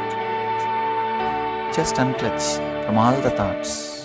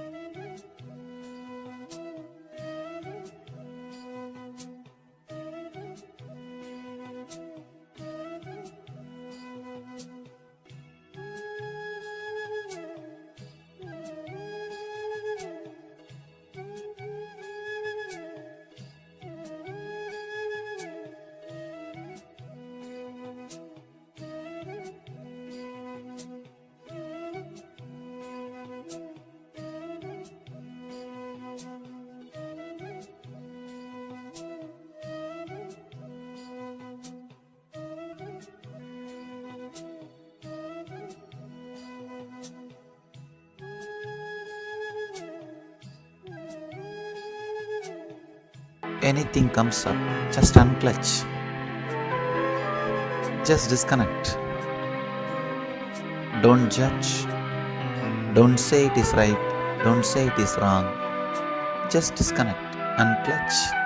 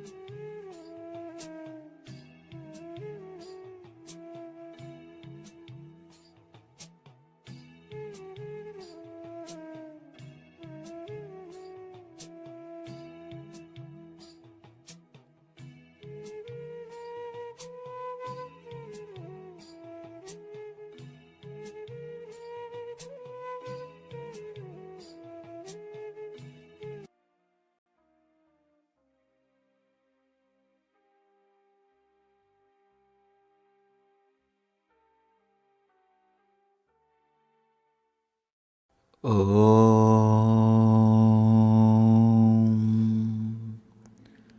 Nityanandam. Relax. Slowly, very slowly, you can open your eyes. Try, whenever you are caught by strong emotions or strong desires, just sit with it. Don't judge. Don't say right or wrong. Consider it and suddenly unclutch from it without even allowing your logic to question, to come up. When you unclutch, you will see the truth in you.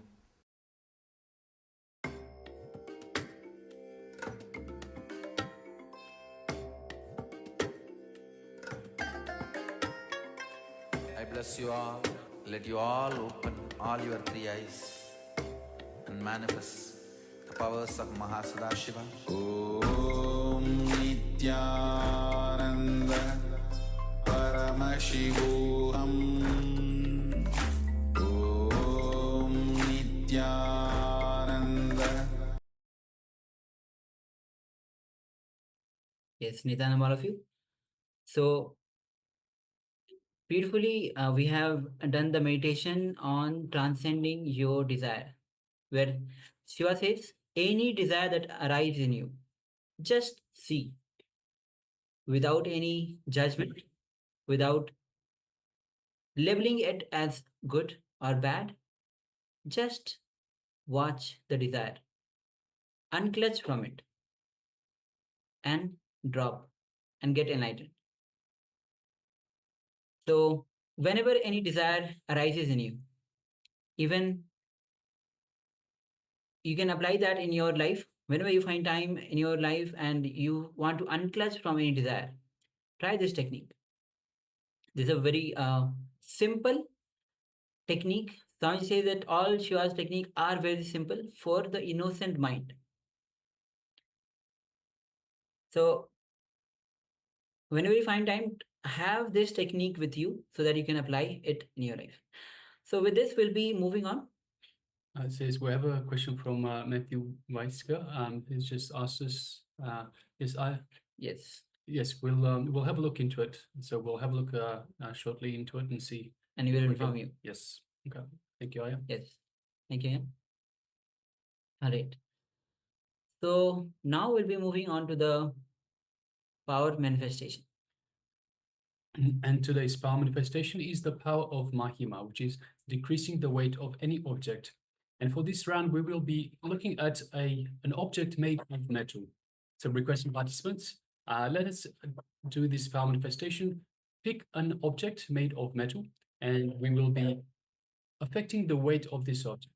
So we can decrease it, we can increase it. It is totally up to you. You can pick anything from your household, such as perhaps if you have some plumbing tools, metal pipes, or anything that's made of metal. So you can have maybe a spoon, a fork, even a knife. So anything that is made of just metal.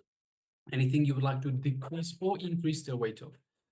So just quickly gather these objects, and we will shortly enter into the power session itself.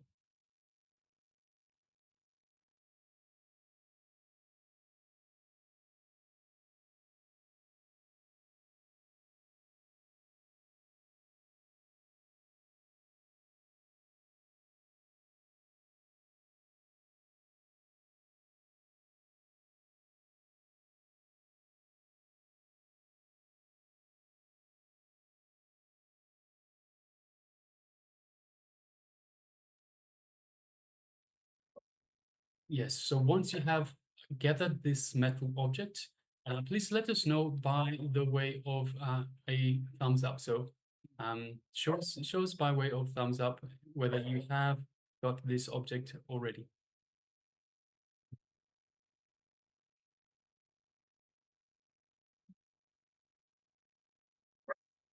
Hmm?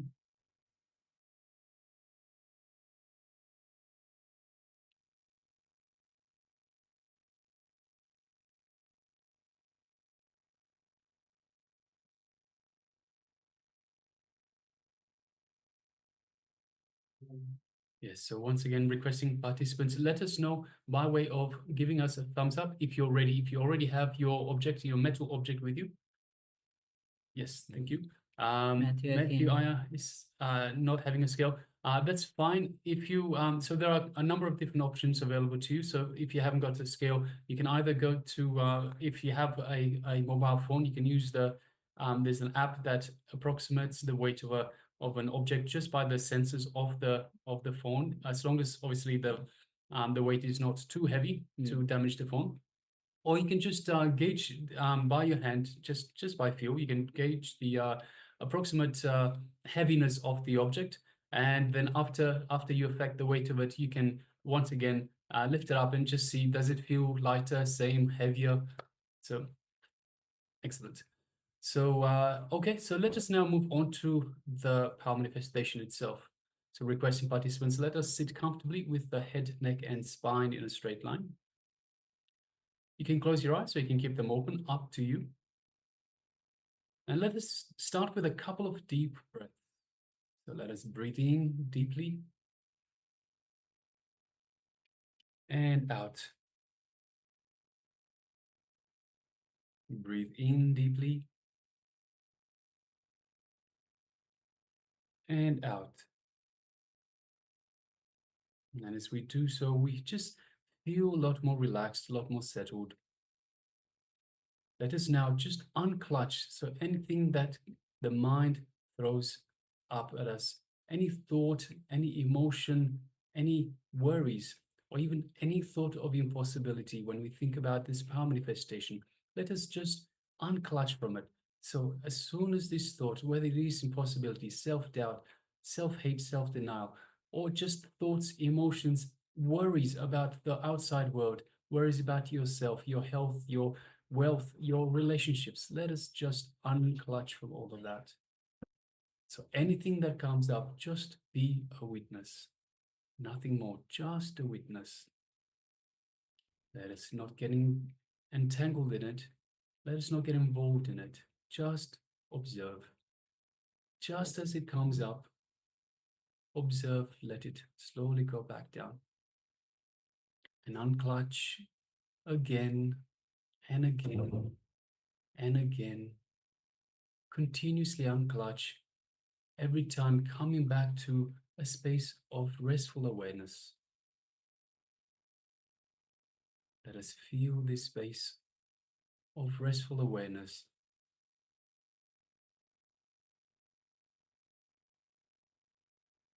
And now let us move our gaze, our awareness to the Ananda Gandha, which is just below the heart center, your inner space. And let us invoke Swamiji in the inner space. So just a mere remembrance of Swamiji in our inner space invokes him, invokes Swamiji in the inner space. And just feel Swamiji's love, his compassion, and his infinite grace radiating in your inner space.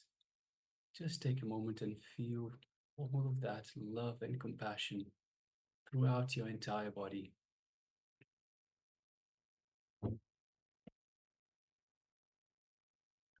Feel Swamiji's energy just flowing through your body, reaching out to every corner, every cell of your body, feeling alive, being touched by this super conscious energy that Swamiji is radiating.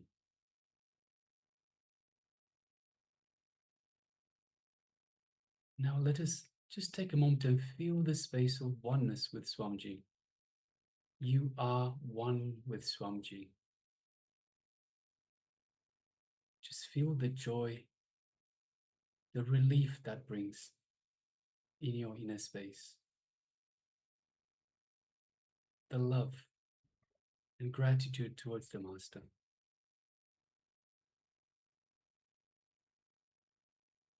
Now let us move our gaze just gently to the third eye between the eyebrows.